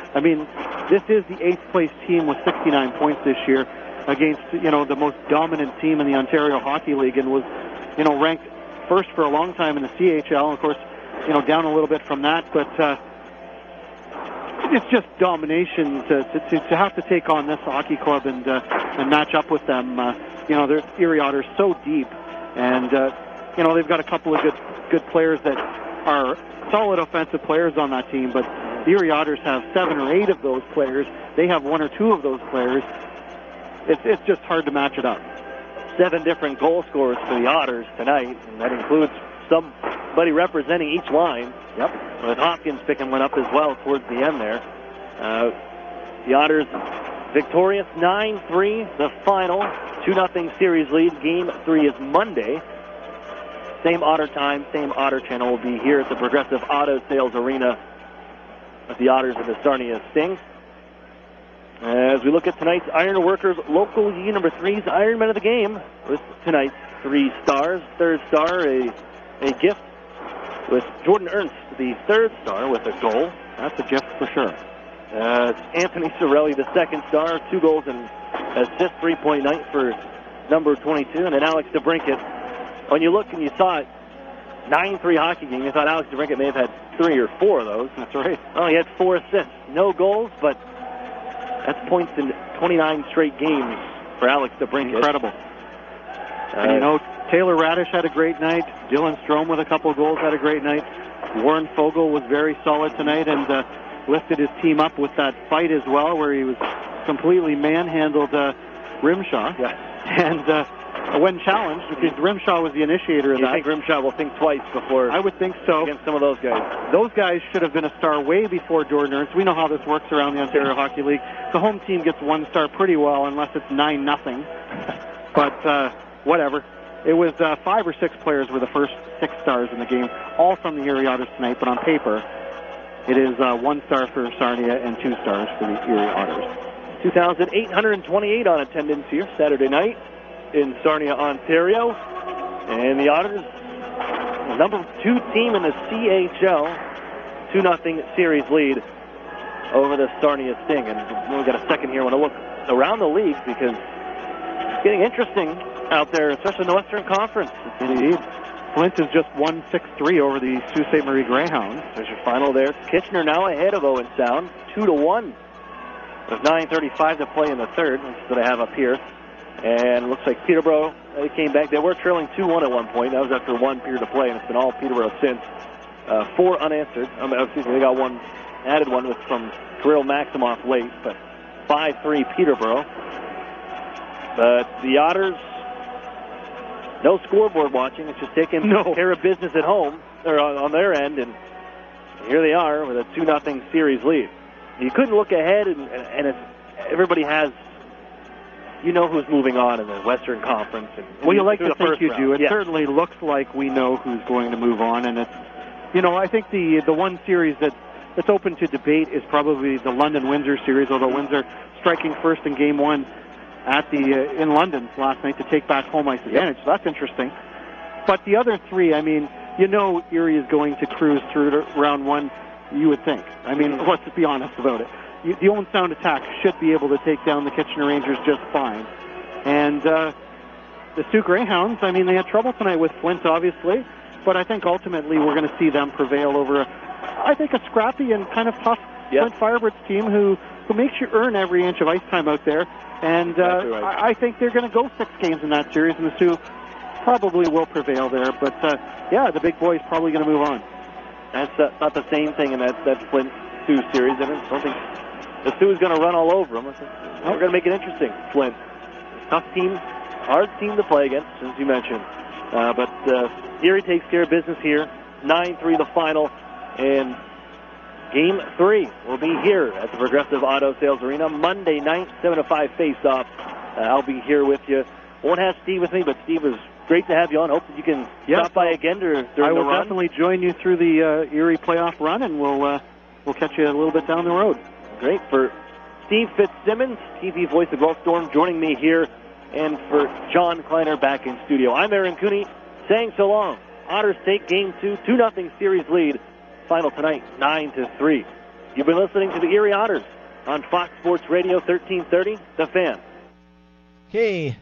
Thanks, Aaron. Thanks, Steve. 9:39, Fox Sports Radio AM 1330, The Fan. John Kleiner, the Boston Store. Aaron Cooney and Steve Fitzsimmons at Progressive Auto Sales Arena in Sarnia, Ontario. The Sting and Erie Otters just now. OHL round 1, Game 2. Otters 2-0 at this point. Another couple to go. Finish off Monday night and up there, and Wednesday night in Erie, the EIA. God willing. But as it is, Otters keep it on, keep it on. That's how we got in this thing in the first place. FSR shortly. Coming up tomorrow morning, 5 till 10 a.m. Songs of Zion, DJ Dennis L. Hunter. Songs of Zion is Erie's single oldest locally produced, locally hosted commercial radio show. Dennis Hunter now at it for 50 years as of last month. It's the anniversary show in early February. A nice service program for him at Antioch Baptist Church last Sunday. which Joe Ling and Michael Mattapini partook of as well. Not an on-air program, but an in-person salute as such. At any rate, Dennis Hunter, Songs of Zion, 5 till 10 a.m. Tomorrow is every Sunday morning only here on Fox Sports Radio AM 1330 The Fan. It was just a humble 5-hour program, grown to the 5-hour show. A humble half-hour show, I should say. Grown to the 5-hour program, I trust you enjoy some of each Sunday. Fan one now for meteorologist Dan Zbozy and Jet before Weather Authority. For tonight, mainly dry, mostly cloudy to cloudy skies. Few spotty showers possible. Low 38 Erie, 48 inland, 41 mountains. Winds east-northeast, becoming southeast at 8 to 18 miles per hour. Church tomorrow, warm and breezy, mix of sun and clouds. Slight chance of showers and showers likely toward evening with thunder possible. High 66 Erie, 62 inland, 56 in the mountains. Southeast winds 10 to 20, gusting to 25 to 35. Sunday night, showers likely, chance of thunder, breezy and cloudy, lows 52 Erie, 44 to 49 inland mountains. Southeast winds 10 to 20, gusting to 30 to 40. And for your Monday, cloudy with a slight chance of showers, high Monday 59. Right now, outside the historic Boston Store Harbor downtown area, 40 degrees. And that'll do it for yours truly, John Clarence, end of things. Thanks for your patience, your fan. Take care of yourselves, take care of each other. God bless all of you good stats be yours. This has been Erie Otters Hockey here on Fox Sports Radio AM 1330 The Fan. Worldwide, on the web at ottershockey.com. Play out of that program. Miles Bridges is another one of those guys. Rick, I want to move to the MVP conversation. I feel like a lot of people are starting to belittle the the triple double that Russell Westbrook's averaging. Yeah. Where do you fall? I'm sure you're an MVP voter. Yep. Who has your vote, and do you think the criticism of Westbrook is fair or unfounded? I do agree with the idea that the triple double has been devalued, and it's not because Russ is getting as many as he is or Harden is. I mean, we set a record a couple weeks ago for the number that have been made in the league overall. With 5 weeks left in the season, we hit a new high, and I expect that's only going to continue to go up. The triple doubles are, and the number of them are a function of how the game's being played now. You don't have as many bigs on the floor. You have more threes being shot than ever, which means long rebounds, which means more rebounds available, particularly to somebody who is as athletic as Russ. And then he's going to turn, and he's busting it the other way, and he's probably either getting a score or an assist off of one pass. You're filling two categories on one play, and a play that happens, 20, 25 times a game, potentially, at least. So I think that's why I don't put as much value on the triple-double. I've been talking about the quad nickel, where you have to get 5 or more in 4 different categories, which means you have to have at least 5 steals or 5 blocked shots. And that, to me, says now you're doing something at both ends. Rebounds don't necessarily mean that you're playing, great defense because of the shots that are being taken. Now, that said, Russ Westbrook is at the top of my MVP ballot because I look at what he's doing with a team that's really not built for him, and is not the ideal. He doesn't have the ideal personnel around him.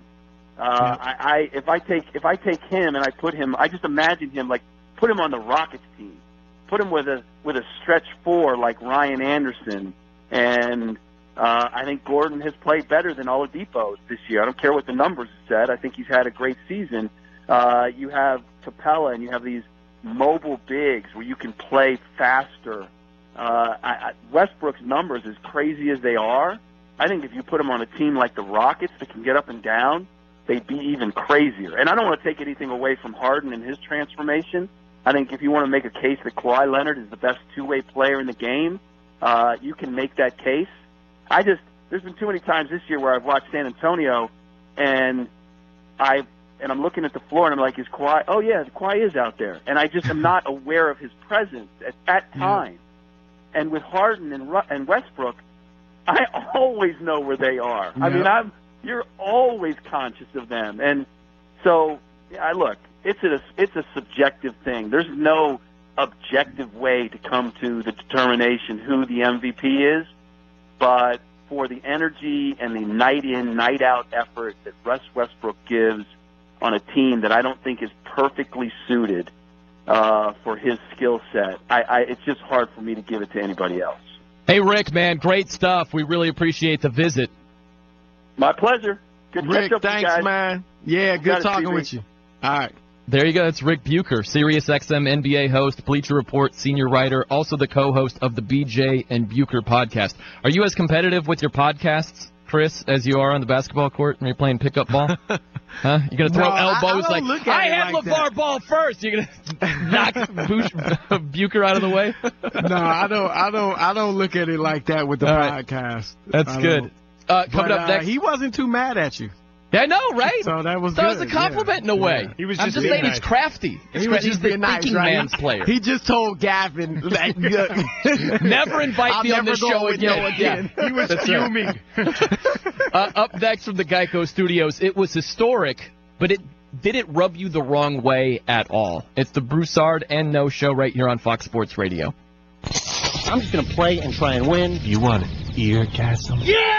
On April 24th, your radio will give you an eargasm. You put Clay Travis in the mornings, into Dan, into you, into me. I mean, that's death row. The Doug Gottlieb Show hits the air right here on Fox Sports Radio. When did it become okay for men to be lazier, softer, fatter? We need to bring the men of this country back to greatness, and it's easier than ever with Ageless Male. This is the testosterone-boosting super pill that's been flying off shelves at Walmart. Ageless Male has a patented ingredient that provides a serious boost of testosterone, giving guys more libido, more productive workouts, and more confidence. See for yourself with a free 30-day supply. Just pay shipping and handling. Not 10 days, not 15 days, but a full 30-day supply. Free. Call 1-800-856-4192. Only Ageless Male has been the #1 testosterone booster for 2 years straight. Give your manhood the boost it deserves with a free 30-day supply. Call 1-800-856-4192. If you gain too much testosterone with Ageless Male, please decrease use. Call 1-800-856-4192. 1-800-856-4192. Ladies and gentlemen, Outkick the Coverage with Clay Travis is coming right for you. The hero ball situation at end games has become atrocious in college basketball. I'm actually attributing it all to Steph Curry. I think everybody has seen Steph Curry drain these three-pointers with people draped all over him. It's become the new highlight over the dunk. And so you end up with these atrocious, contested, no chance of going in shots because Steph Curry makes bad shots look like good shots. I bet right now if you are coaching smaller level basketball, kids come down the court and just chuck up awful shots. And as a result, you end up with a possession like the end of the Michigan game. Michigan-Oregon. Why do you take a three-point shot when you're only down 1 point? It's Outkick the Coverage with Clay Travis. Weekdays 6 a.m. Eastern, 3 a.m. Pacific on Fox Sports Radio. Adopt US Kids presents Multiple Choice Parenting. You've accidentally cut your daughter's bangs unevenly. Do you A, line things up a centimeter from her hairline? Man, oh man, oh man, oh man, oh man. No. Sweatbands are so hot right now. Everyone's wearing them. Like that basketball player and that other basketball player. B, get spiritual. Mom, where did all the mirrors go? A reflection could never capture our true selves. Huh? Beauty is within. C, look on the bright side. Less time blow drying, more time texting. Or D, show empathy. Mom, you really don't have Ta-da! Twinsies. I kind of love it. As a parent, there are no perfect answers. But you don't have to be perfect to be a perfect parent. Thousands of teens in foster care will love you just the same. For more information on how you can adopt, visit adoptuskids.org. A public service announcement from the U.S. Department of Health and Human Services, Adopt U.S. Kids, and the Ad Council. The Big Lead. This is The Big Lead with Jason McIntyre. Coaches around the NBA have seen a recent study that shows there is a 3.5 times greater chance of an in-game injury if a player plays a road back-to-back compared to one at home. Road back-to-backs get people hurt. This is about the finals. This is about rings. This is about legacy. Legacies ain't built in March. They're built in June. To get there, you got to be rested. I have no problem, zero, with NBA stars resting. I don't want to hear any complaint that the Warriors are resting players. So the Warriors won 67, went to the finals, won. They won 73, went to the finals, lost. They're going to win 60-something this year. Well, the Warriors are down. What's wrong? They're tired? This is The Big Lead with Jason McIntyre. Saturday morning, 10 a.m. Eastern, 7 a.m. Pacific on Fox Sports Radio. Of course my kid's in the right car seat. Well, I think he is. Yeah, my kid's in a booster seat. He was ready to move up. He is ready, right? Her car seat looks like the right size. There are probably rules on when to move up to a booster seat, aren't there? Rear facing, forward facing. I think I have it right. Car crashes are a leading killer of children 1 to 13. Are your children in the right car seat for their age and size? Don't think you know. Know you know. Go to safercar.gov/the right seat.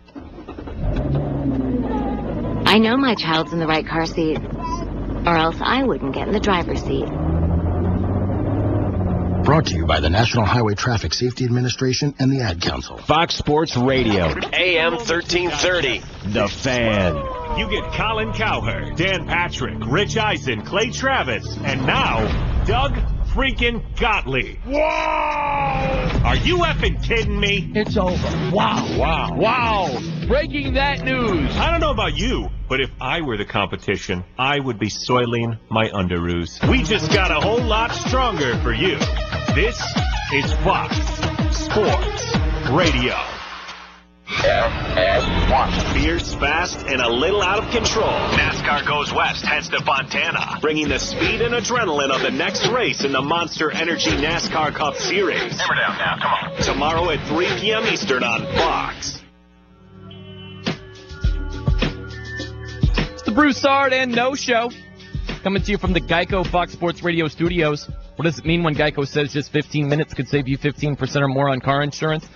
Means you probably should have gone to Geico.com 15 minutes ago. Last night, 70 points dropped by Devin Booker. It was a great performance, joins an exclusive club, Chris. But they lost the game by 10 points against the Celtics.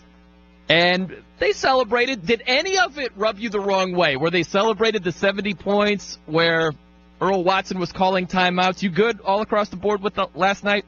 I was good with it. Because at this point in the season, you know you're not making the playoffs. Just to see something that created some passion and some excitement among those players, I was with it. Look, this was a victory for them. Let's just cut to the chase. They're not winning many games. They're sitting some of their best players as it is. Eric Bledsoe, probably their best player, although Booker's going to be better than him. They're sitting him for the rest of the season. So a victory for them is measured differently than just wins and losses. So I loved it. I love Devin Booker's game. I love the fact that he only hit 4 threes, which is good. He hit 4 threes. He went to the hole. He hit free throws, but he also hit mid-range shots. So he showed you everything offensively. Great performance by him. I have no problem with it whatsoever. Yeah, I'm good with it. The only thing I had an issue with was Earl Watson after the game saying, I was calling those timeouts trying to keep the game close. The game wasn't close enough to call time. They're just trying to get Devin Booker the points. That's fine. Let's just call it what it is. But no, I didn't have an issue with it. It was funny. There was an Instagram picture posted on the NBA's account, and Jay Crowder commented, "Never seen so many guys happy after an L." And Devin Booker responded, "You can't guard me." That's good. All things considered, that's good for evening. Sure. We are Fox Sports. Ladies and gentlemen, today's opponents on Man versus Train. At the crossing, we have Rick, a 175-pound frustrated man who's running late for work. And on the tracks we have Bull, a million-pound freight train that takes a mile to stop. Let's see who comes out on top.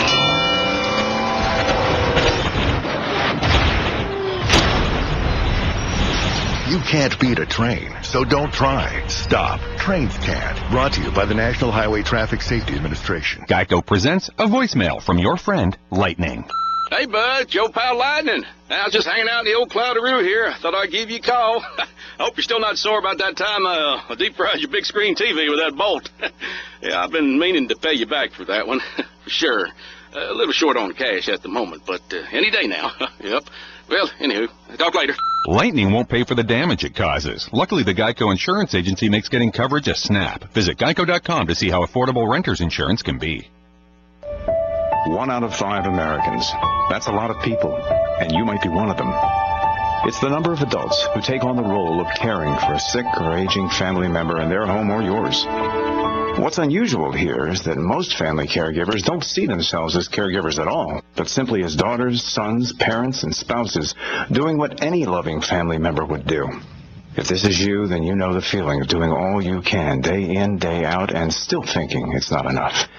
In fact, you can do more for your loved one, but you can't do it alone. Chances are there are organizations right in your own neighborhood that can offer just the help you need to help you do your best. A great first step is to visit Family Caregiving 101. This nonprofit website is a gateway to a whole world of support, service, and advice. That's FamilyCaregiving101.org. A public service message from the National Family Caregivers Association and the National Alliance for Caregiving, with generous support from ASI Inc. This is the Dan Patrick Show. Stay tuned. Stay tuned. It's Mike Florio, ProFootballTalk.com. Raiders, they're going back to Oakland for this year and then moving ahead to maybe UNLV for a year before the stadium is filled? They've got a lease in Oakland, Dan, that lets them play their 2017 and 2018 if they want to, year-to-year lease. Now, the question is, when would their new stadium in Las Vegas be ready? They could stay in Oakland for 2018, and then 2019 they'd have to figure out what to do. And this Marshawn Lynch stuff has died down over the last week. From the Oakland Raiders' perspective, it's brilliant to possibly bring him in. If they get approval to move to Las Vegas and they're going to be in Oakland for another year or two, you bring an Oakland native in, and that helps hold the fan base together for those last couple of lame duck seasons. Because it's going to be weird to have a team have multiple years in a stadium that it's about to move away from. The Dan Patrick Show. Weekdays 9 a.m. Eastern, 6 Pacific on Fox Sports Radio. Keyboard Cat, Hamilton the Pug, and Toast Meets World. These are some of the internet's most beloved pets. With millions of YouTube views, shares, Instagram likes, followers, and fans across the globe. But what do all these amazing pets have in common? Their stories started in a shelter. Start your story. Adopt a dog or cat today. Visit theshelterpetproject.org to find a shelter or adoptable pets near you. Training that pet to play the keyboard? Well, that's entirely up to you. Visit theshelterpetproject.org and hear more about Hamilton the Pug, Toast, and Keyboard Cat's amazing adoption stories. Start a story. Adopt a shelter or rescue pet today. Your perfect pet is just a click away at theshelterpetproject.org. A public service announcement brought to you by Maddie's Fund, the Humane Society of the United States, and the Ad Council. It's Ben Maller. It's the Ben Maller Show. Nationwide, coast to coast. Have you heard the latest on Johnny Manziel? There's a clear path for Manziel to get back in the NFL. Sean Payton is said to be smitten with Johnny. The question here is this. If you are the Saints, is Johnny Manziel worth the trouble? It's a very simple question. Now, my answer to that is yes. Drew Brees is how old? He's 38 years old. He just had a birthday in January. You sign Manziel to a make-good contract. Should this guy have an awake, then Manziel could spend a couple of years, because you figure Brees is going to play a couple more years in New Orleans. Manziel can spend a couple of years as a caddy, get his learning permit, and then eventually get the driver's license when Drew Brees is done. Ben Maller. The Ben Maller Show.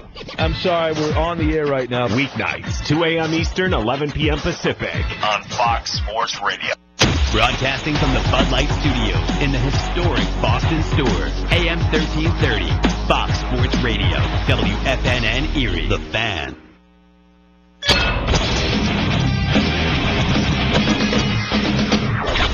Sports trending now. A berth in the Final Four on the line right now in Kansas City, and the Oregon Ducks are shooting 58% from the floor, leading top seed Kansas 44-35 early in the second half. Top seed in the West, Gonzaga, advanced to its first ever Final Four, eliminating Xavier 83-59. Indiana's new head coach is Archie Miller from Dayton. With TrueCar, you can find out what other people in your area paid for the same car you're looking for, new or used. Visit TrueCar to enjoy a more confident car buying experience. Kyle Larson won NASCAR's Xfinity race. In match play golf in Texas, Dustin Johnson, the top seed, advanced to the semifinals tomorrow morning. The Bengals released linebacker Ray Maualuga. In the NBA, final seconds, Cleveland's going to lose at home 127-115 to Washington. John Wall, 37 points. I'm Steve DeSager. We are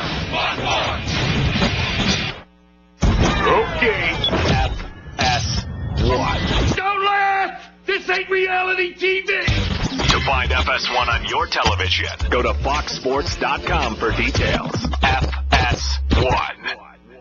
Drop the bomb. Hold up. Time to get after it. Follow me, you're good, it's about to go. This is the Broussard and No Show. What? Chris Broussard. Yeah, I think you're crazy. Brian No. No. Yeah. They're dropping knowledge like Broussard is dropping sources. I'm going to leave that one alone. And now, live from the Geico Fox Sports Radio studios, here's Brian No and Chris Broussard. The Jayhawks down by 10 points right now, Chris Broussard. There's plenty of time left, over 17 minutes to go. But Oregon has a 47-37 lead on Kansas. And right now, Oregon's just shooting lights out. They're around 59% from the field. And that's the biggest reason why they've got this lead. They're just shooting the lights out. That air ball notwithstanding. Hey, but it was a putback. I don't know his name, number 3 just shot. Yeah, you're right. They got the offensive rebound. But I fully expect Kansas to make a run, and so I'm actually expecting a great finish. I think this is going to be a close game. I hope they do. It's starting to get out of hand. They're up 12 now, maybe 13 after this free throw. But I expect the Wildcats to come back the Jayhawks to make a run.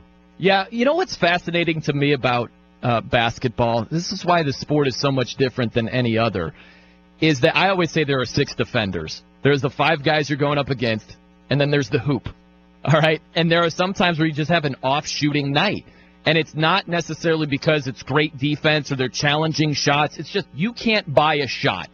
And that's what's so different about basketball. If you compare it to football, there's nothing like that in football, where there's some equalizer where it's not your opponent, it's not the defense that's halting your progress. It's just, maybe the weather, you could say, but not consistently game in and game out like basketball. The hoop is the great equalizer a lot of times. Well, I think the game that's more so like that is baseball, where look, if you're successful, you're just getting a hit once every 3 times at bat. Mm-hmm. You're great. You're getting a hit once every 3 times at bat, and guys just go in slumps.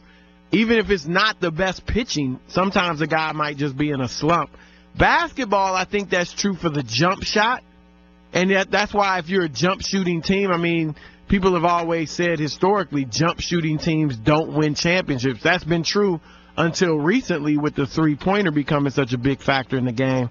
But if my jumper is off, if I'm a guy that can get to the rim and finish, or we have a post player, then we should be able to withstand a bad shooting night. But all these teams that all they want to do is shoot three-pointers and deep jumpers, then, they're susceptible to that. Yeah, and you've seen the game gravitate toward those three-point shots at college, also in the NBA, a lot more three-pointers than any other time in basketball history. So there are a lot of teams that are more at risk. If you're relying just solely on that, you don't have a low-post game. Yeah, it might not be your opponent, again, locking you down, making shots difficult, getting a hand in your face. It's just, you can't buy a shot. It's so much different than other sports. That's why I find basketball fascinating. But I think that you can't look at the stat page and draw conclusions, because I think in basketball, it lends itself even more than other sports for the stat page to lie.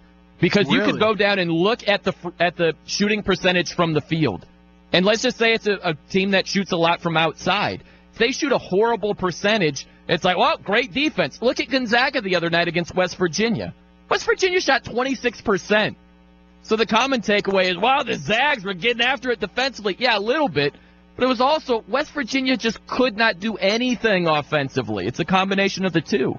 But when you get to a high level, see, I'm with you that sometimes your jumper is just off. Yeah. But if you're a high-level player, like Steph Curry, we can talk about the Warriors. Yeah. They're a jump-shooting team. But don't be fooled. Steph Curry can take you off the dribble and finish with the best of them at the rim. No doubt. Yes. Klay Thompson can do the same. Draymond Green can go to the hole. So I do think that, I mean, if you hold a team to 40% shooting, you know, I think generally you played very good defense. I mean, because guys at the highest level, and obviously the NBA is the highest, but even Division I basketball, they're too good to just be a jump shooter. Like if my J is off, then and I'm a D1 player, then I got other stuff to go to. I mean, it's just as simple as that. And then when I get into the lane, it's going to be contested. And that's where the good defense comes in. I mean, look, every blue moon, but generally, if you hold a team, like I would say Gonzaga played good defense. West Virginia's just, their players aren't as skilled offensively, I don't think. And you're right, they missed some shots. Your J can be off. But if you hold a team to 26% shooting, I think you deserve credit. This is just more of you. Oh, my gosh. Really? Mark this Few is the common thing you're going to... It is, I mean, it's clear. I mean, they held West Virginia to 26% shooting. It really wasn't even a Gonzaga thought. And you're not going to give them any credit. It's universal. You're ripping them. It's universal. Like, last night, I'll use another example so you don't accuse me of Gonzaga bad-mouthing over here. You brought up Gonzaga, not me. Look at Lonzo Ball. Lonzo Ball did not have a good evening. He was 1 for 6 from three-point range. He's a fantastic three-point shooter, over 40% all season long. Kentucky plays tremendous defense lately. Kentucky plays good defense, but was it all good defense, or was it partially Lonzo Ball just wasn't the same from outside last night? I mean, sometimes look, again, a great shooter is going to miss half his shots. Yeah. Okay, so sometimes you're just going to miss wide-open looks, but Kentucky's defense is great. That's why they're, where they're at. Their defense is great. You saw it at the end of the Wichita State game. You saw it last night against UCLA. I mean, that's the top scoring team in the country. And they had them out of sorts. So, again, I mean, yeah, did all 5 of those misses he had from 3, were they all contested in the result of great defense? No. Yeah, exactly. But if you have a player alone, I mean, on the court, he's going to miss some of those shots. That's what I'm saying. But you can't say they didn't play good defense. I'm not saying that. I'm just saying you can't look at a stat sheet without watching the game and draw consistently accurate observations, conclusions. You can't do that. You have to watch how a game unfolds. I would say that's true in every sport. I mean, you can get a general idea from the box scores, but I would say you need to watch every game if you're going to be commenting on it and consistently, because in any sport, I could say that. I mean, in football, a quarterback could throw for 400. Dak Prescott delivers a beautiful pass right between the 8s, and Des Bryant drops it. Like, that's not on Dak. Exactly, right? Well, but also a quarterback could throw for 450 yards, but they were down 30-3. Right. So he's throwing it, and the team's in a prevent defense. Right. And so you could say, wow, so-and-so had a great game. Right. But it actually wasn't as good as the numbers make it seem. So I think that's true in any sport. Like Bortles or Kaepernick, who were crushing prevent defenses when they're typically down at the end of games, right? Yeah. But I think Kaepernick also did some good things. I mean, look, he's not a great quarterback. But I thought with a team that wasn't very talented, not much around him, I thought he was better than he had been, last year. He was terrible last year. Right. He wasn't great this year by any stretch. But okay, but if we rewind back a little bit, if you compare baseball, football, basketball, you don't watch the game. You're looking at the stat page, right? which do you think is tougher to assess without watching the game? I think it's basketball because of the hoop. The hoop is the great equalizer. You might not be playing great defense at all. It is. It's absolutely a defender. It's a standing defender the entire game. What you're telling me is you're not good at basketball. No. No. Without having seen you ever play, you're telling me the hoop is a defender. The hoop is a defender. Not have a lid. No. The hoop is like the Dikembe Mutombo. The only thing that's missing is the finger wag and the voice. You're telling me you have no jump shot. No. And you have trouble making left-handed layups. Layups, yes, you're accurate about that. But in terms of a jump shot, my jump shot is wet, Chris Broussard. You don't even know. I would school you in horse. But the only thing missing is the gravelly voice and the hoop with the finger going, no, because that's what it is. If you're shooting from outside, again, you might not have a defender within 10 feet of you. And if you just miss a shot, that is not the result of great defense with the 5 guys. That's the result of the hoop. That's just, but I can say that about anything. I can say that about baseball. How? Because a great baseball batter doesn't get a hit 2 out of 3 times. Sure. I mean, in football, how many times are wide open receivers overthrown? Even by great quarterbacks. Nobody's perfect in any of the sports. But that's all on you. Even the greatest of us have failures. If I miss a jumper, it's all on me. It's not on the hoop. The hoop's not moving. The hoop's doesn't have a lid on it, like we use that phrase. It's just for some reason my touch, whatever it may be, is off. It's not the hoop doing it. The hoop remains the same. It's a legitimate point. Legitimate point you made with football. That's why every time I go up and shoot a layup, I can make it. The hoop, because a layup's an easier shot. Okay. When I'm shooting from 20 feet, from 15 feet, that's not it's a little more difficult, right? It's not easy to put a basketball in the hoop. Exactly. It's not. You made a good comparison with football. Quarterback has a wide open receiver, just overshoots him. That's on the player. That's not on the defense. But the frequency of it, which happens more frequently, just sheer volume. Is it an open shooter, not a defender around him, just misses the shot? Or is it a quarterback just airmailing a pass over a wide-open receiver? Of course it's basketball. It happens much more. Wide receivers don't get wide open nearly as much as you get a wide-open jump shot. Yes. But where is this coming? I don't even know where this is going. Like, what's the purpose of this argument? Like, this discussion?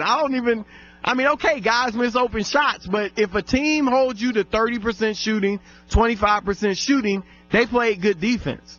The point is, if they weren't playing good defense, you wouldn't have shot 26%. You would have driven to the basket. I'll tell you what I'm saying, Chris. Even if you don't have you aren't great off the dribble, if they're not guarding you, then I'm getting to the hole. So the fact that I made you shoot a bunch of jumpers is good defense in and of itself. Again, Chris, I'll put it in a nutshell here. There are more inaccurate conclusions drawn from basketball than any other sport. If you look at a stat page and say, this team shot a horrible percentage from the field, the common takeaway is, well, the other team played great lockdown defense, and that not necessarily isn't the case. I just think there are more inaccurate conclusions drawn from basketball. If a team shoots poorly, you played good defense. It might not have been tremendous lockdown defense, but it was good defense because they would have taken easier shots. Nobody's just going to sit out there and shoot jumper after jumper if they're missing them. They're going to try to get to the hole, and if they can't get to the hole, then that means you stop them from getting to the hole. Not always. There are plenty of teams that keep jacking deep range shots. Teams, if they could get to the hole, they would. Trust me. At the Division I level, all those kids can play good basketball. All of them at the D1 level. There are teams. I saw VJ Beecham with Notre Dame. He's just jacking threes, couldn't buy a shot, 2 for 14 against West Virginia. But he's got some more versatility to his game. And West Virginia plays good defense. They do. They play awesome defense. So he couldn't get to the hole. Well, listen. We can continue. I can smack you around on this a little more after the break. Right. Yeah, exactly. This is crazy. I mean, come on. It's not crazy at all. It's the Broussard and No Show. We're coming to you live from the Geico Fox Sports Radio studios. 15 minutes could save you 15% or more on car insurance. Visit geico.com for a free rate quote. Coming up next, is it smarter to negotiate or dictate terms? That's on the way. It's the Broussard and No Show here on Fox Sports Radio. B. Strikes it home. Yes, it counts. The 3 B's are in full effect. Brackets, betting, B. Hey, I bet you can't make it in that there basket. and basketball. B. Catch and slam. Let the madness commence. Your college hoops action is right here on Fox Sports Radio. Hey, Arnie Spanier here. As a sports fan, you have to have a lot of confidence in your team. That they'll call the right play, draft the right guy, hire the right coach, design the right logo. But when it comes to buying a car, how much confidence do you have that you're getting the right price? At TrueCar, they show you real price on actual inventory from a TrueCar certified dealer in your area. And these aren't just any dealers. TrueCar certified dealers are a network of car sellers committed to transparency that offer competitive prices and all-around better buying experience. You can even work directly with a TrueCar certified dealer to establish a fair price before you can even show up on the lot. Need more confidence? TrueCar customers, on average, save over $3,000 off MSRP off new car purchases. So when you're ready to buy a new car or even a used car, visit TrueCar to enjoy a more confident car buying experience. Learn more at TrueCar.com. That's TrueCar.com. Message and data rates may apply. If you're considering going back to school, ask yourself the following questions. Do you need the flexibility to take classes on your schedule? Do you have college credits you need transferred? Do you want to earn a quality degree from a world-renowned university? If you answered yes to any of these questions, Arizona State University is the perfect school for you. Arizona State University offers over 100 highly ranked degree programs 100% online. You'll earn the same degree as you would on campus from wherever you are on your schedule. Plus, ASU Online accepts most transfer credits. For information, text the word TALK to 35517. Learn for yourself why the Wall Street Journal ranks ASU 5th in the nation for producing the best qualified graduates, and why 90% of ASU grads are recruited within 90 days of graduation. Learn to grow, learn to succeed, and learn to thrive at Arizona State University. To learn more about ASU Online degrees, text TALK to 35517. Again, that's TALK to 35517.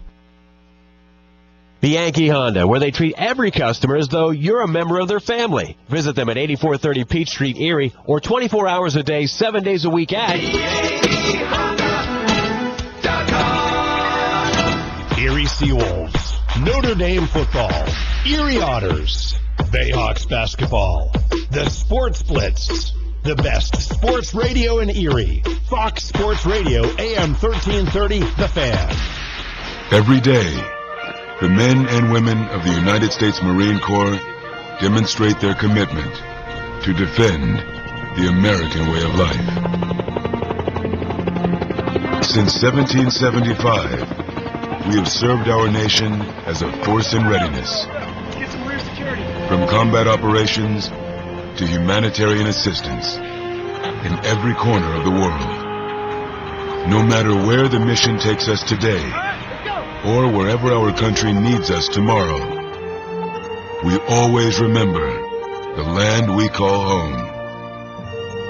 As Marines, we take a stand for each other, for our nation, for us all, the few, the proud, the Marines.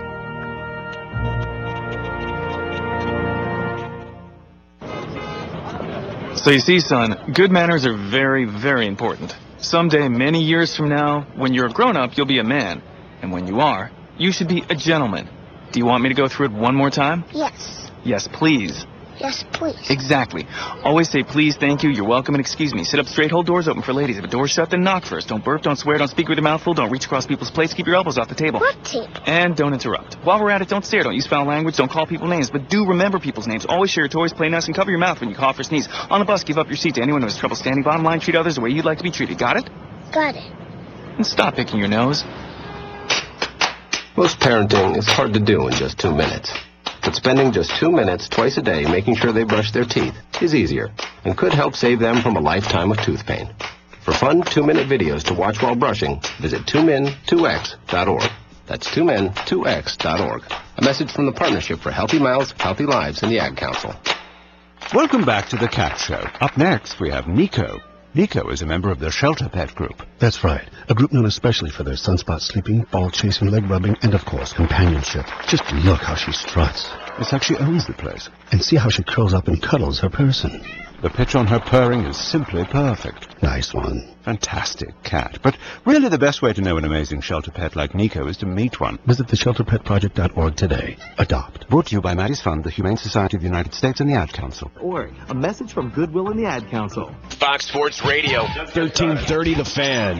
So how do you like it? Yeah! Sounds incredible. You like it like this? Up the middle. 15, far side 10. Goes in. Touchdown. Or like this? Curry, deep three, right side. Are you kidding me? And what about this? Right wing to win it. He made it. That's it all. Whatever it is that you like, we've got it covered. Here we go. It's sports the way you like it. It blows my mind. Mind blown. On Fox Sports Radio. FS1. Yeah! FS1. The best station on the planet. Look at me. Don't look at anybody else. Look at me! To find FS1 on your television, go to foxsports.com for details.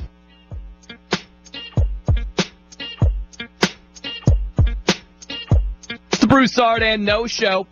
You're on Fox Sports Radio, coming to you from the Geico Studios. What does it mean when Geico says just 15 minutes could save you 15% or more on car insurance? It means you probably should have gone to geico.com 15 minutes ago. So, Chris, one of our ongoing debates, without it being Dak Prescott, in terms of basketball, is this whole issue of rest. But if you spin it in a different direction, because you and I are on different sides with the whole, the benefits of rest. Where I see it benefiting teams, you think that they should be out there, that's fine. But if you spin it forward, and you look at this as obviously a problem for the NBA, there's no doubt about this. So what's the best approach to end this? And I started thinking about this. We had this conversation very early in the show. And I remember, for whatever reason, it popped into my head. Remember what the WNBA and some players wore warm-up shirts with Black Lives Matter on them? And the WNBA fined these players. Yeah. And then they rescinded the fines. And then they met with the players, and it was a discussion. It was, can you meet us halfway? Because this isn't good for business overall if we're fining you for something related to with self-expression and the subject matter and all of this stuff. So my question would be this to you, Chris, is if you think about the NBA, does it make more sense to dictate terms and just say, all right, players, all right, teams, if you rest and we know you're healthy, this is your punishment?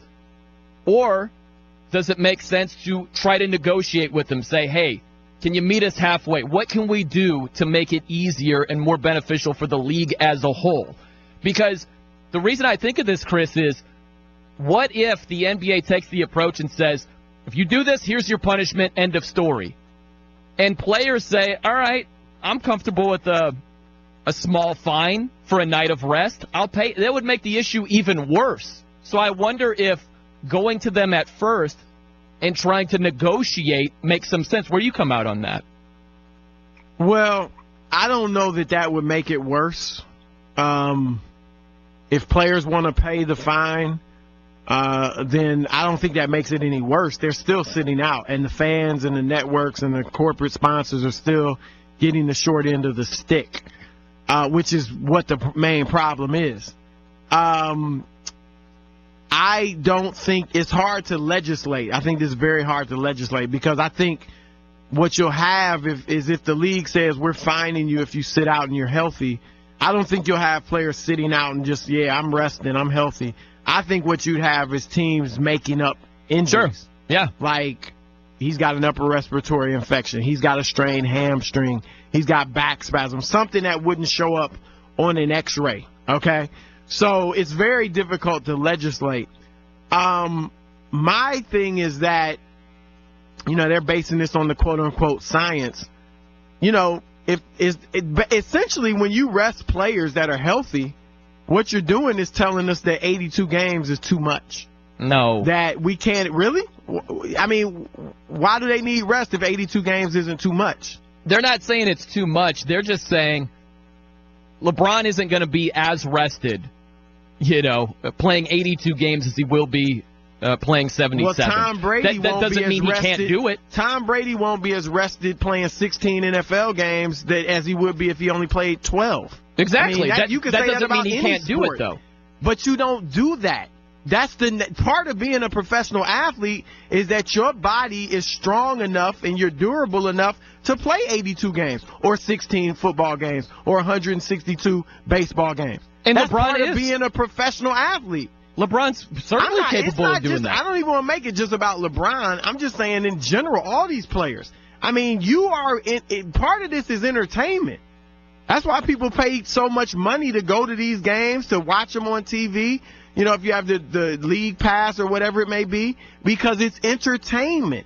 Right. And what if an actor decide, if an actor is not available at a Broadway show, you can get a refund if the lead actor's not there. We get all that. You can't get a refund of an NBA game. This whole thing is leading to the point that we're at. And we could have this entire conversation of the way things should be. But at the end of the day, we have to explore how things are.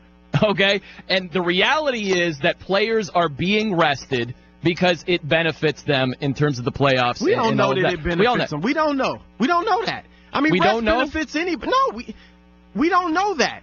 San Antonio's, they're a great team every year, but they've won one title in the last 9 seasons. It didn't benefit Tim Duncan. It hasn't had a benefit for LeBron or anything. They've won one title in the last 9 seasons. I can point to many years when Michael Jordan played all 82 games and won a championship. I mean, there's data with players getting injured on the second night of a back-to-back, especially on the road. There's data for everything. You and I don't get enough sleep you and I don't get enough sleep according to the data. We're supposed to sleep 7 to 9 hours a night. When's the last time? Do you sleep 7 to 9 hours every night? No. If you work according to the data, if you work more than 39 hours a week, you're putting yourself at a health risk physically and mentally. How many of us work more than 39 hours a week? I mean, data says anything. We talked about it earlier. Data would say we shouldn't even have a sport like football. You're freaking killing people. I got you, but you're living in this world of the way things should be. You're an idealist. You need to be a realist. I'm not an idealist. It's not like this hasn't happened before, guy. Just 5 years ago, people, for the most part, were playing when they're healthy. I'm not asking you to have to play. But it's not 5 years ago anymore. It's today. It's the here and now, and players are resting. If you could go back and forth on the benefits or not. It can change. They think there is a benefit. And some players refuse to rest. James Harden said Mike D'Antoni better not come to me with that stuff. Yeah, and Russell Westbrook isn't resting, so let's not act like it can't change. But again, the whole thing is this, look, Chris. If they rest, there's nothing you can do about it if they insist on it, except telling them, look, this is bad for the game. If the fans, if the corporate sponsors, if the networks turn on you and this game, guess what? You're in trouble. Don't kill the golden goose. Fans got power. If fans say, look, I'm tired of this. I'm tired of paying to go see so-and-so and he's not even playing. I'm tired of them disrespecting us. I'm tired of them advertising that I'm going to get to see the big three and then the big three isn't playing just because they want to rest. I'm not paying to go to games anymore. Then what? Because that's my point. Like Charles Barkley calling for the fan boycott, I'm with Barkley on that one. Enough of it. You getting paid the money you're getting paid because of the fans, because of the sponsors, because of the networks. And if it wasn't for those 3 entities, you'd just be a bunch of dudes running around playing basketball, just like the dudes at the park. All right? So don't think you above reproach. That's all I'm saying. Look, we're getting to a point, Chris, where all this talk about the way things should be and these players should play and this and that, that's fine. That's great. Fantastic. But it's not getting them to play. So what can happen so they will? What can happen so they will? So all you can do is point out the facts that they should play, why you should not rest because it's hurting the game. Ratings are down 15%. How about that? How about ratings being down 15%? Okay, fine. I want you to be Adam Silver here because my thought is if it's the Autobahn, if there's no speed limit right now, you can't get mad at someone driving fast.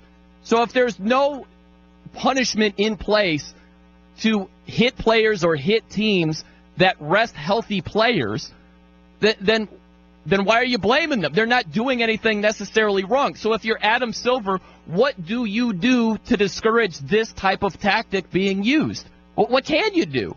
Are your hands just completely tied? You got nothing? You got no answers? You're just hoping? You wake up each day and say, I hope these guys play because I don't have any answers aside from that. I think we got a break coming up. I can answer your question on the other side. Okay. All right. Chris will have an answer for me coming up next. The issue of rest. And then we'll dip back into the NCAA tournament. Kansas trying to get closer. They're down by 13 points. Season on the line. It's the Broussard and No Show. First, though, here's what's trending.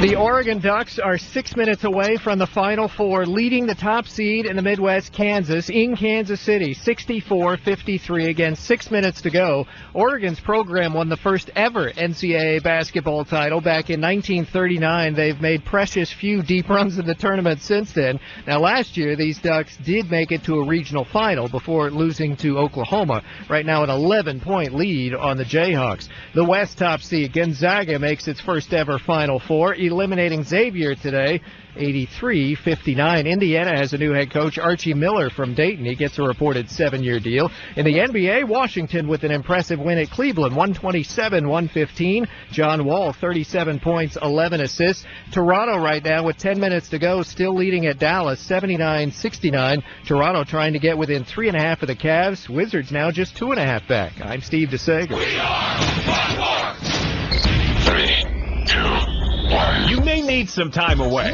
but never from Colin Cowherd. The Herd. Weekdays noon Eastern, 9 a.m. Pacific on FS1. The Herd. Catch The Herd on FS1. It's the Broussard and No Show. We're coming to you live from the Geico Fox Sports Radio studios. It's easy to save 15% or more on car insurance with Geico. Go to geico.com or call 800-947-AUTO. The only hard part, figuring out which way is easier.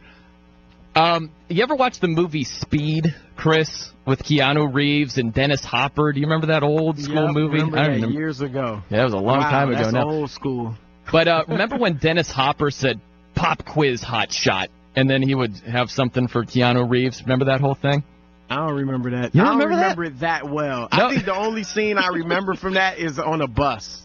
You remember Sandra Bullock? That was it. That's the only thing you remember. Was that when she was in it? Yeah, I she was remember the her driver. in the movie, but okay, yeah. Yeah. That's like the only scene I remember, and that's not vividly.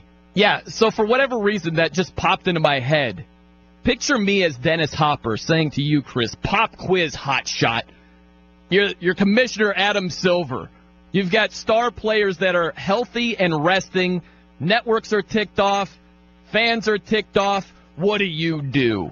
How do you answer that? Here's what I do. First of all, I would sit down with, well, they're going to do it at the Board of Governors on April 6th.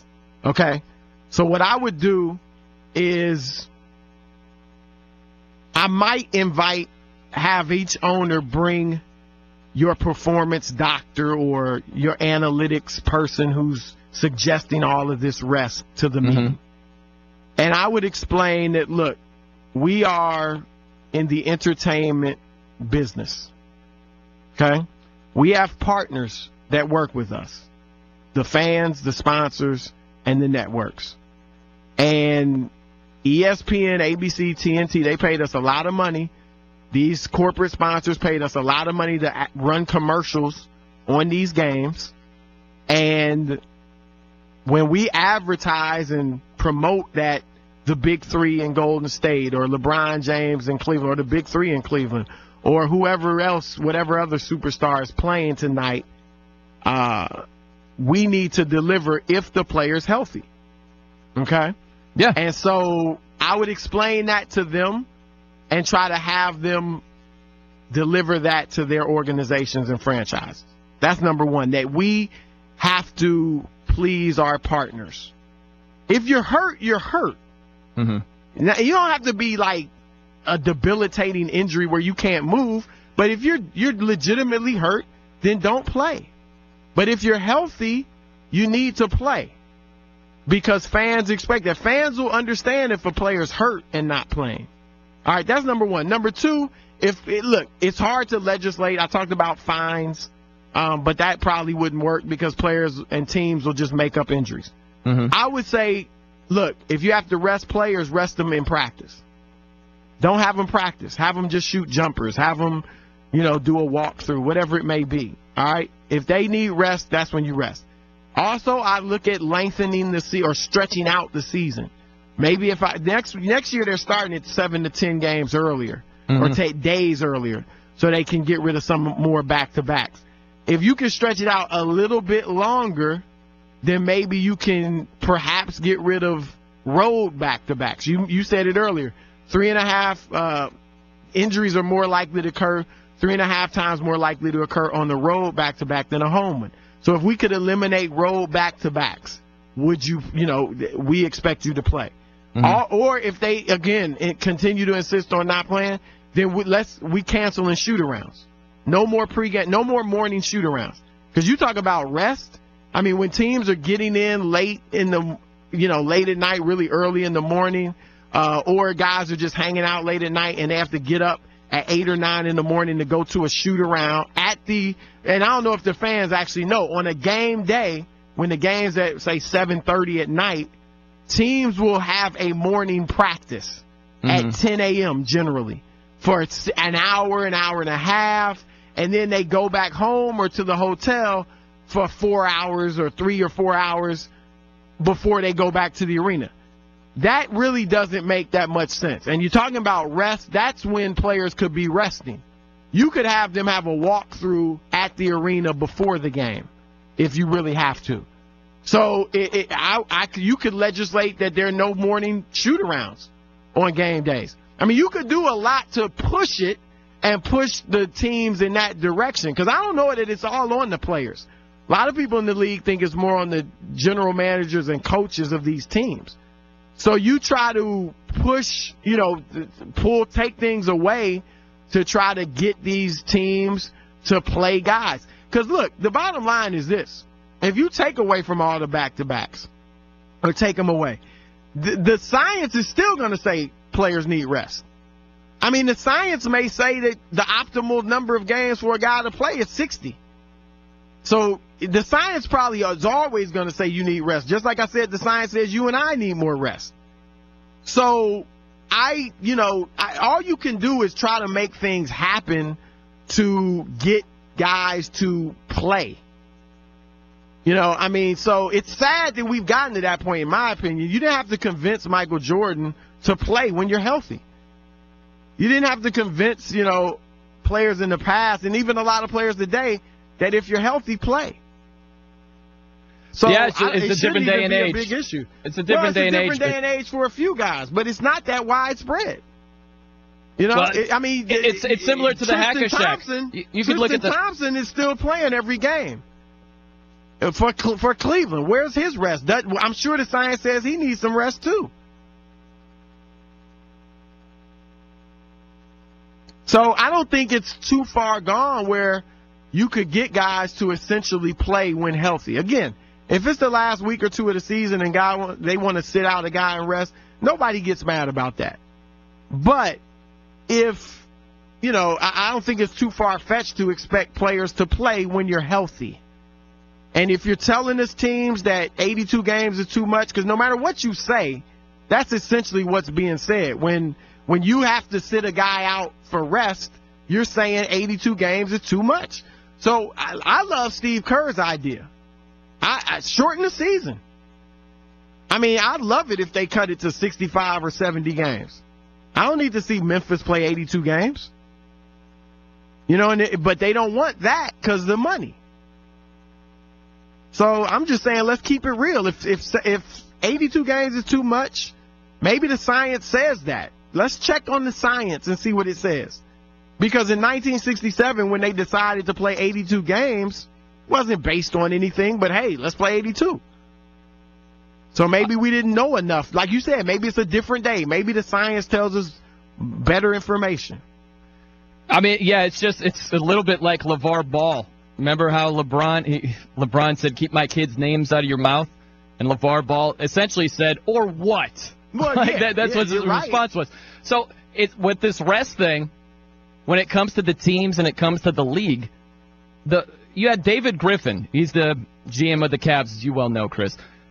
And when they rested their main guys last week, he told ESPN, he said, "Yeah, they're paying me to win a championship. I'm not overly concerned about the perception of it." So whatever they do, whether it's they shorten the season, they break up the schedule, there's fewer opportunities, there's more incentive not to rest.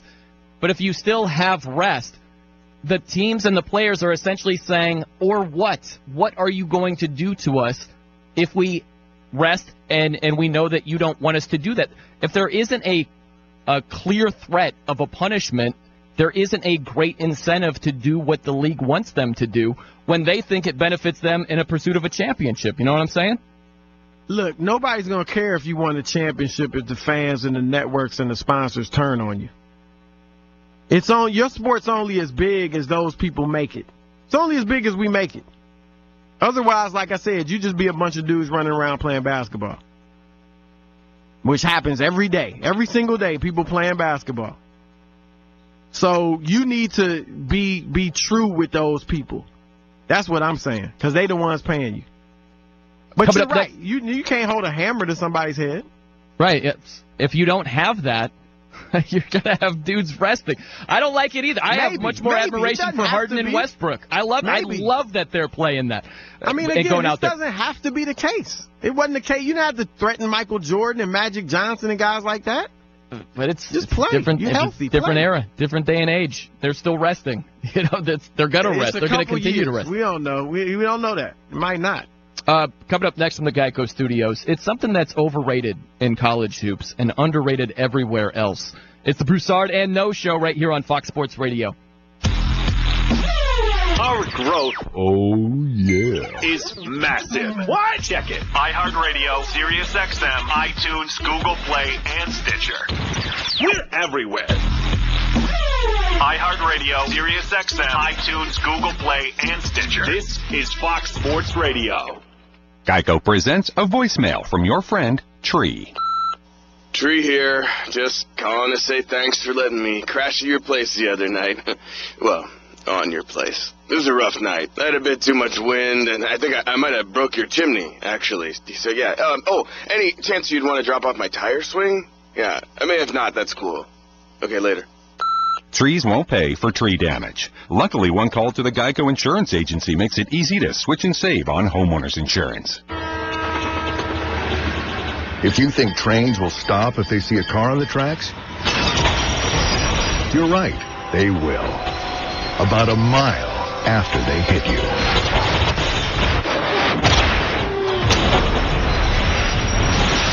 In 2015 alone, 230 people were killed at railroad crossings. Don't become the next fatality. Stop. Trains can't. Brought to you by the National Highway Traffic Safety Administration. A message from DAV to all returning veterans. Thank you. Thank you for doing your duty. Thank you for doing our bidding. Thank you for laying it all on the line. Thank you for stepping up and not backing down. Thank you for putting your future on hold to put our enemies on notice. Thank you for putting your buddies' lives ahead of your own. Thank you for putting yourself in harm's way. Thank you for defending our freedom, for displaying your honor, for being a hero, even though you don't want to be called one. For all this and more, DAV thanks you, and we're here to help you. Expert DAV advisors will make sure you get the health, disability, and financial benefits you were promised and earned. If you're a veteran, visit DAV.org for free help. And again, thank you. The following commercial is sponsored by FeedThePig.org, an organization devoted to helping you save money. We will not entice you with messages like lowest prices in town, dealer approved, certified pre-owned, no obligation consultation, nor will we brag about our huge selection, enormous variety, one-stop shopping, everything under one roof. or promise. Prices reduced up to 75%. A sale like this can't go on forever. Factory liquidation. Financing options available. We will offer no contingencies like See store for details. Prices and participation may vary. Legal exclusions apply. No purchase necessary. or try to convince you that our product will give you Leaner, tighter abs in minutes. Perfect smile. Porcelain veneers. Freedom from those painful, embarrassing bunions. because we simply want to help you spend smarter and save better. Log on to feedthepig.org. Find the benefits of saving for every stage of life. Brought to you by the American Institute of Certified Public Accountants and the Ad Council. This is the Jason Smith Show. We do have news on Lonzo Ball. In the heated battle after a game, you get asked about your future. Can't you say, I will have an announcement on that tomorrow? If you care about your team and guys you just sweated with for the last 9 months, you had a lot of hopes and dreams, and they just got dashed. 10 minutes after the game is over, yeah, that's it, my final game, I'm done. You can wait a day and say, you know what, thanks for asking, I'm going to have a press conference tomorrow. I don't have to lie to anybody, but just say, tonight is about the team. It's very difficult. I will have an announcement on that tomorrow. You don't seem like you're all out for yourself. You can have a little bit more class. And you wonder how much of a team player is Lonzo Ball. Is he really a team guy? That's going to be the thing that he gets scrutinized for going to the NBA. You're listening to Jason Smith. Don't overthink it. Weeknights at 11 p.m. Eastern, 8 p.m. Pacific on Fox Sports Radio. Music is a bridge between the material and the spiritual. My name is Harvey Lauer, and I'm 82. As a blind person, you have to be aware that nobody can tell you what you can or can't do. You really have to try things. My folks got me a little radio in 1940, and that was the best Christmas present I ever got. When I was 11 years old is when I started to play music, play the piano, and then the accordion, and then the cello. My wife, who was also blind, was a good cook. When she died, that's when I started Meals on Wheels. America, let's do lunch. 1 in 6 seniors faces the threat of hunger, and millions more live in isolation. Drop off a hot meal and say a quick hello. Volunteer for Meals on Wheels by donating your lunch break at americaletsdolunch.org. This message brought to you by Meals on Wheels America and the Ad Council. This is Fox Sports Radio, AM 1330, The Fan. Do your fingers hurt from pushing those buttons from channel to channel?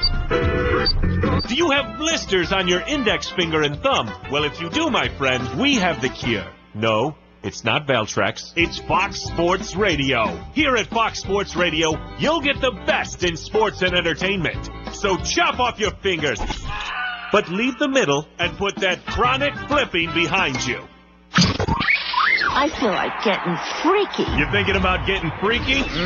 You might as well get freaky in the herd. Awesome! Weekdays, noon Eastern, 9 a.m. Pacific on FS1. The herd. Catch the herd on FS1.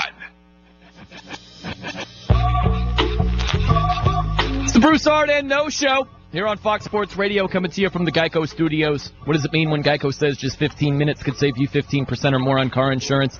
Means you probably should have gone to geico.com 15 minutes ago. We don't have a ton of time because we got to get to getting to know Brew and Know with a terrible question from Gavin, I'm sure. It's going to be awful again. Ever since you changed the dynamics of this whole bit, it's just gone straight down the tubes, Chris. I was asking award-winning questions, and for whatever reason, the negativity of Chris Broussard says, let's make a change, let's put in the backup quarterback, Gavin. Until Gavin took over. Outrageous. Right? Be real. Keep it real. It's outrageous. It's completely real. false. My nickname. Oregon going on to the Final Four, not Kansas. Oregon wins by 14 points, Chris. It was a 6-point game. It was 66-60, and Oregon got an enormous offensive rebound, drained a 3, and then got another offensive rebound and scored on a goaltending call. That's what killed Kansas. They were making a great push, and they just couldn't secure a couple of defensive rebounds. Oregon played great all night. They really looked good. They were energetic. They hit jump shots. And they played, I know this might upset you, but they played great defense. They held So I'm against Kansas defense now, huh? Is that what it is? I'm against defense. Shooting. They held Kansas to 36% shooting, and it wasn't because the Jayhawks were missing. it was because they played great defense. They did, but the They point really earlier is it's not always great defense why a team shoots a poor percentage. Sometimes they're wide open, just missing shots. It was tonight. Granted, it's not to say that it's never good defense. It's just case by case. It depends. You got to watch the games and see how they unfold. Case. It's absolutely If it case wasn't by good case. defense, you just drive to the basket and score. Everybody, there are a lot of teams that make their bread and butter from outside. Yeah, but if they're also every single one of those teams, guys can dribble and go to the basket. And Not if every there's team not is like that. resistance- No, but those players played. They didn't always just sit around and shoot jumpers. If there's no defense, they can get to the basket, and they're smart enough to do that. But there's good defense. Now they may not contest all of your jump shots, and you may miss those. But if you are missing, then you just start to go to the basket. But if they stop you from going to the basket, that's good defense. Very argumentative today, Chris Broussard. No, I'm we just saying. We've got 2 minutes before we have some fun here, some much needed fun on this show. But I was just thinking about this with the Final Four in college basketball. It's very overrated. It's not to say that it's a hollow accomplishment. Of course, it's a significant accomplishment. But we throw ticker tape parades for these teams as if they've won a championship. It goes far above and beyond what I believe it should. If you compare it to other sports, we don't get nearly as celebratory when it comes to a Final Four appearance in another sport, or even the NBA. Getting to the Final Four in the NBA is tough. Getting to the Final Four in the NFL. Tom Brady has gotten to the AFC Championship game 11 times. That's significant, but we never refer to it. It's all about rings. It's did you win a ring or not? When it comes to professional sports, even collegiate sports with college football, we don't celebrate a Final Four college football playoff appearance. It's just college basketball. Do you agree with that, or are you going to call me a crazy person here, Chris? I agree that we don't celebrate Final Fours in other sports. Yeah. Like we do in basketball, but I think there's a reason for that. I think the reason is that the nature of the tournament, one and done. One and done in football is not the same as one and done in basketball.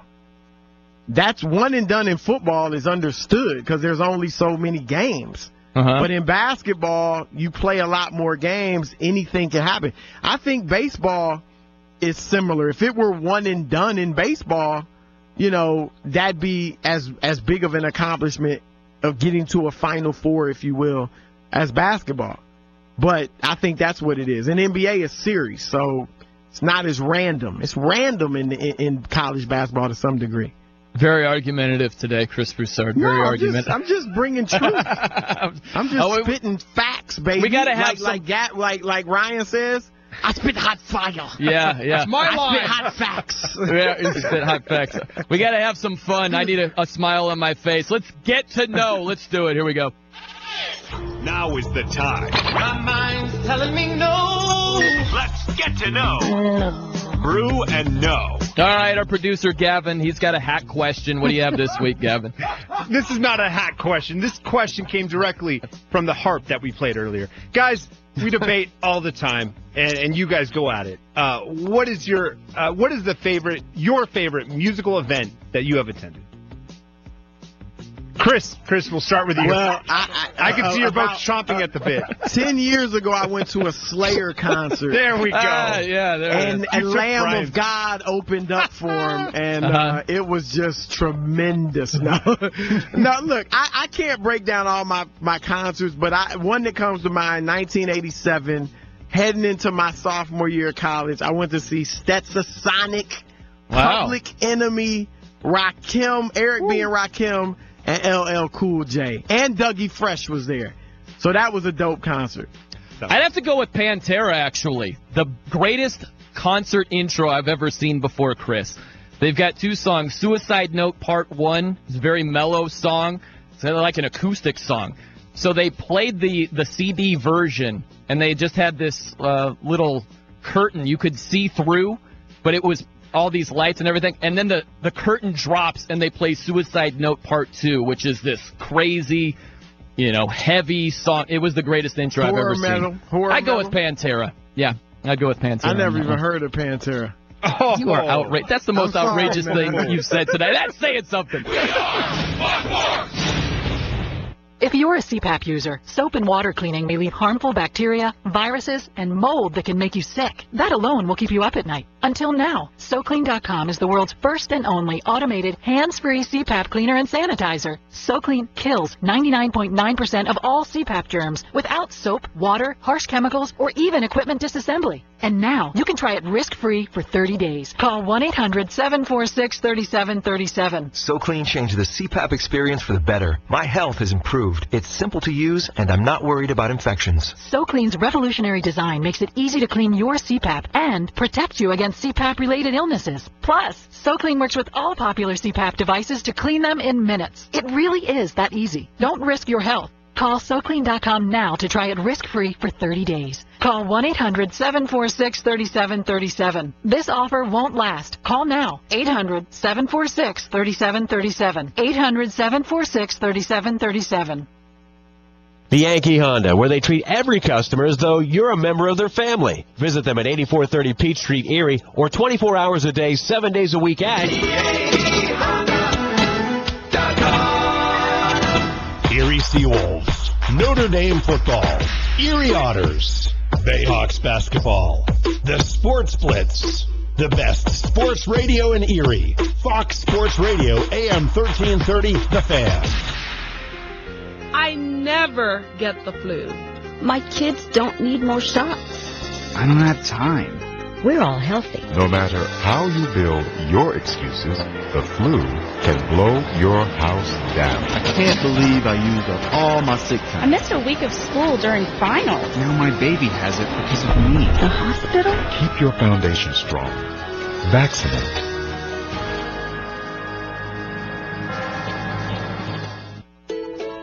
How was your day? What did you do in school? I'm Mike Crossy, president of the Pennsylvania State Education Association, and these two simple questions can encourage learning in your home. Showing interest and asking about the school day can help motivate your children and keep them excited about learning. So stay involved, stay curious, and ask specific questions. Student success involves the whole family. Be sure to take the opportunity during daily conversations to talk with your children about what they're learning. Help set academic goals and discuss a plan of action to meet those goals. Whether it's improving on weekly spelling tests or allowing enough time to eat breakfast every day before school. Every small step taken helps build momentum to academic success. Great public schools are a basic right for every student. A message from the Pennsylvania State Education Association. Blue is my favorite color. What's yours? What's yours? Red is my favorite color. What's yours? What's yours? Well, yeller's sweller for this little feller. And me, I'm keen on green. So what's your favorite color? Tell us, please. Kids will spend 20 minutes listening to songs like this. What's your favorite color? Tell us, please. What's your favorite color? What's your favorite color? What's your favorite color? What's your favorite? How about 2 minutes to brush their teeth? Brushing for 2 minutes now can save your child from severe tooth pain later. For fun 2-minute videos to watch while brushing, visit 2min2x.org. 2 minutes twice a day. They have the time. A message from the Partnership for Healthy Mouths, Healthy Lives, and the Ad Council. On Fox Sports Radio. Hey, there he is. How's it going? I'm having a stroke. Are you going to shake my hand or what? I'm having a stroke. Wow, you're not even moving your arm. I'm having a stroke. Are you okay? I'm having a stroke. Your face looks weird, too. I'm having a stroke. Are you having a seizure or something? I'm having a stroke. When someone is having a stroke, they may not be able to say it with words, but their body language will tell you loud and clear. I'm having a stroke. You just need to know the sudden signs. Look for FAST, F-A-S-T. F, face drooping. A, arm weakness. Or S, speech difficulty. Then T, time. Time to call 911 immediately, because the sooner they get to the hospital, the sooner they'll get treatment. And that can make a remarkable difference in their recovery. Know the sudden signs. Face, arm, speech, time. Spot a stroke fast. Visit strokeassociation.org. Brought to you by the American Stroke Association. Broadcasting from the Bud Light Studios in the historic Boston Stores. AM 1330. Fox Sports Radio. WFNN Erie. The Fan.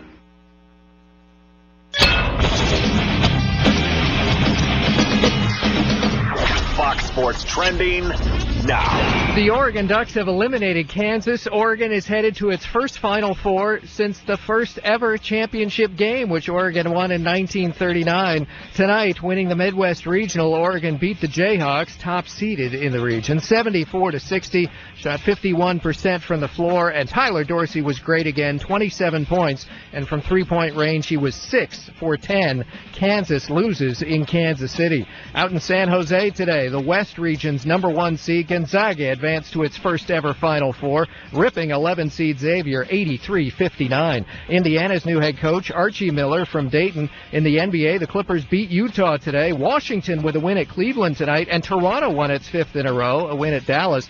San Antonio sent New York to a 5th straight loss. I'm Steve DeSager. We are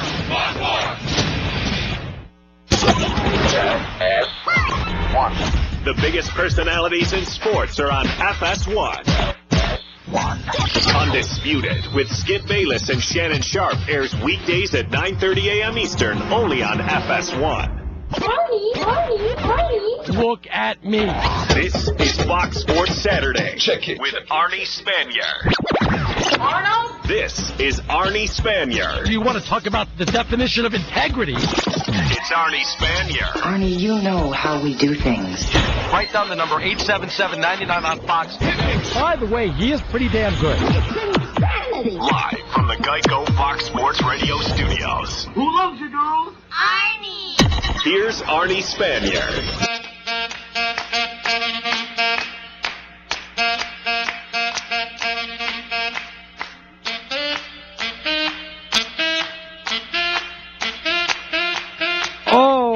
Everybody, good evening as we're coming to you live from the Geico Fox Sports Radio studios. Did you guys know that 15 minutes could save you 15% or more in car insurance? What do you got to do? Visit geico.com for a free rate quote. Are you guys ready to roll? Are you ready to roll? Let me tell you how to be part of the show. First of all, you want to send me a tweet? Real simple, stinking genius. One, STINKIN.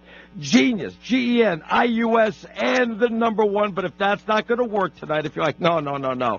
Not tonight. Tonight, I've got to pick up the phone. Tonight, I've got to speak to this knucklehead. The phones do work. 877-99 on Fox. Though I did try to pull them out. 877-996-6369. The crew is all here. Vegas Raider Ryan back from vacation, for crying out loud. That's not my name. Whatever your name is, he's back. Eric Roberts producing the show. DeSager doing the updates. I got to tell you something right off the bat before we even get going.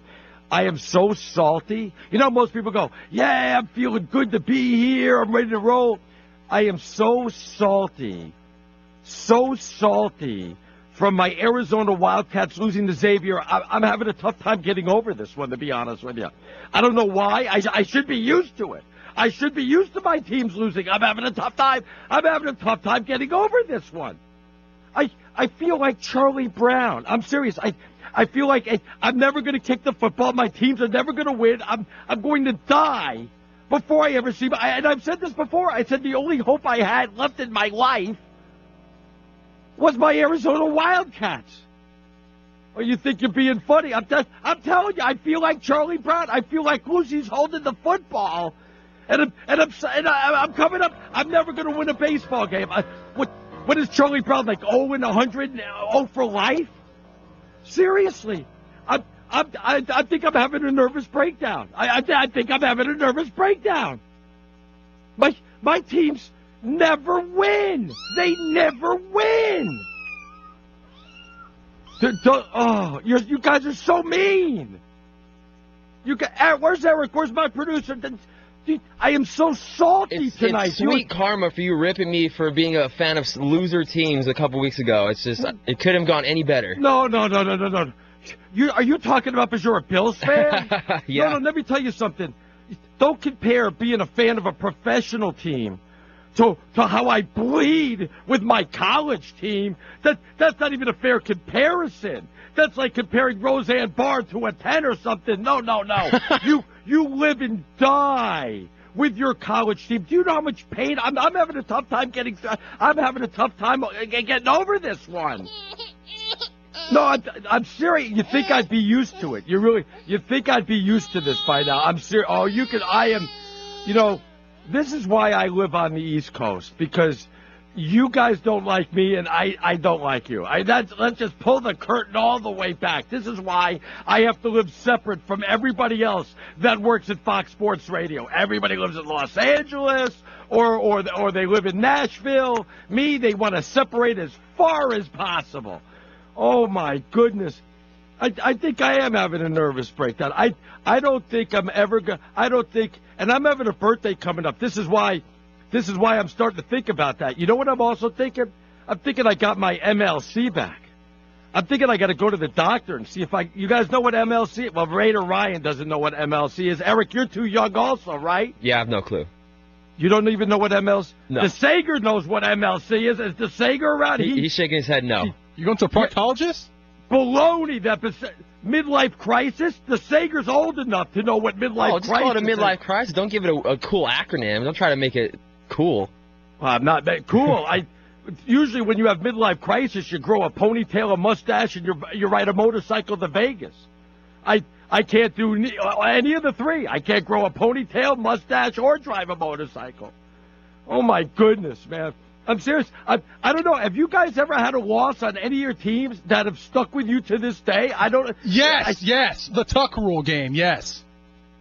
Okay, I understand that. But again, that's just your professional team. You get over that. You know what I mean? Yeah. Though they did stick it to you. That really, it's still bothering you, isn't it, huh? Yes, it does still bother me, yes. Good. It makes me feel a little bit better. That's pretty much, I don't know. But other than that, I can't remember too many I remember Arizona losing to Illinois when we were up by 16 to go to the Final Four with 5 minutes left in the game, and my wife walked in and jinxed the team.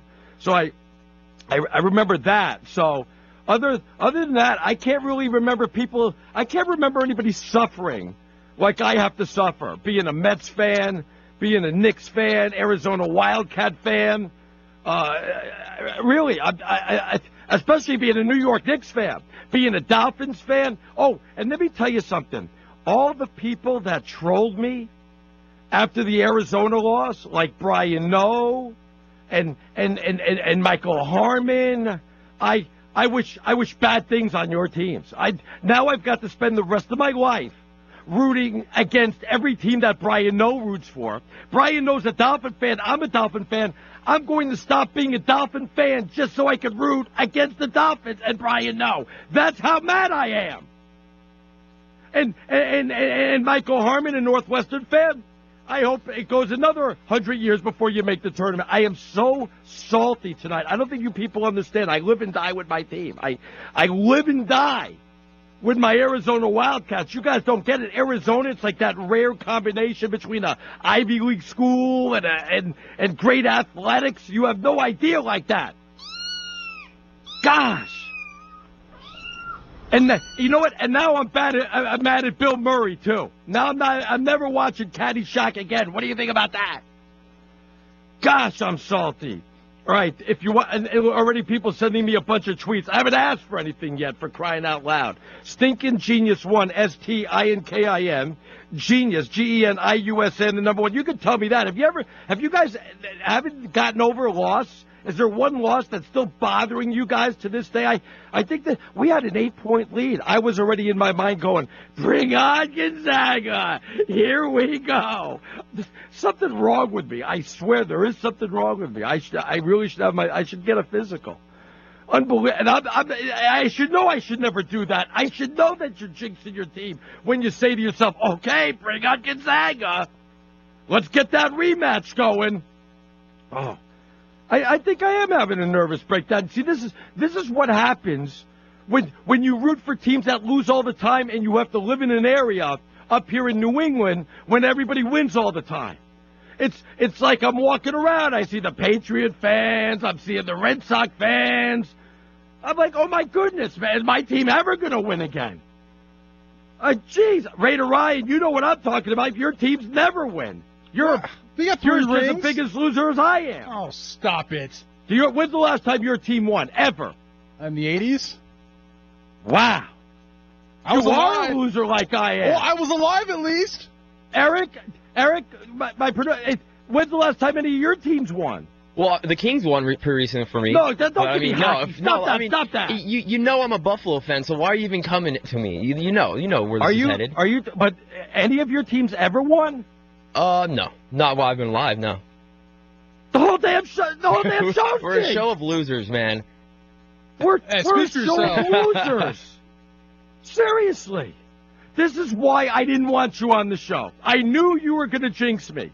Between you and Gavin and Raider Ryan, none of our teams win.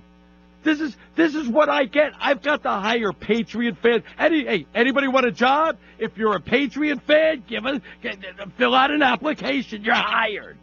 I've got to hire winners, man. Oh my good! Everybody on this show, your teams lose. Because we don't cheat like the Patriots. Oh, you know what? I'd rather cheat and win. How about that? I'd rather cheat and win.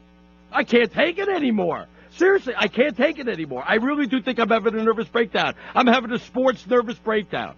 I don't know. You guys tell me. Is there a loss you have not been able to get over with? You can go ahead and tweet me that at StinkingGenius1, STINKIN, GENIUS, and the number 1. I don't even know if I spelled that right.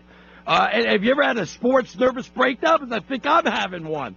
And you can tweet me at that, too. STINKIN, genius, GENIUS, and the number 1. Or you can call in 877-99 on Fox, 877-996-6369.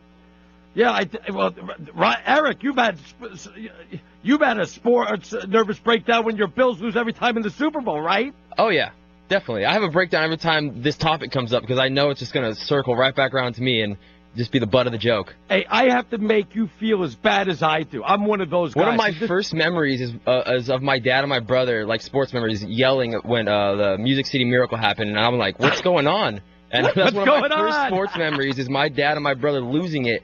And I'm just like, oh, well, we got kind of screwed. Okay. I was from the very beginning. Life was all downhill after that. Oh, my God. All right, look, I got to get into the Oregon big victory over Kansas. Humongous. How about where are the Kansas fans? Congratulations to Bill Self. More losses in the Elite Eight than I believe any other coach now active in the NCAA tournament, so congratulations to him. Boy, if you're a Kansas fan, you got to know exactly what I feel like, don't you? Hey, don't you? I would think you do.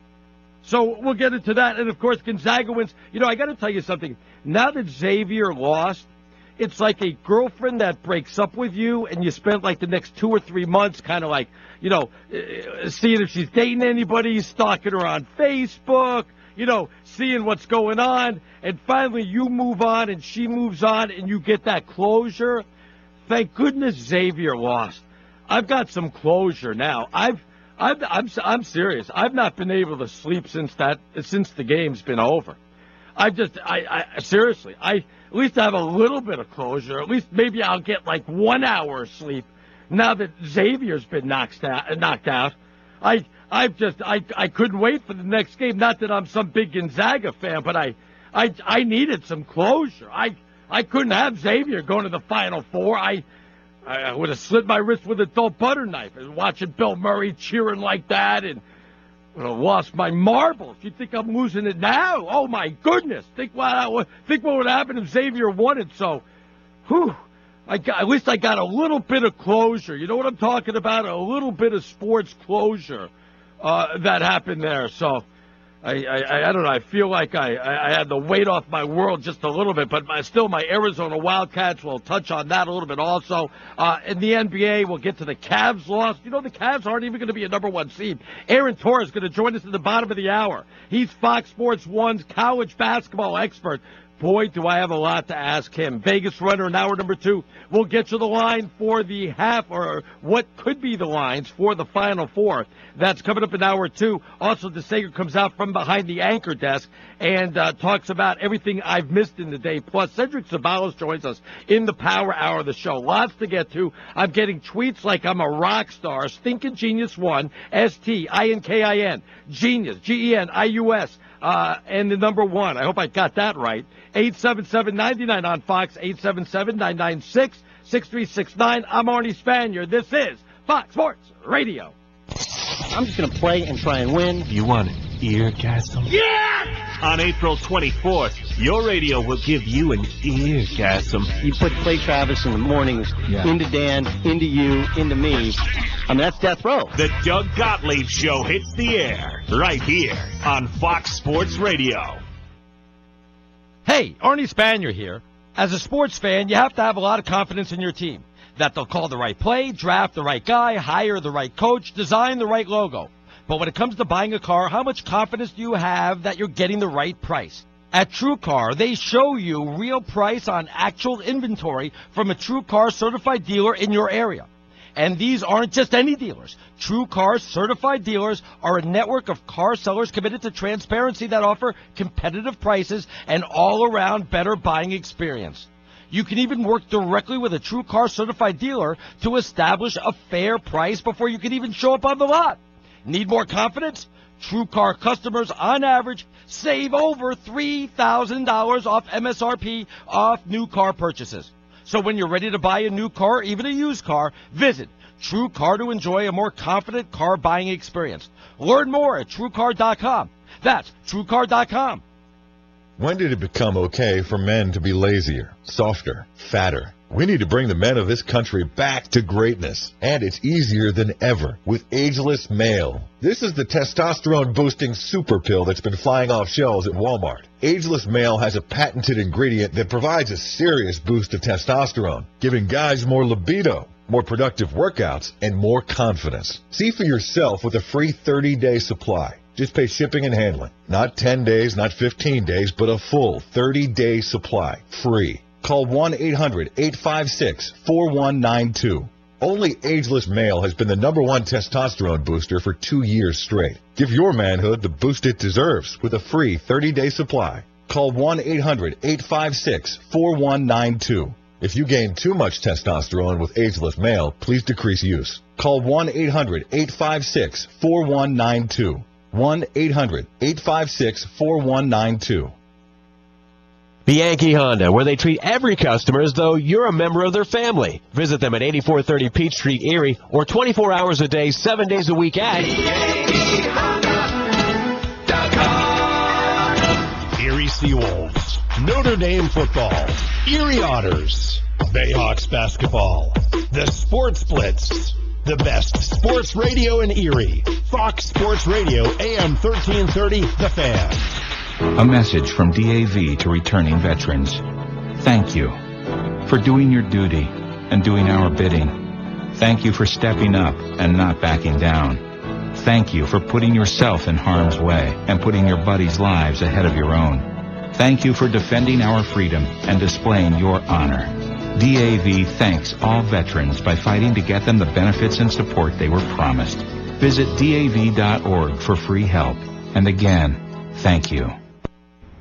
Okay, Simon, what are you wearing right now? Nothing. That's right. And what do people normally wear? Clothes. Exactly. So now Mommy's going to teach you how to dress yourself. Clothes keep us warm, they look good, and if we go out without them, the neighbors will talk. So it's important to know how to get dressed. Here's how it's done. Underwear always comes first, name tag at the back, then pants, then shirt. Get the first button in the right hole, or you have to start all over. If you're wearing a tie, it goes over, round, through, and pull tight. Tuck your shirt into your pants and zip up your fly. Socks going first, then shoes right on right, left on left. With shoelaces, just take the ends, cross them over, switch the loops. The rabbit goes down the hole, pull tight, and you're left with bunny ears. I love bunnies. Good to know. Now remember, spots don't go with stripes, socks don't go with sandals, and if you've tucked in your shirt, wear a belt. Got it?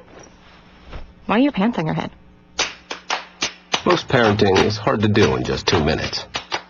But spending just 2 minutes twice a day making sure they brush their teeth is easier and could help save them from a lifetime of tooth pain. For fun 2-minute videos to watch while brushing, visit 2min2x.org. That's 2min2x.org. A message from the Partnership for Healthy Miles, Healthy Lives, and the Ag Council. This is Joey Logano, driver of NASCAR number 22 Discount Tire Car. You know something? You and I aren't all that different. I drive a car, you drive a car. My car has tires, your car has tires. I may be going just a little faster than you each weekend, but we both need to keep those tires properly inflated to stay safe. So be tire smart and do your part. Check your tire pressures once a month and before every long journey. Visit betiresmart.org. A message from the Rubber Manufacturers Association. In the small town of Elmira, New York, a boy was born into an all-American family. The odds of him achieving his dream in the fashion industry? 1 in 23 million. The odds of having a child diagnosed with autism? 1 in 68. I am Tommy Hilfiger, and my family is affected by autism. Learn more at autismspeaks.org/signs. Brought to you by Autism Speaks and the Ad Council. Search Foundation International and the Ad Council. Fox Sports Radio, AM 1330. The Fan. I'm just really sexy. It's the best sports talk on your radio. What's the poll question? No poll question tonight, but I could. And it goes down with the names you trust. Check this out. Colin Cowherd, Dan Patrick, Clay Travis, Rich Eisen, Steve Gorman, Ben Maller, Jason Smith, JT the Brick, and many, many more.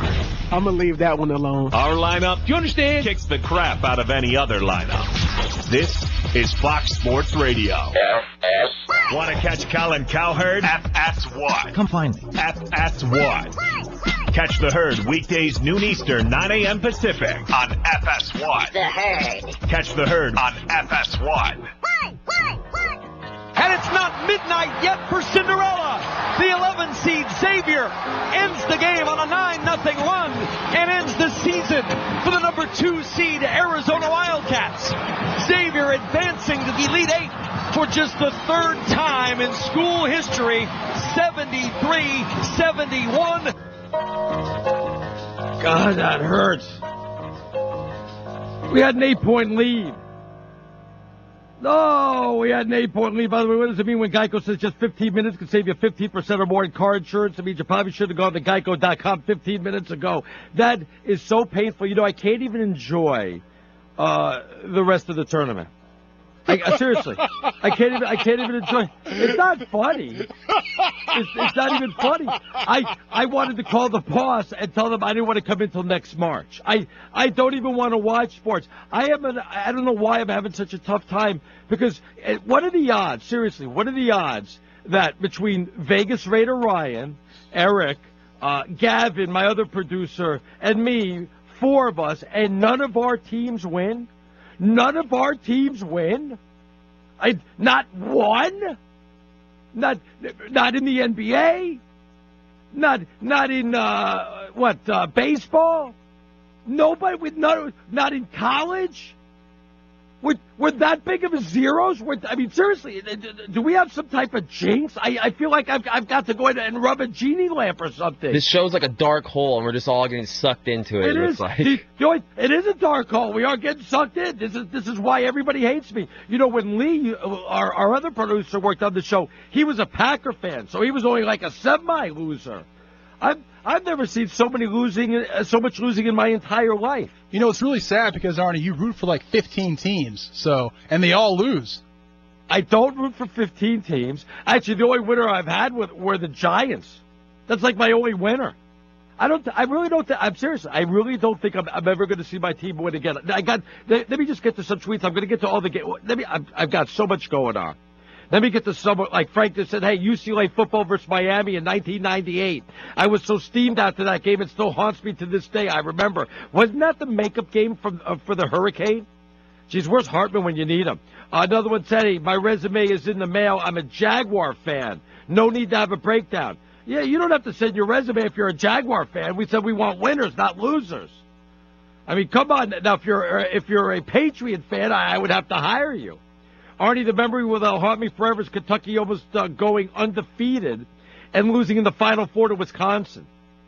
Yeah, you know what? But, I mean, look, I'm talking about something that still haunts you like 5, 10, 15 years, 10, 15 years ago.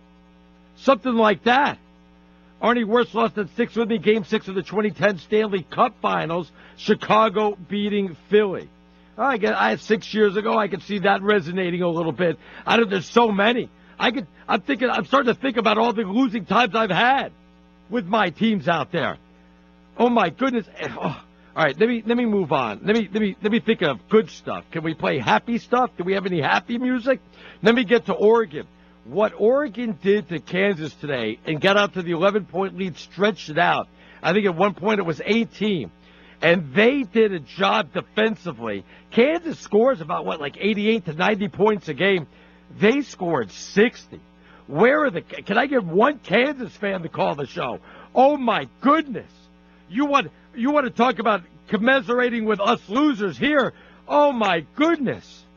Kansas just fallen by the wayside like that when you really, really should have gotten by this Oregon team. Plus, their big man, was it Boucher, who was out for the tournament, but give Oregon a lot of credit. Able to win the Pac-12. Actually, I think it was a tie with Arizona. But just gelling during the tournament. Then gelling, of course, in the NCAA tournament. And now what they did to Kansas and opened up that lead after I had an 11-point lead. I was watching that one. And they did a good job inside. Points in the paint were pretty much even.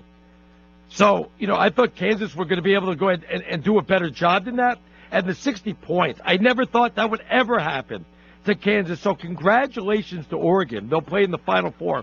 First time since 1939. And they'll play the winner of Kentucky and North Carolina, which is going to be tomorrow.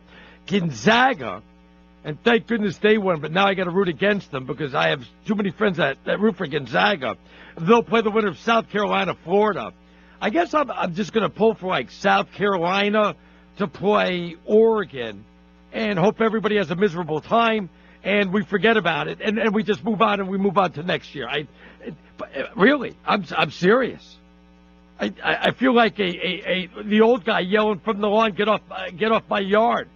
I'm starting to feel like I'm that.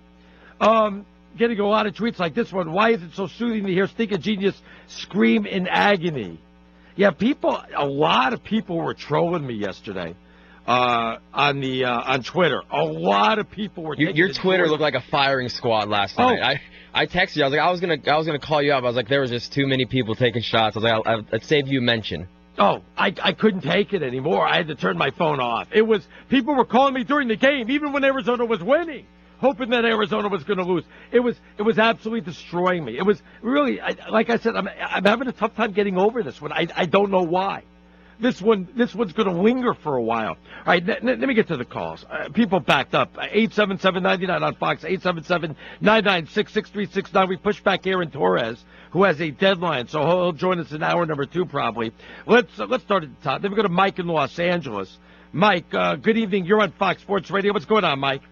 Hey, Arnie. I had to call you because, Sean Miller not wearing a shirt that you could see him sweating through. What a choke job in the last 3 minutes. But you got greats there because Bill Self did even a bigger choke, Arnie. He's been a 1 seed 6 times, has been to the Final Four 1 time. So I don't know who's a bigger choker, Bill Self or Sean Miller. And thank God that Gonzaga and Oregon stepped up for the West Coast because I'm disappointed UCLA, my team, got put in a bracket. Alfred's not much better than Sean Miller. So the question is, who's going to get to the Final Four first, Alfred or Sean Miller? What a choke job. Wow. I appreciate the call. Wow. I don't want to take any calls anymore. I think I'm done with the calls. First of all, I got to tell you something. I think you should lay off both coaches, to be honest with you. I think the criticism, not only for Bill Self, Sean Miller, and Alfred, it's getting overblown. You got to understand that even Coach Calipari has what? The 1 championship?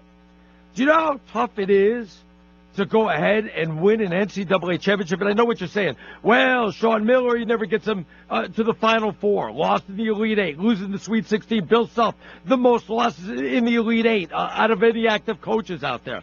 And then Steve Alfred, oh my goodness, look at the talent that he had. Blah, blah, blah, blah, blah.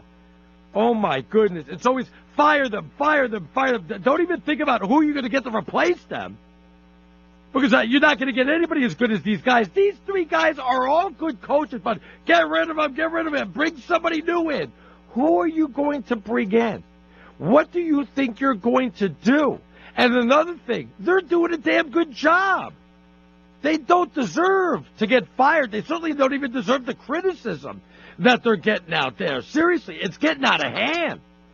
Man, it's not what you've done for me. It's like what you've done for me lately. And it's like, oh my, especially the UCLA fans, I got to tell you. I mean, look, I understand. You lost to a really good team, and you beat them the first time around. You don't think they were sitting there waiting for you the second time?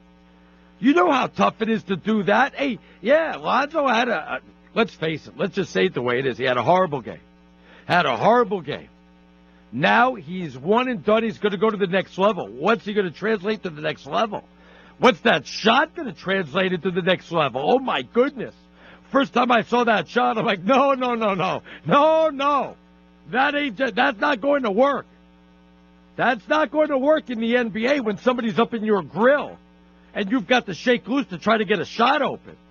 No way were you going to take that ball, put it behind your neck, or do whatever he does with it and try to follow through. I don't think that's going to translate, though. I think he's going to be a good player. I don't think he's going to average as many points as people think he is, but we'll get into that also. Lots to get to. If you want to jump in, we'll get more of your calls of 877-99 on Fox, 877-996-6369. If you want to send me more of your games that you still have not gotten over, and it's still bothering you to this day, you can tweet him at Stinkin' Genius 1, STINKIN, Genius, GENIUS, and the number 1, and I'll get to some of those also. Indiana has a new coach. We'll talk about that also when we get back. No commercials. We're back in 60 seconds. First, though, let's go ahead and check out what's trending. The Oregon Ducks are headed to the Final Four after beating top seed Kansas in the Midwest Regional Final in Kansas City, 74-60. Tyler Dorsey with 27 points from three-point range. He was 6 for 10. Dorsey had a couple of clutch threes last Sunday when they defeated Rhode Island thanks to a 7-0 run in the last 2 minutes. Number 1 seed in the West, Gonzaga, going to its first ever Final Four after ripping Xavier 83-59 in San Jose. Indiana with a new head coach, Archie Miller from Dayton. With TrueCar, you can find out what other people in your area paid for the same car you're looking for, new or used. Visit TrueCar to enjoy a more confident car buying experience. In the late NBA game at Portland, under 7 minutes to go, third quarter, Blazers leading 73-60 over Minnesota.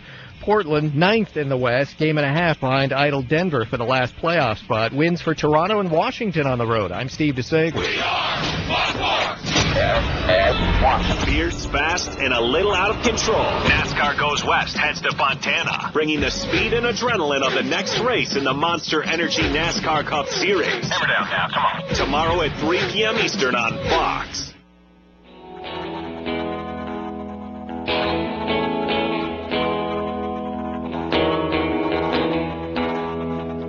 All right, we're coming to you live from the Geico Fox Sports Radio studios. It is easy to save 15% or more on car insurance with Geico. What do you got to do? Just go to geico.com or give me a call at 1-800-947-AUTO. The only hard part, figuring out which way is easier.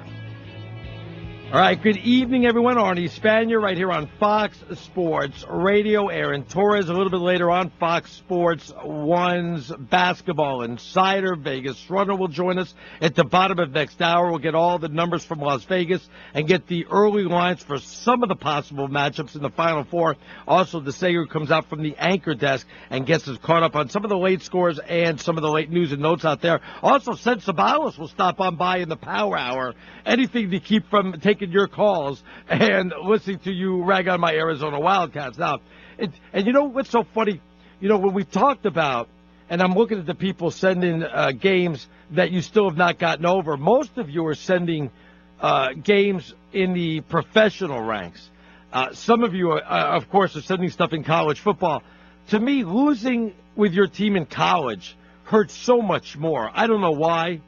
I mean, it just sticks with me for a long, long time. The losses to Wisconsin. Oh, I hate Wisconsin because of it. I just dread it. I mean, I just hold a grudge. I don't know if that's the way to watch sports. Is that what you guys do now that our teams are losers? Do you guys like root against your friends' teams or just like root against certain teams because our teams are never going to win? Is that what you do, Eric? Because I just root for good games more or less nowadays. Like, rah. Good for you. Yeah, rah. Good for that you. And like anybody playing the Patriots. Exactly. Anytime. If the Patriots lose, it's a good day. I've been the doormat for Tom Brady for way too long, so anytime they take an L, I'm happy. I got to root against all my buddies' teams. It's exhausting. It is. I got to write down everybody's teams, who they have to lose to. They got to win one game, so they get knocked out the next game. I do it every time my Arizona Wildcats get eliminated. It downright is just absolutely painful. All right, I do want to get to some calls. Why don't we even have a line open at 877-99 on Fox, 877-996-6369. Is Greg next up in Los Angeles? Greg, good evening. You're on Fox Sports Radio. What's going on, Greg? Hi. Hey, Greg. I wanted to call a comment on Lonzo Ball, but you did some of that a little bit ago. Go ahead. He's touted when he comes out with all the $1 billion shoe deal talk and all his dad and stuff. He's not gonna be that good. I mean, look what he did in the biggest game of his life, and now when he gets in the NBA, he's going to find even stiffer defense, and dad's going to be begging for time for him, and that better not be the Lakers. Wait. All right, so, slow down for a second. Let me ask you, are you going to base this kid's whole college career on one game against Kentucky? No, but you kind of get a preview of what they can do against him and to him by that game. Well, wait a minute. What about what he did the first time against Kentucky? What about what he did all season long this year as a freshman? I don't know. What happened to the biggest game of his life? So what are you going to tell me? You wouldn't draft him if you're the Lakers. You're going to pass on him, right? In the first couple picks, yes. I mean, is that guy that got 39 coming out this year? Is that Rick Fox's son? Oh, my goodness. Look at you. What one game? What you're talking about, Fox? One game, and you're judging one guy. You're ready to throw him to the scrap heap, and you're ready to pick somebody else up. You can't do that. You're not. He had 8 points. His team's first 8 points. Lonzo Ball had 10 the whole game. All right, Greg. I appreciate the call. At least you got me laughing. Oh my goodness. At least you got me laughing. Look, I don't think Lonzo's going to be averaging. Who did I hear that say? Was it Chris Broussard or Brian Doe say, he'll average 18, maybe 19 points a game? I don't think that's going to happen. I don't even know if he's going to average double digits. I think he's going to be a good NBA player, though. I think the Lakers would be lucky by getting him also. I'm just concerned about that shot. I think it's too weird. In college, you can get away with that. I don't think the defense is as tough. And as Greg said, yeah, he's going to face stiffer competition, but let's be honest. It's not like the defense is stifling is that even a word, stifling? In the NBA, all right? He'll have some open shots. Matter of fact, he'll have plenty of open shots. Matter of fact, if you listen to some of the guys on Fox Sports, if Russell Westbrook's guarding him, he'll have plenty of open shots. So, again, hopefully he'll be able to get those off. But I think he's going to be a good player. I'm not going to get all panicky. But you know what? Greg has a point. He played a bad game. He did play a bad game. And you know what? I'm not going to criticize the kid because he announced that he was going to come out. He was asked in the locker room, and he straight out said, yes, this is going to be my last game. Now, could he be said, I'm not going to answer that now. Let me go ahead and digest this loss. I'll have an announcement later on in a day or two. Probably. But you could tell he was getting a little agitated. And you know what? You can never blame a kid for honesty. You really can't. And maybe him saying that now kind of took away the bitter loss that his teammates were feeling. So, I can't criticize him for that, to be honest with you. 877-99 on Fox if you want to get him. 877-996-6369. Let me go to, is it Ron in Washington? Let's go up there. Ron, good afternoon. All right, so good evening. You're on Fox Sports Radio. What's going on, Ron? Hey, aren't you darn glad the Gonzaga team won today? Boy, they played outstanding. That's the way they've been playing all year long. I was looking forward to playing your Arizona team in the Elite Eight, but to be honest with you, I was happier to see Wichita show up. All right, let's back up. Wait. Can we back up a little bit? No, I don't think you were hoping you were going to play my Arizona Wildcats, because the second time around we would have gotten revenge, and I think you were kind of lucky to play Xavier. You boat raced them, and you know what? It's kind of easy to go ahead and be the number 1 seed when you play from that baloney conference, but congratulations, at least you're in the Final Four. Hey, there's not a lot of baloney in that conference. There's a little bit of salami here and there, but not a lot of baloney. Hey, Arnie, there's 351 teams in the NCAAs, and if life was fair, every 351 years somebody would win a title, and then they'd wait 351 more years. And these people who think that you need to win every year, it's impossible. It's so difficult to win every year. I know, and everybody's calling. You got to fire this coach. You got to fire that coach. And look, you know what losing's like. I mean, Gonzaga came up from a mid-major, and they've had a tough time getting. This is the first time they've gotten to the Final Four. It tastes so sweet, Arnie. It tastes so sweet. See, now you're rubbing it in. I'm going to root against you now, just because of that. I'm sorry. Goodbye. Appreciate the call. Now I got to root against Ron. Write that down, Eric. Root against Ron in Washington for his Gonzaga Bulldogs. See, now I got to root against everybody's team. Does somebody have to win it this year? Does somebody have to win it? Now I got to root against Ron. Rubbing it in like that. It's very painful. 877-99 on Fox, 877-996-6369. You know what? I'm kind of hoping South Carolina wins. Unless Jonas is going to declare South Carolina because he worked there. If he's going to pull that baloney, then I got to root against South Carolina also. I can't have anybody win it this year. I got to have, nobody win it this year. I got to have, hopefully it's going to be a tie. Maybe that's going to work out. You know what? Maybe I'll root for Oregon. At least maybe a Pac-12 team wins it, and I'll feel a little bit better about myself. Are we going to go to Brian in Iowa? Oh, real quick, by the way, I teased the story. I thought it was a great hire, getting Archie Miller to go to Indiana. Great move. One, I think he's a great coach. Got his Dayton team, went into Sweet 16, or actually the tournament for the last 5 years, and the Sweet 16 a couple of years. So I think he's a phenomenal coach, a good recruiter, and he's going to do a good job there. Let's go to Brian, though, who's in Iowa. Brian, good afternoon, or actually good evening. I don't even know why I keep saying good afternoon. Good evening. You're on Fox Sports Radio. What's up, Brian? Hey, I'm going back to Steve Alford, and, he was at the University of Iowa, competing, taking teams to NCAA tournament, and Iowa fans were all over his case. They didn't like him. They didn't think he was winning enough. And so the university fired him, and now they're back in worse shoes. They went through Licklider. Now they got McCaffrey, and they're playing in the NIT every year. Yeah, I was about to say, how did that work out for them after they got rid of Alfred? How did that work out? I just think it's just horrible. These fan bases, put so much pressure on the coaches. When they're universities, some of these universities are not fit to win national titles, based on location or different demographics. And so, and Iowa's one of those cases where they're more of a football school, and they're not going to win an NCAA title or go deep in the tournament every year. And so these fan bases just take advantage of that. Yeah, no, I appreciate the call. You make a good point.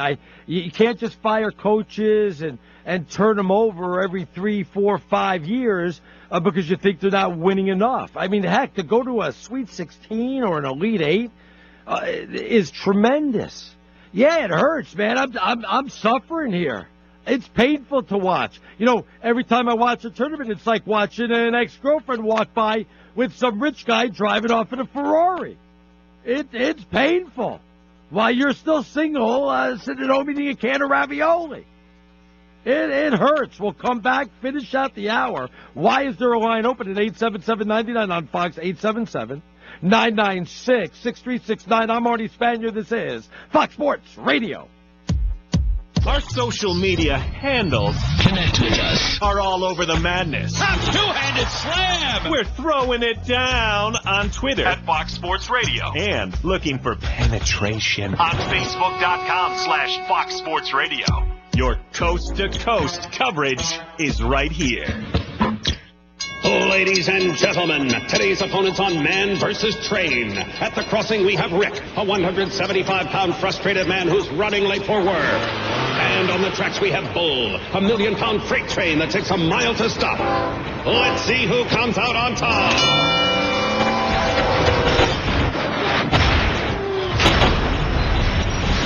You can't beat a train, so don't try. Stop. Trains can't. Brought to you by the National Highway Traffic Safety Administration. Daddy, where do babies come from? Honey? Mommy went to the store. Oh, well, you see, there's a mommy and a daddy, right? Right. And see, when they call Geico, they could save a bunch of money on car insurance. Oh, really? And that makes them happy? Yes, that makes them very happy. That's good. Yeah. Well, I'm glad we could have this talk, Sunshine. Geico, because saving 15% or more on car insurance is always a great answer. Families come in all sizes and shapes. Sometimes your friends are your family by choice. Or sometimes you're just stuck with Uncle Charles. Sometimes you've got an office family. And sometimes Team Family has got your back. But what we know is that you want to protect the people that are close to you. The flu can unravel everything.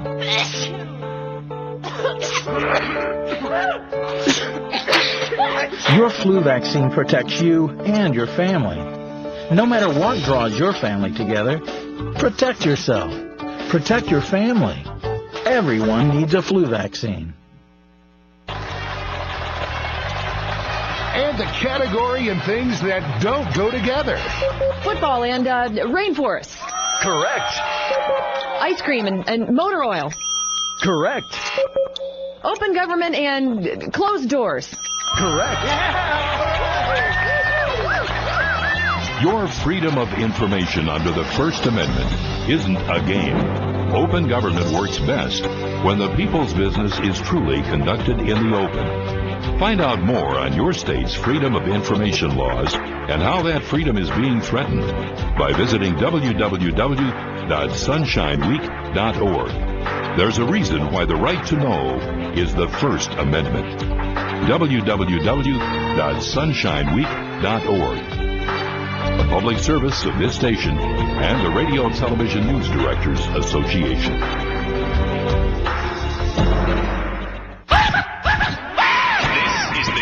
Smith Show. We do have news on Lonzo Ball. In the heated battle after a game, you get asked about your future. Can't you say, I will have an announcement on that tomorrow?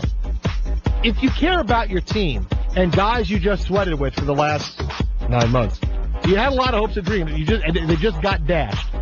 10 minutes after the game is over, yeah, that's it, my final game, I'm done. You can wait a day and say, you know what, thanks for asking, I'm going to have a press conference tomorrow. I don't have to lie to anybody, but just say, tonight is about the team. It's very difficult. I will have an announcement on that tomorrow. You don't seem like you're all out for yourself. You can have a little bit more class. And you wonder how much of a team player is Lonzo Ball. Is he really a team guy? That's going to be the thing that he gets scrutinized for going to the NBA. You're listening to Jason Smith. Don't overthink it. Weeknights at 11 p.m. Eastern, 8 p.m. Pacific on Fox Sports Radio. Have you ever lost a cat? And have you ever wanted to get your cat back after you lost it? Hi there, I'm Andrew Hoffman. I went on this website called inventnow.org. Then I decided to make an invention of my own. It's called the Lost Cat Magnet Invention. So you can get your cat back after you lost it. Just turn it on, and lost cats stick to it.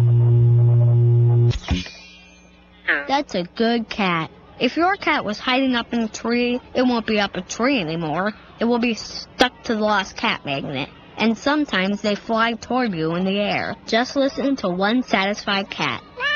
See, that's proof. You should go to the inventnow.org website too. But just remember one thing. Don't do a lost cat magnet. Anything's possible. Keep thinking. Get started on your own inventions or just play some games at inventnow.org.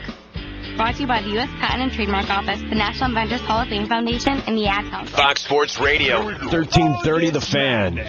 Bring the action. This right here. For three, it is good!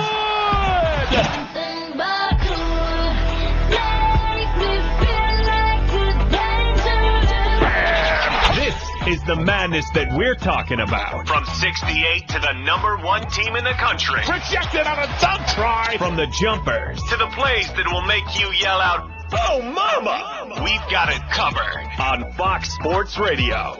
Okay. FS1. Don't laugh! This ain't reality TV! To find FS1 on your television, go to foxsports.com for details. FS1. All you can do is laugh at her. Doesn't anybody know how to pray? Arizona, take off your rainbow shades. I'm going to have a nervous breakdown. What does it mean when Geico says just 15 minutes can save you 15% or more in car insurance? It means you probably should have gone to Geico.com 15 minutes ago. Good evening, everyone. Arnie Spanier right here on Fox Sports Radio. You know, I was just telling the guys, I go, I wish I was like a women's Yukon fan. I mean, could you? You'd have all that winning and stuff like that. Eric, you said that would be like that'd be or something. The most perfect scenario as a sports fan. Just hundreds of wins before each loss. It's ridiculous. Would you? First of all, I could imagine if I was a women's Yukon fan, I could see them losing. I would jinx the team. I don't know. I wouldn't know what to do with all that winning. There might be a petition to get you to jump back off the bandwagon at that point. That's like, I don't know, when you win 110 straight games, isn't that like eating caviar every day for breakfast or something like that? You guys ever had caviar? No. Not on my list of things I would want to try either. God, I haven't had caviar either. Gosh, we're just such losers. Seriously, our teams all win and we've never had caviar. It's a rough life. Never had caviar. I hear it's supposed to be pretty good, huh?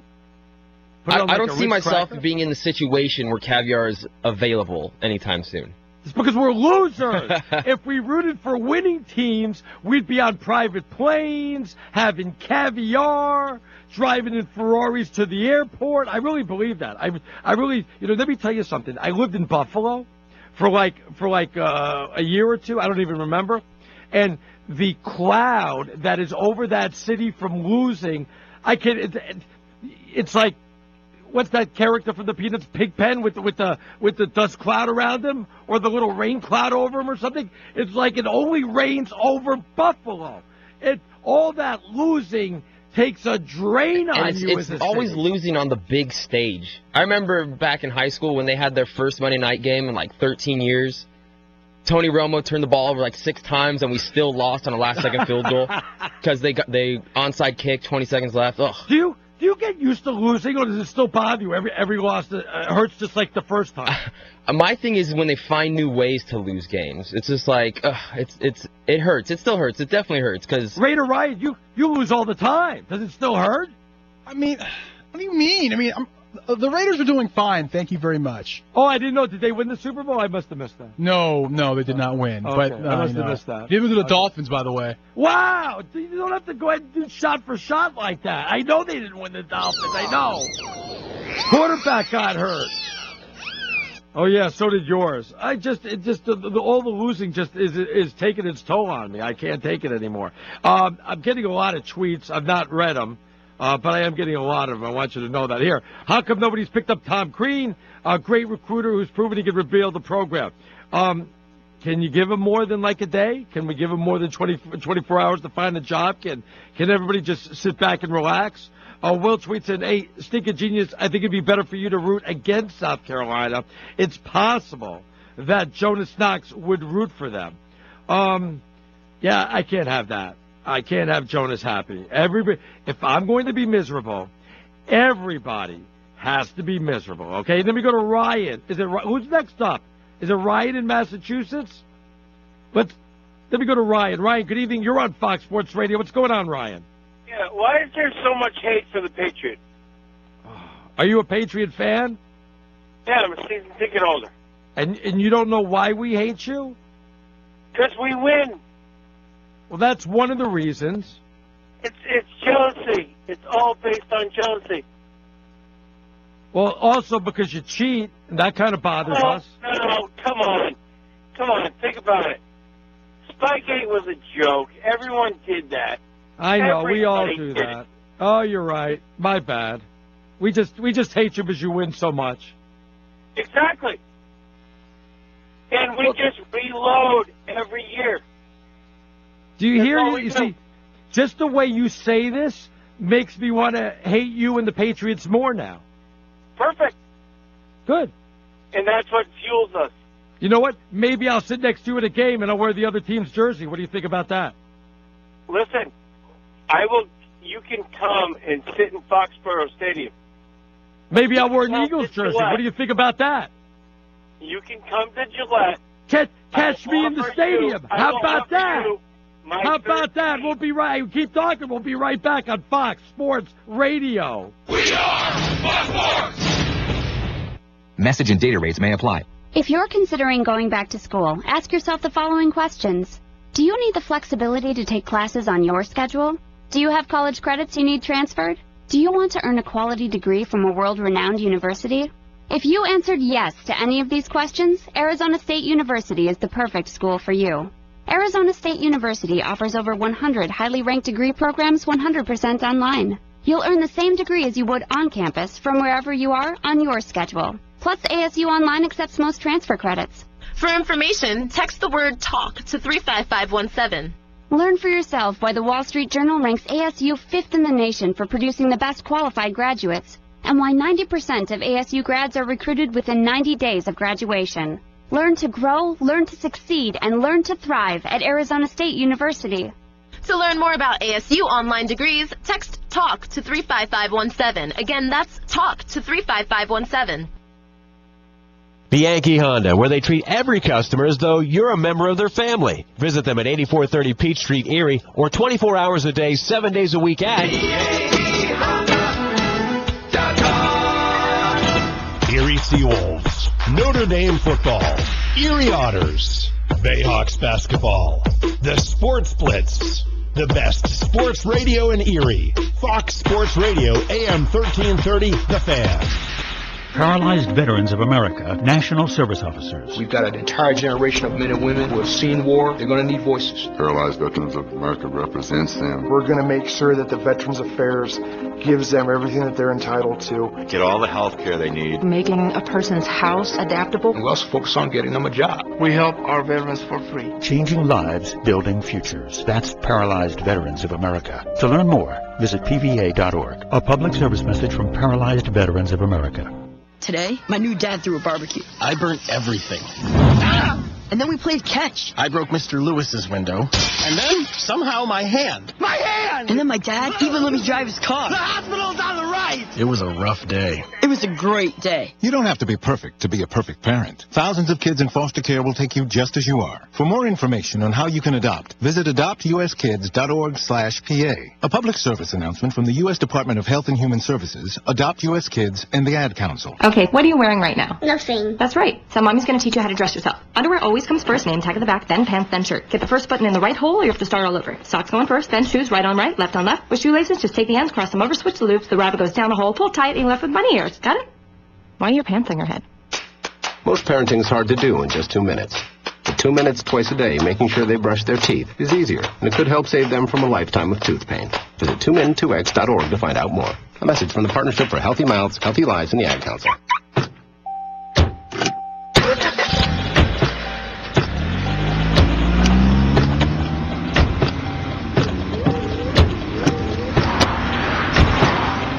Driving has a rhythm all its own. Don't wreck it with a text. Before you get behind the wheel, silence your phone. Or better yet, designate a texter. For more text-free driving tips, visit StopTextStopWrecks.org. Brought to you by the Ad Council and the National Highway Traffic Safety Administration. How was your day? What did you do in school? I'm Mike Crossie, president of the Pennsylvania State Education Association. And these two simple questions can encourage learning in your home. Showing interest and asking about the school day can help motivate your children and keep them excited about learning. So stay involved, stay curious, and ask specific questions. Student success involves the whole family. A message from the Pennsylvania State Education Association. Can prevent wildfires. Ladies and gentlemen, I think you Clay Travis. Outkick the Coverage with Clay Travis is coming right for you. The hero ball situation at in games has become atrocious in college basketball. I'm actually attributing it all to Steph Curry. I think everybody has seen Steph Curry drain these three-pointers with people draped all over him. It's become the new highlight over the dunk. And so you end up with these atrocious, contested, no chance of going in shots because Steph Curry makes bad shots look like good shots. I bet right now if you are coaching smaller level basketball, kids come down the court and just chuck up awful shots. And as a result, you end up with a possession like the end of the Michigan game, Michigan-Oregon. Why do you take a three-point shot when you're only down 1 point? It's Outkick the Coverage with Clay Travis. Weekdays 6 a.m. Eastern, 3 a.m. Pacific. Broadcasting from the Bud Light Studios in the historic Boston Store. AM 1330. Fox Sports Radio. WFNN Erie. The Fan.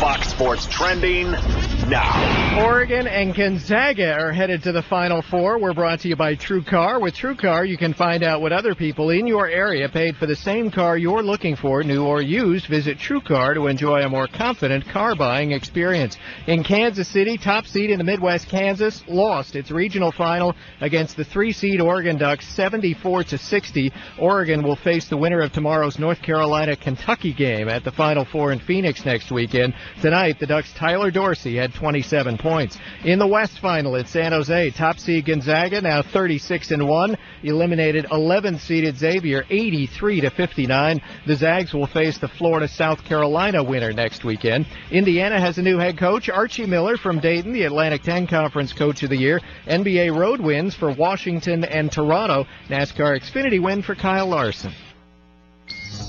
FS1. Yeah! FS1. The best station on the planet. Look at me. Don't look at anybody else. You look at me! To find FS1 on your television, go to foxsports.com for details. Look at me. This is Fox Sports Saturday. Check it. With Arnie Spanier. Arnold? This is Arnie Spanier. You want to talk about the definition of integrity? It's Arnie Spanier. Arnie, you know how we do things. Write down the number 877-99 on Fox today. By the way, he is pretty damn good. Live from the Geico Fox Sports Radio studios. Who loves you, girl? Arnie! Here's Arnie Spanier.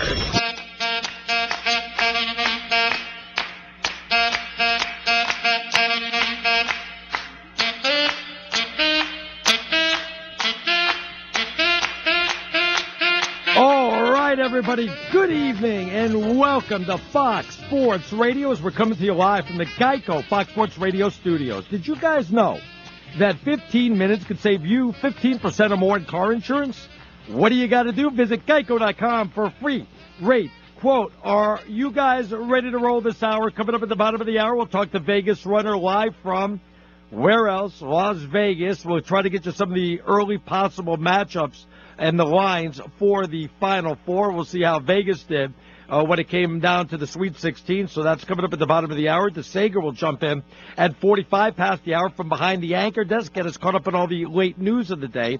We're still trying to get a hold of Aaron Torres, who covers college basketball. He's our college basketball insider on Fox Sports 1. He's got a deadline right now, so as soon as he's done, he'll pop on. Said Sabalos will stop on by in the power hour of the show. So plenty to get to. If you want to jump in, if you want to send me a tweet, Stinkin' Genius 1, STINKIN, Genius, GENIUS, and the number 1. Or you can do it the old-fashioned way. Call on in 877-99 on Fox, 877-996-6369.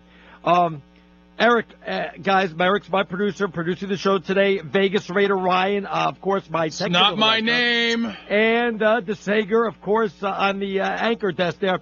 Eric, the last callers got everybody tweeting like crazy because they want to know, why do you hate the Patriots? We hate the Patriots exactly because of that last caller. You understand that, right, Eric? It's just they just rub it in your face. They're just so obnoxious with it. When you know the term sore winners, it's just, okay, dude, go be good, but just don't rub it in our face every chance you get. We get it. And then somebody called me out saying Eagles, because I said I'll wear an Eagles jersey and sit by you. I don't know why I said that. And somebody said, Eagles jersey?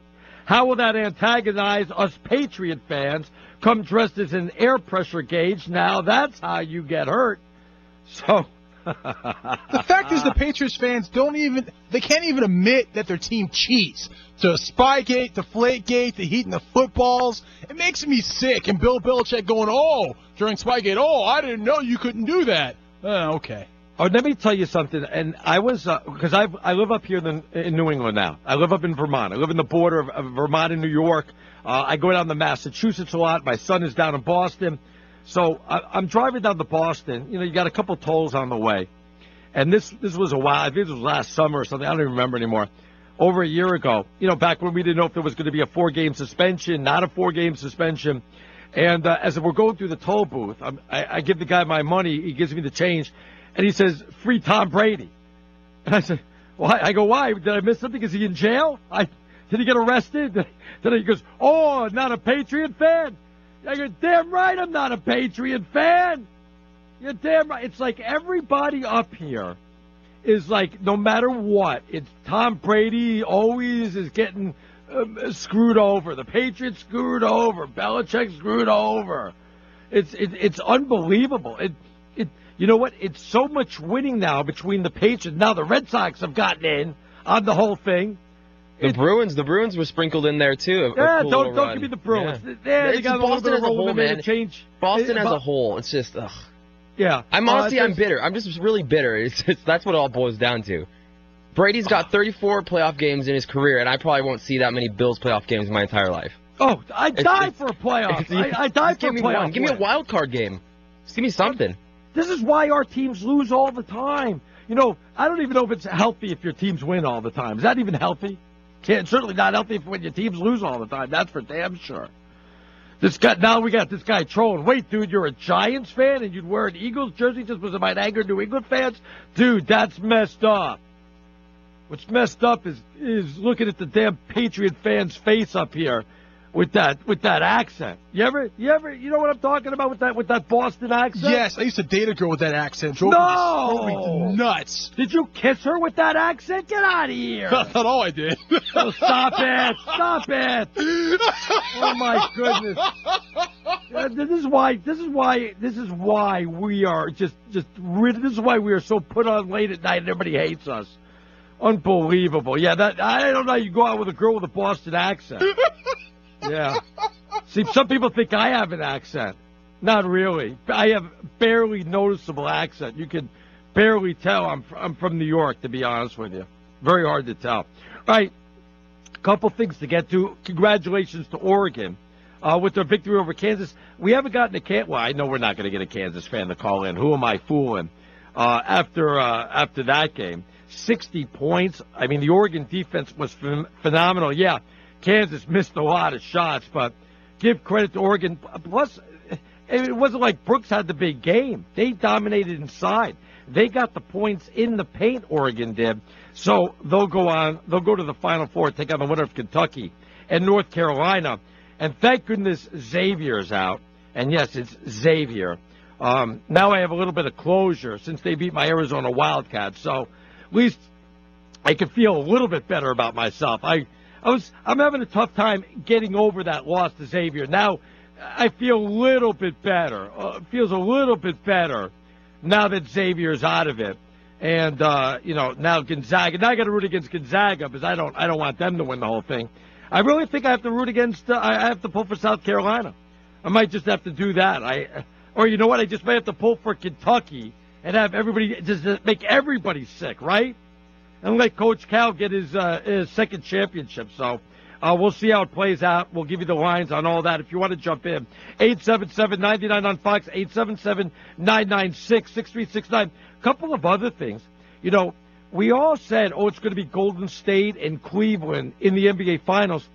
Cleveland loses again tonight, Cleveland now with a half-game lead on the number 1 seed over the Boston Celtics in the Eastern Conference, and statistically, they say the Celtics have a better chance to finish as a number 1 seed in the East, like a 55% to 45% chance to the Cavaliers. And it goes to show you how irrelevant the regular season's become, because the Cavaliers are sitting out guys before because they didn't give a damn whether they win or lose, and now it's going to cost them the number 1 seed, and I don't think they care. If I'm a Celtic fan, and of course I'm not, it's making me sick that they're having success, but if I'm a Celtic fan, I'm like, okay, let's get that number 1 seed. Their last game, the Celtics beat both the Cavaliers and the Golden State Warriors. I don't know why the Celtics are not getting more play around the NBA than they are right now, especially with a bona fide superstar like Isaiah Thomas, who could jack up 50 points on any given game.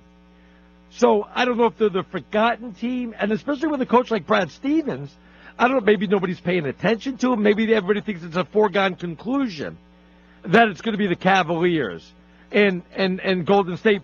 I'm here to tell you, Cavaliers are not even going to go ahead and win that conference. It is going to be the Boston Celtics. Now, in a best of 7 and a home court advantage, and coming off a victory against Cleveland, I got to give the Celtics more than a pretty damn good chance of upsetting the Cavaliers, and who knows if it's not going to be the Celtics and Golden State Warriors in the finals. And by the way, I'm not even going to put the Golden State in there automatically either. Who knows if San Antonio or Houston doesn't jump up and bite them and upset them also. 877-99 on Fox, 877-996-6369. But about all the stars being rested, and being rested in prime games on a Saturday night against major opponents, I got to tell you something. At first, I didn't want to make a big deal about it, especially when Popovich and the Spurs used to do it. Now it's gotten out of hand. Now it's gotten ridiculous. If we had our crap together, fans would protest. We'd have like one day, we'd pick out one day and have a national protest where fans wouldn't go to any NBA game whatsoever. You know, you pick a day where, like a Saturday night or a Friday night, where, you know, they have the most games there, and everybody says, don't go. Now, of course, we could never be that organized, but it would teach the NBA players and the NBA a lesson. No, it's not the NBA's fault. It's obviously what's going on with the teams. And I don't even know if it would really bother them. Would it bother LeBron James or any of the other superstars like Steph Curry or Kevin Durant if the fans didn't show up and they played in front of an empty arena for one game? Would it even bother them because they're making 80, 90, 100 million, throwing a tennis shoe deal and commercials? Next thing you know, they're 150, 200 million. Would it even bother them so they have to play one game in a half-empty arena? I don't think so. I think they would say, oh, it's terrible, it's bad for the fans, we understand. But overall, they'll go home, they'll still have all their money, they'll feel good about themselves, they'll say, okay, they got us for the one game, and they'll continue to do it. This is going to hurt the NBA. I don't know what Commissioner Silver can do about it, though. I don't know what he can do about it because you can't prove who's really hurt and who's not really hurt. I mean, we can speculate. We have a pretty good idea, but there's no way 100% to go ahead and prove something like that.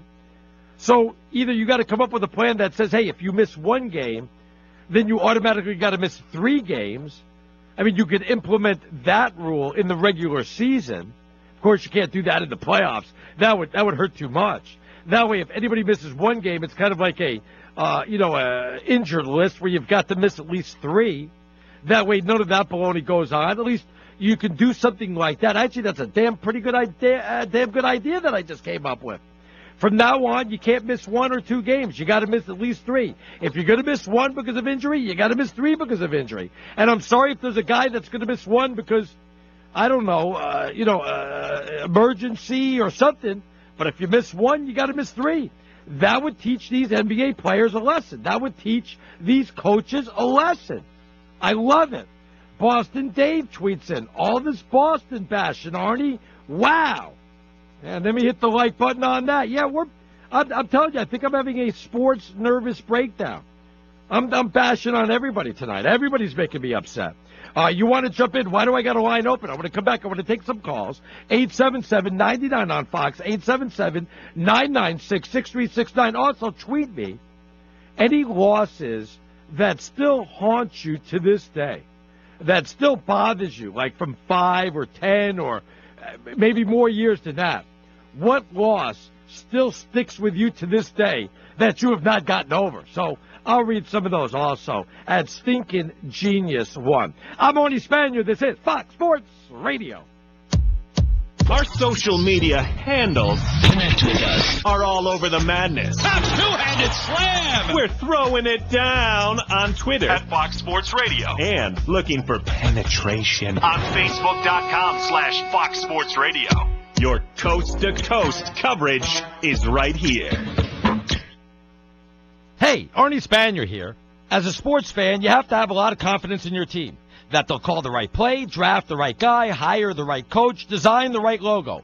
But when it comes to buying a car, how much confidence do you have that you're getting the right price? At TrueCar, they show you real price on actual inventory from a TrueCar certified dealer in your area. And these aren't just any dealers. TrueCar certified dealers are a network of car sellers committed to transparency that offer competitive prices and all-around better buying experience. You can even work directly with a TrueCar certified dealer to establish a fair price before you can even show up on the lot. Need more confidence? TrueCar customers, on average, save over $3,000 off MSRP off new car purchases. So when you're ready to buy a new car, even a used car, visit TrueCar to enjoy a more confident car buying experience. Learn more at TrueCar.com. That's TrueCar.com. Okay, keep your eyes closed. Okay. I want to show you my first ever painting. All right. Okay. Open your eyes. Oh, that's a lot of colors and shapes. So be honest. What do you think? Well, I like how if you switch to Geico, you could save hundreds of dollars on car insurance. Oh, yeah, that's true. Yeah. Here, why don't I hold your paintbrush while you call them? Geico, because saving 15% or more on car insurance is always a great answer. That's the sound you'll hear right before you try the newest seasonal from Sam Adams, Fresh as Hellas. And that's the sound of your taste buds colliding with this Hellas lager, brewed with orange blossom for a slightly citrus flavor, floral notes, and a touch of malt sweetness. Get Fresh as Hellas in stores now and take hold of the seasonal. Boston Beer Company, Boston, Mass. Drink responsibly. The Yankee Honda, where they treat every customer as though you're a member of their family. Visit them at 8430 Peach Street, Erie, or 24 hours a day, 7 days a week at Erie Seawolves, Notre Dame football, Erie Otters, Bayhawks basketball, the Sports Blitz, the best sports radio in Erie, Fox Sports Radio, AM 1330, The Fan. Today, my new dad threw a barbecue. I burnt everything. And then we played catch. I broke Mr. Lewis's window. And then, somehow, my hand. My hand! And then my dad even let me drive his car. The hospital's on the right! It was a rough day. It was a great day. You don't have to be perfect to be a perfect parent. Thousands of kids in foster care will take you just as you are. For more information on how you can adopt, visit adoptuskids.org/PA. A public service announcement from the U.S. Department of Health and Human Services, Adopt U.S. Kids, and the Ad Council. A flat tire can ruin your day, but an improper tire repair can put your family at risk. When that next pesky nail punctures your tire, remember this. Repairs are limited to the inner tread area only, never the sidewall. And punctured tires must be removed from the rim to assess and fix damage on both the inside of the tire and the outside. Learn more. Visit FeeTireSmart.org. A message from the Rubber Manufacturers Association. Welcome back to the Dog Show. Up next, we have Satchmo. Satchmo is a member of the Shelter Pet Group. That's right, a group known especially for their couch-snuggling, ball-chasing, face-licking, and, of course, companionship. Now, let's see him in action. Look how he makes eye contact with his person. That's actually known as the treat stare. How intuitive, and now he appears to be excitedly turning in circles. Ah, the happy dance so common with this group. But really, the best way to know an amazing shelter pet like Satchmo is to meet one. Visit theshelterpetproject.org today. Adopt. Brought to you by Maddie's Fund, the Humane Society of the United States, and the Ad Council. Okay, what are you wearing right now? Nothing. That's right. So Mommy's going to teach you how to dress yourself. Underwear always comes first, name tag at the back, then pants, then shirt. Get the first button in the right hole or you have to start all over. Socks going first, then shoes, right on right, left on left. With shoelaces, just take the ends, cross them over, switch the loops, the rabbit goes down the hole, pull tight, and you're left with bunny ears. Got it? Why are your pants on your head? Most parenting is hard to do in just 2 minutes. But 2 minutes twice a day making sure they brush their teeth is easier, and it could help save them from a lifetime of tooth pain. Visit 2min2x.org to find out more. A message from the Partnership for Healthy Mouths, Healthy Lives, and the Ad Council. Come on, smile. Oh, honey, he's still not smiling. Maybe he's not a smiler. Yeah, maybe he's just not a happy baby. Maybe he's just being a boy. Or maybe he's teething. Maybe it's just a phase. Maybe he has autism, and we can definitely do something to help. Maybe is all you need to find out more about autism. No big, joyful smiles by 6 months is one early sign. Learn the others at autismspeaks.org/signs. Brought to you by Autism Speaks and the Ad Council. This is Fox Sports Radio, AM 1330, The Fan. Shoots it. Got it at the horn! He goes! It is a touchdown! Ball on its way, and it is good! Let us remind you of some key moments that might go down. They should create a second trophy. The NBA MVP not named LeBron James. This is how it works in the NFL. The salaries for quarterbacks are just going to go up. When the moments hit, we're here to capture them for you. This is Fox Sports Radio. 3, 2, 1. You may need some time away, but never from Colin Cowherd. The Herd. Weekdays, noon Eastern, 9 a.m. Pacific on FS1. The Herd. Catch The Herd on FS1.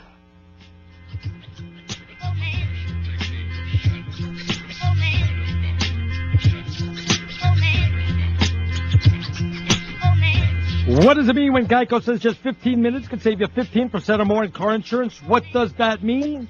It means you probably should have gone to geico.com 15 minutes ago. Lee tweets in, Kentucky Duke 1992, Leitner's last second win when he should have been kicked out of the game and not had the chance. Yeah, that would destroy me too. That would destroy me. Let's go out to the Geico Fox Sports Celebrity Hotline. Joining us now, you check him out on Fox Sports 1, also on Colin Cowherd's show as he breaks down college basketball. He's our college basketball insider. It's Aaron Torres. How you doing, Aaron?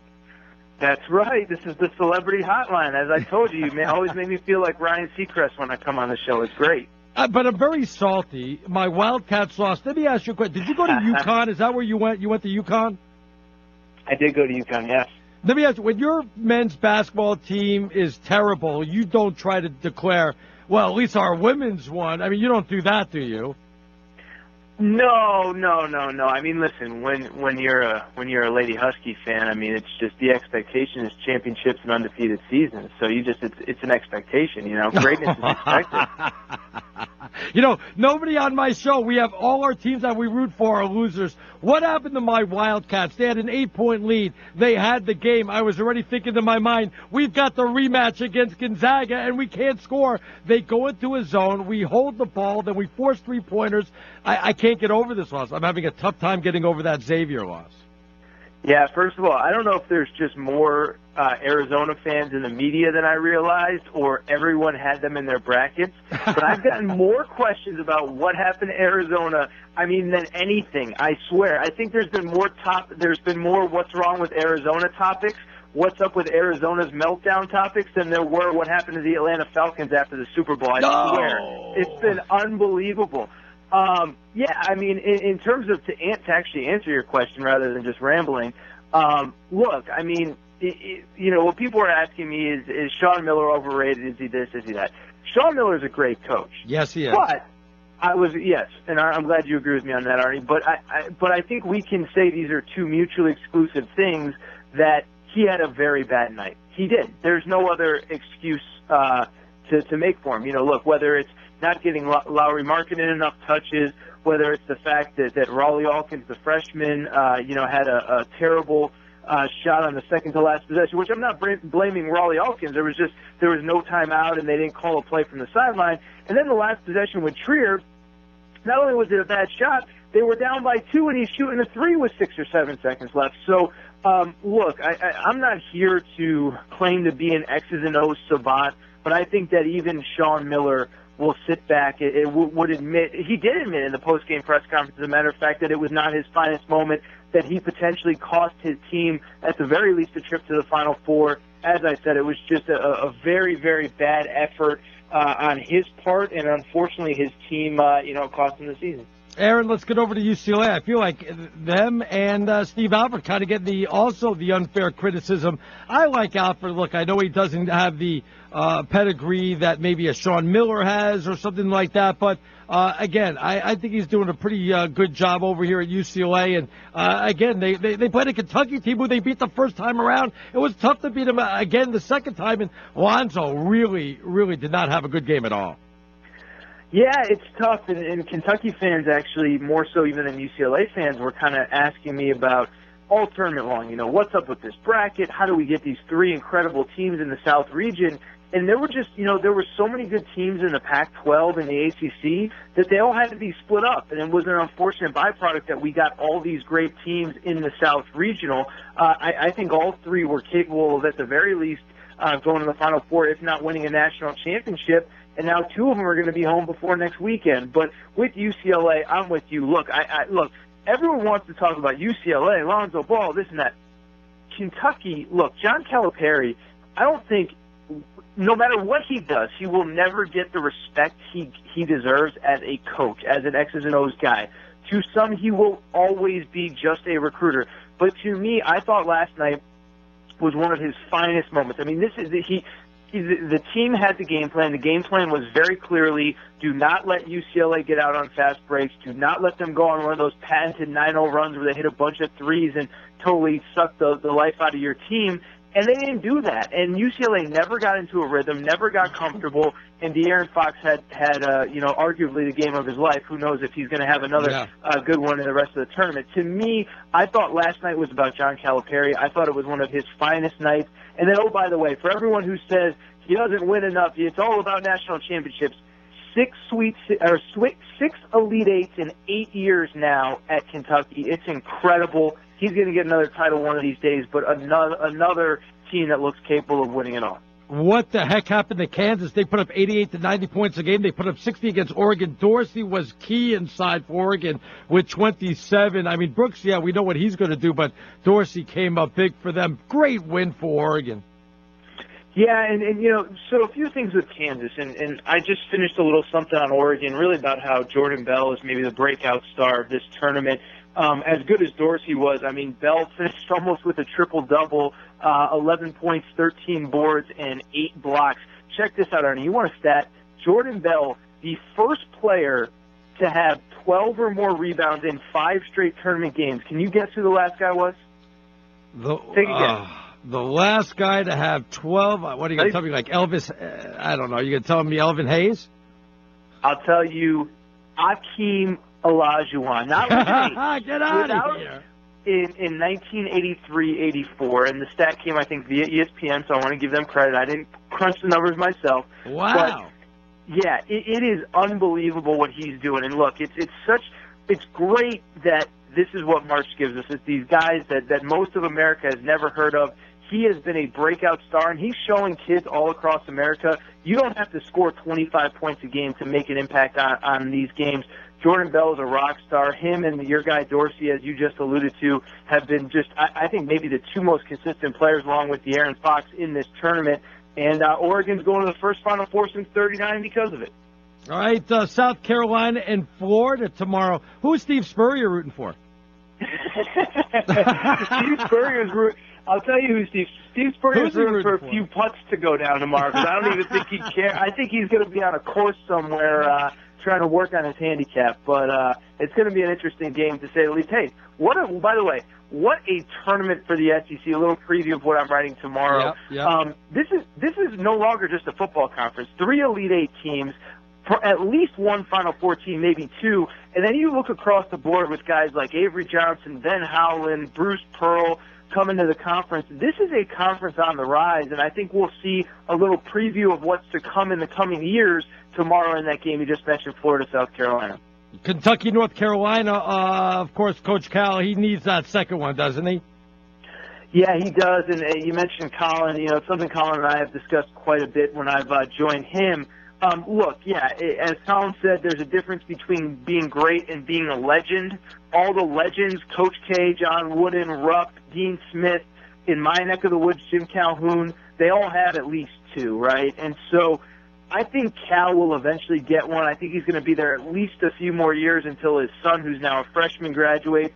But if the Calipari era ends with one national championship, one, not only is he not kind of one of those iconic Mount Rushmore type figures, but I think the Kentucky fan base might look at this era as a little bit of a disappointment. Ooh. I don't know if it'll come this year, but I'll tell you what, one, the matchups are working out nicely for them, but two, this has just been a fun team. Last night was a pleasant surprise. I'm curious to see what they can do tomorrow against North Carolina. Please tell me Gonzaga's not going to win this whole thing. Please tell me that's not going to happen. You're just mad that the Wildcats didn't get there to face them today. I think exactly. I am salty. I'm not kidding. I'm not even going to lie. Of course, I'm salty. I'm not going to get over that loss to Xavier. It's going to take me a long, long time. Have you ever had a loss that you haven't got over yet, or what? UConn, George Mason, 06. It's, I always say I was at UConn the only 4 years, and I'm not even joking when I say this, since like the mid-'90s that the men's team didn't make a Final Four. 06 was my best shot. And George Mason did George Mason things. The next year, all those guys were gone. And then I left, and a year later they made the Final Four with Hashim Thabit and A.J. Price. So yeah, I do have one of those games. George Mason still makes my skin crawl just hearing the name of that. I know. You see, I got to root against teams now. I got to root against everybody else's teams. That's the way I'm wired like that. So are you rooting for Oregon, or or can you not even root for Oregon because you know Arizona's better than them? They just beat them a week ago. Exactly. So I think I have to root for South Carolina. So I have to have no affiliation. I don't know anybody with any affiliation, or I'm going to just have to root for Kentucky and just hope everybody's miserable because Kentucky won it. Just be like that. Can I just say, the world will be a better place if Frank Martin goes to the Final Four next week. He's just so grumpy and angry. And the only thing that melts his heart is a little kid asking questions at a press conference, and even then he doesn't want to smile, but he has to because, I think Frank Martin. You saw the video I'm talking about, Arnie, right? Yeah. Yeah, it was like the Grinch Who Stole Christmas. Frank Martin's heart grew 3 sizes that day after that question. Let me tell you, whatever. So people say, oh, I don't root for teams in this business. I'm just going to say it. How can you not root for Frank Martin? Angry, grumpy, curmudgeonly. I'm terrified I'll run into him in a dark alley in Phoenix next weekend, but I still hope he makes it there. I think Huggins and Frank Martin should be on the same podium. That'd be terrifying. By the way, I think I could be wrong on this, but weren't they on the same staff? Because remember, Huggins was at Kansas State for a year, and then he left. If I was a kid, I'd be terrified. I'd be terrified if that was it. I love it. Imagine being a player on one of those teams. Aaron, good job, my friend. Enjoy the games tomorrow, and I'm still sticking with Arizona to win the whole thing. So, are you? I don't already give looking up. ahead to the 2018 tournament? You already got the scouting report down on that? No, I'm picking them to win this tournament. I don't give up on my team, even if. By the way, Frank Martin, an assistant at Kansas State 06-07, an assistant to Bob Huggins. They were on the same staff together. There may be no players that survived that year to tell us about that, but they were on the same staff together. That's terrifying. Aaron, good job, buddy. Always appreciate it. Take care. Aaron Torres, everybody. Of course, you can check him out on Fox Sports 1. On with Colin Cowherd. You can tweet him at Aaron_Torres. That's Aaron_Torres. When we get back, we go live to Las Vegas. What are the early lines on the possible early matchups for the Final Four? Vegas Runner's going to tell us. No commercials. We're back in 60 seconds. First, though, let's go ahead and check out what's trending. Oregon and Gonzaga are each headed to the Final Four next weekend in Phoenix. Oregon won the Midwest Regional Final in Kansas City against top seed Kansas, 74-60. Tyler Dorsey, 27 points. The West Final in San Jose went to top seed Gonzaga, ripping Xavier 83-59. Indiana Hoosiers' new head coach, Archie Miller from Dayton. What does it mean when Geico says just 15 minutes could save you 15% or more on car insurance? It means you probably should have gone to geico.com 15 minutes ago. NBA road wins for Washington and Toronto, which has won 5 straight. The late game to Portland. In the NHL, 12 games. The winners included Boston and Montreal. Calgary got an overtime victory. Nashville 7-2 over San Jose, which has lost 6 games in a row. Florida got a 7-0 win over Chicago. The Bengals released linebacker Ray Maualuga. Kyle Larson won NASCAR's Xfinity race. Joey Logano finished second. I'm Steve DeSager. We are I feel like getting freaky. You thinking about getting freaky? You might as well get freaky in the Herd. Awesome! Weekdays noon Eastern, 9 a.m. Pacific on FS1. The Herd. Catch the Herd on FS1.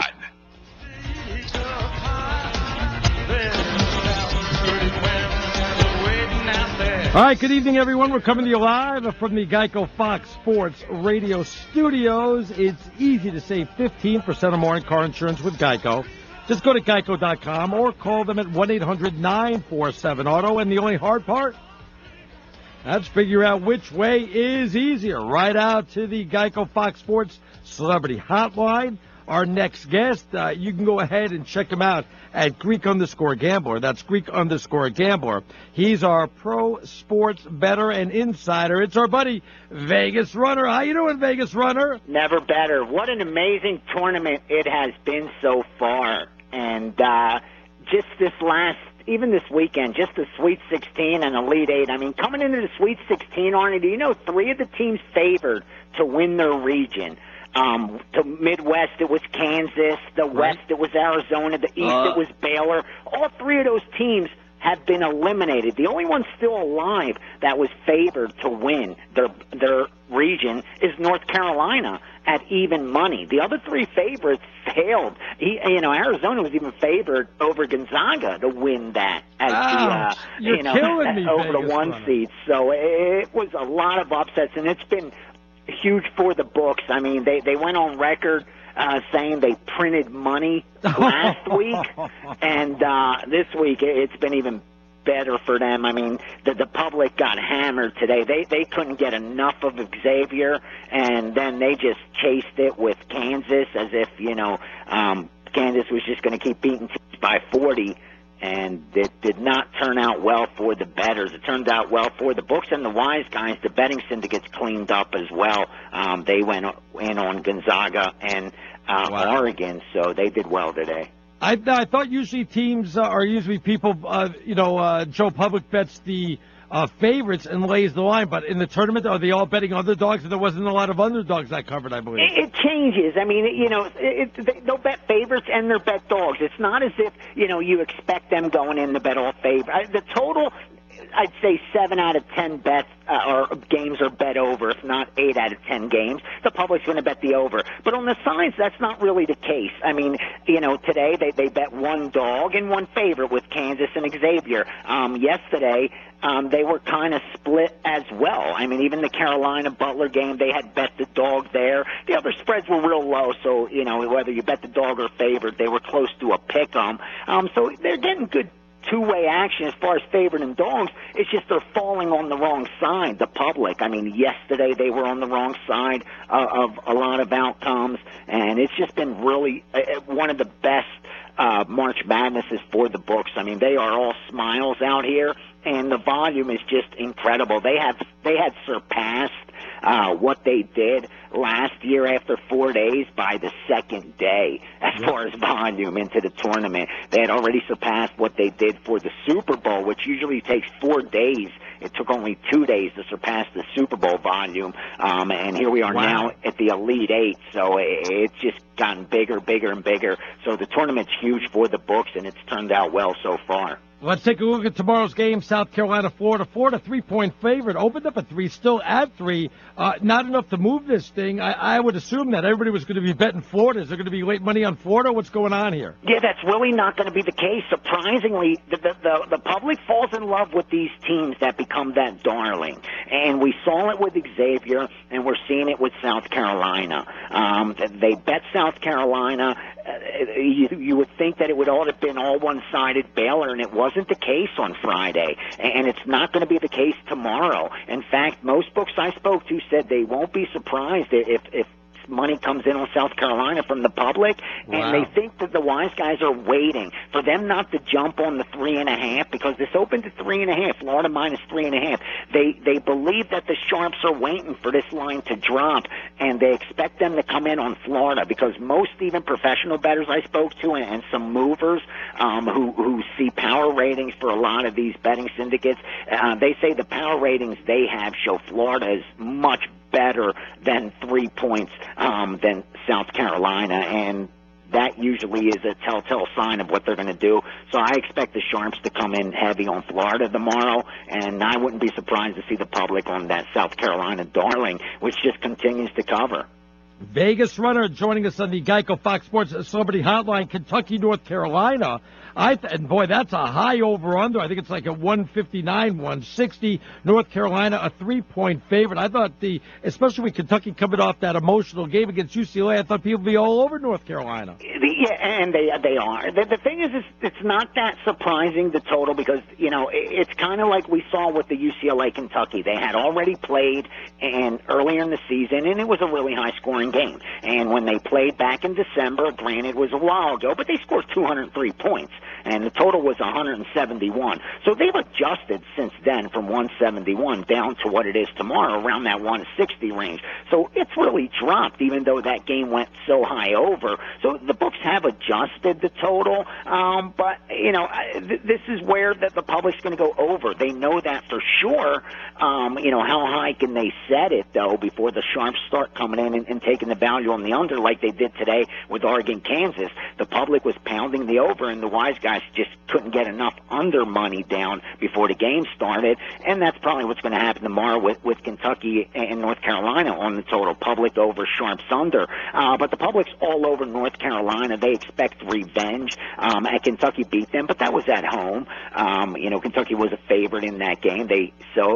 Speaking of books, they expect to need the Kentucky side. Carolina will get money. They always get money. I don't think that's going to change tomorrow. Wise guys haven't spoken yet, so it'll be interesting to see if they're waiting for this line to get to 3 for them to take Kentucky. Doubt they're going to be on North Carolina. Probably would have jumped on it right out of the gate. Gonzaga will be a favorite over both Florida or South Carolina, depending on who wins tomorrow, right? Well, here's how it's already. We've had some look-ahead lines, wow. And the way it sets up is like this. Kentucky would be a 3-point favorite against Oregon, and Carolina would be a 4.5-point favorite against Oregon. So they're saying Carolina's about 1.5, 2 points better than Kentucky. Okay. On the other side, it would be Gonzaga would be a 4-point favorite over Florida. Gonzaga would be a 7-point favorite over South Carolina. Yeah, I figured about 7 on South Carolina. So heavy favorites, both Carolina and Gonzaga. And I think if Kentucky beats Carolina, then they will be the favorite. It'll be the winner of Carolina-Kentucky will be favored to cut down the nets. They'll be the favorite. Once the final 4 teams are set and we see the odds to win it all, I think it'll be the winner of that Kentucky-North Carolina game, obviously followed by Gonzaga, since they'll be playing the winner of South Carolina-Florida. All right, you can reach Vegas runner Greek_Gambler. That is Greek_Gambler. Any late baseball, World Series odds bets or what? No, it's right now. This is that slow time. Once the Final Four ends, then you're going to get the baseball frenzy, Arnie. If you remember, like 2 weeks ago, we talked about a couple, Major League Baseball futures and a couple season win totals because they had first come out, and it was kind of we were getting into the conference tournaments barely. But now with the heat of March Madness, you're not seeing nothing really transpiring in baseball as far as moves in the season win totals or even the futures market. You're going to see that again right when the March Madness is over and before the the first day of, the first pitch goes off to start the season. Vegas Runner, always a pleasure, my friend. Have a good weekend. Have a good tomorrow. We'll see how it turns out. We'll speak to you next week. Thanks for having me, Arnie. Enjoy the games. Take care. Vegas Runner, Greek_Gambler. That's Greek_Gambler. We come back. DeSager comes out from behind the anchor desk. What are the late stories going on? DeSager will tell you right here on Fox Sports Radio. I'm just going to play and try and win. You want eargasm? Yeah! On April 24th, your radio will give you an eargasm. You put Clay Travis in the mornings, into Dan, into you, into me. I mean, that's death row. The Doug Gottlieb Show hits the air right here on Fox Sports Radio.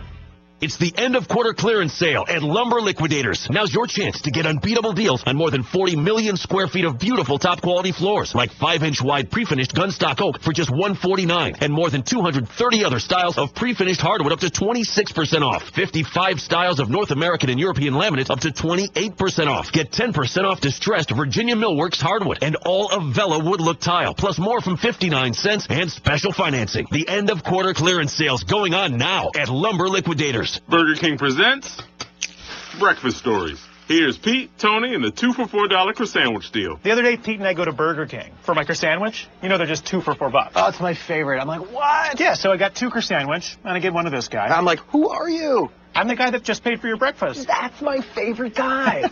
You guys. The croissant deal is 2 for $4. Now made with 100% butter for a soft and flaky croissant. Get 2 croissant sandwiches now for $4 only at Burger King. Price and participation vary. I never get the flu. My kids don't need more shots. I don't have time. We're all healthy. My asthma's under control. But I'm pregnant. I've had the flu before. It's not a big deal. My kids are too old for flu. The media is exaggerating. I can fight it naturally. My diabetes, it's under control. No matter how you build your excuses, the flu can blow your house down. I can't believe I used up all my sick time. I missed a week of school during finals. Now my baby has it because of me. The hospital?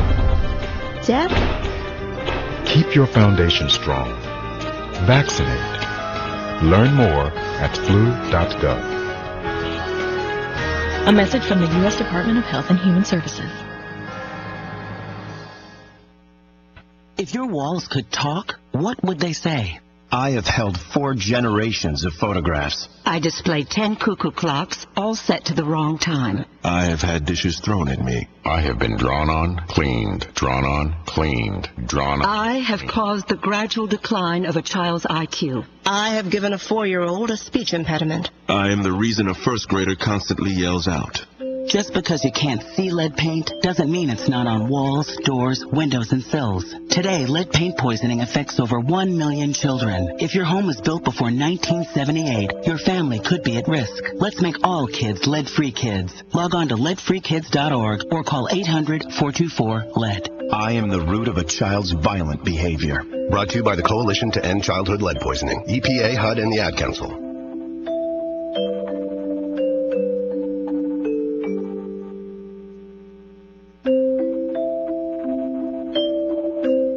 Ladies and gentlemen, I think you Clay Travis. Outkick the coverage with Clay Travis is coming right for you. The hero ball situation at end games has become atrocious in college basketball. I'm actually attributing it all to Steph Curry. I think everybody has seen Steph Curry drain these three-pointers with people draped all over him. It's become the new highlight over the dunk. And so you end up with these atrocious, contested, no chance of going in shots because Steph Curry makes bad shots look like good shots. I bet right now if you are coaching smaller level basketball, kids come down the court and just chuck up awful shots. And as a result, you end up with a possession like the end of the Michigan game, Michigan-Oregon. Why do you take a three-point shot when you're only down 1 point? It's Outkick the coverage with Clay Travis. Weekdays 6 a.m. Eastern, 3 a.m. Pacific on Fox Sports Radio. Sharing has never meant as much as it does now. We share the things we love most in life for the world to see. But what if we could actually do more with our sharing than just collect likes? What if this sharing could be used to make a difference? Now there's a place where we can put all that sharing to good use. The National MS Society is asking people to make a difference and share what they love with someone else who loves it too. Whether it's surfing, dancing, or whatever is important to you, we've created a place that'll help you get your experience out to the world. If you have a story, share it. If you have a solution, share that too.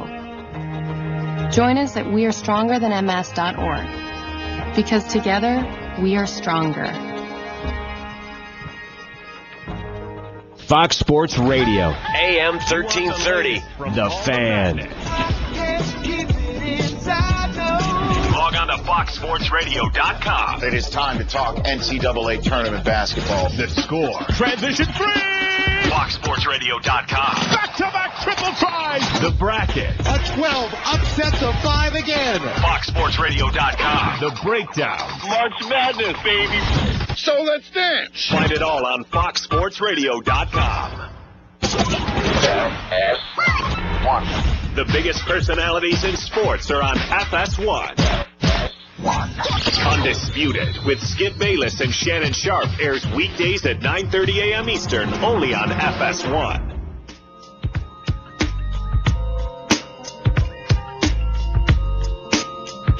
What does it mean when Geico says just 15 minutes could save you 15% or more in car insurance? What does it mean?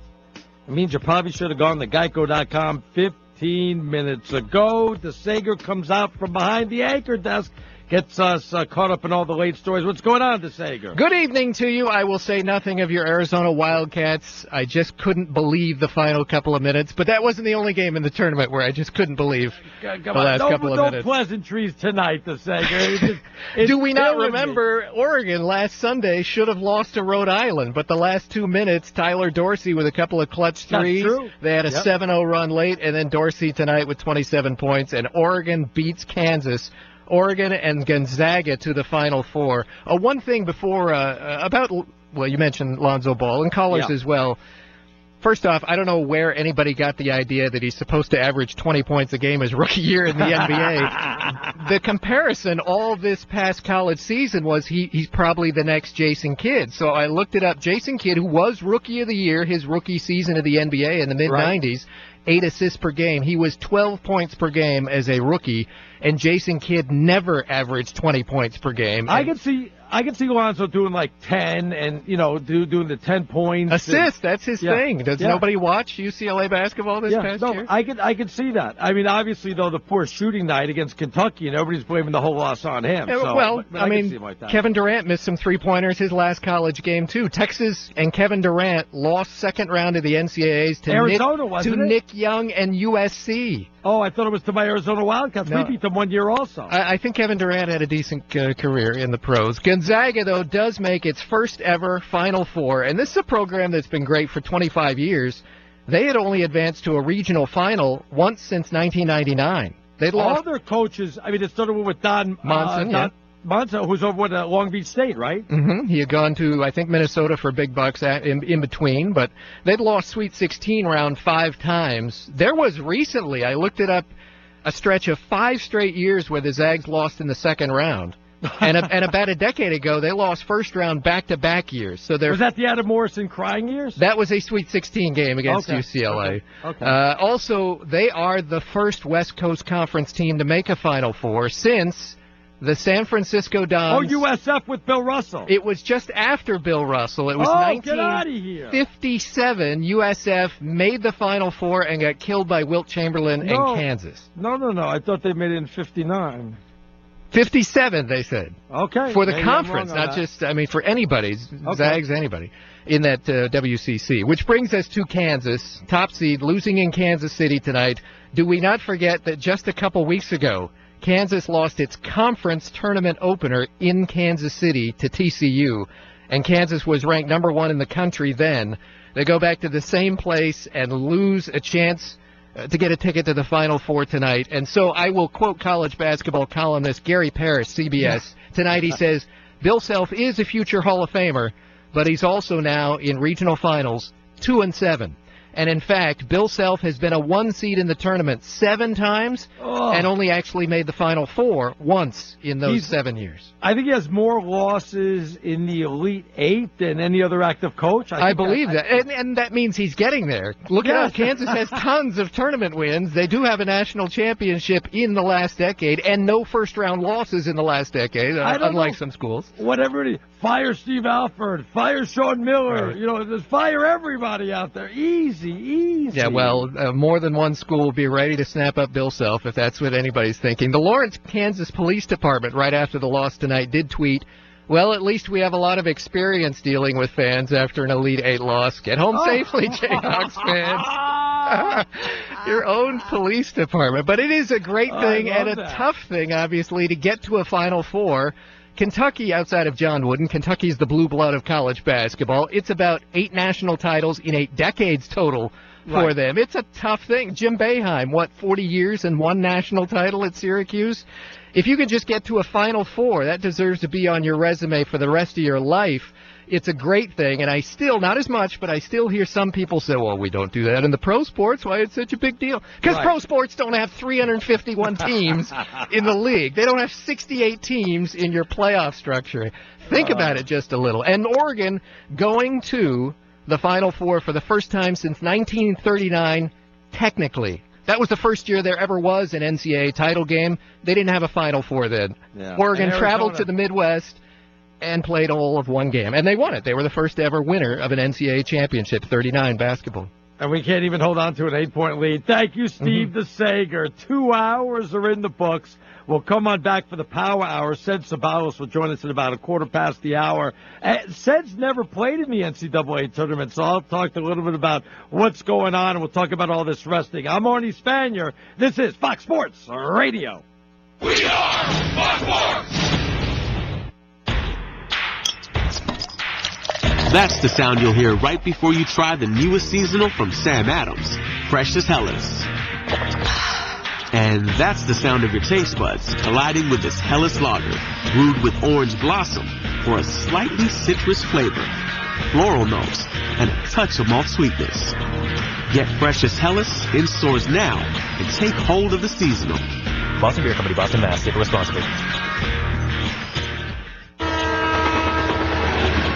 If you think trains will stop if they see a car on the tracks,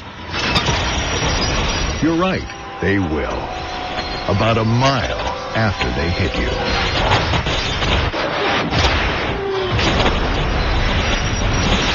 In 2015 alone, 230 people were killed at railroad crossings. Don't become the next fatality. Stop. Trains can't. Brought to you by the National Highway Traffic Safety Administration.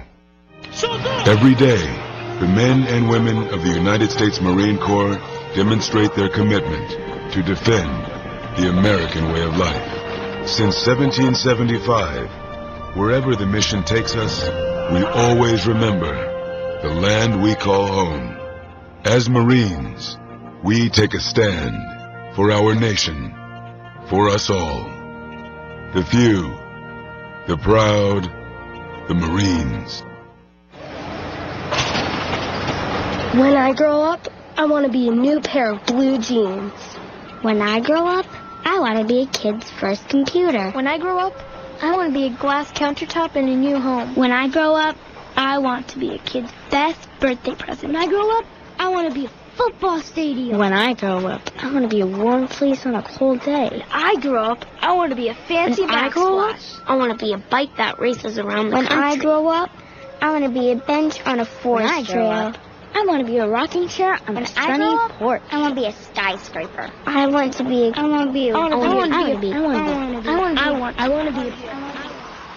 When I grow up, I don't want to be a piece of garbage. And if you recycle me, I won't be. Give your garbage another life. Recycle. Learn how at iwanttoberecycled.org. A public service advertisement brought to you by Keep America Beautiful and the Ad Council. For those with mental or substance use disorders, what does recovery look like? It's a transformation. It's a supporting hand. It's new beginnings. When does recovery start? It starts when you ask for help and support. Join the Voices for Recovery. Speak up. Reach out. For confidential information on mental and substance use disorders, including prevention and treatment referral, call 1-800-662-HELP. Brought to you by the U.S. Department of Health and Human Services. If you own a gun, you have a full-time responsibility. When you aren't using it, be sure it can't get into the hands of curious children, troubled teenagers, a thief, or anyone else who might misuse it. Your family, friends, and neighbors are all counting on you. Remember, always, lock it up. For more information on firearms storage safety, visit ncpc.org. This message brought to you by the National Crime Prevention Council, the Bureau of Justice Assistance, and the Ad Council. How was your day? What did you do in school? I'm Mike Crusty, president of the Pennsylvania State Education Association. And these two simple questions can encourage learning in your home. Showing interest and asking about the school day can help motivate your children and keep them excited about learning. So stay involved, stay curious, and ask specific questions. Student success involves the whole family. A message from the Pennsylvania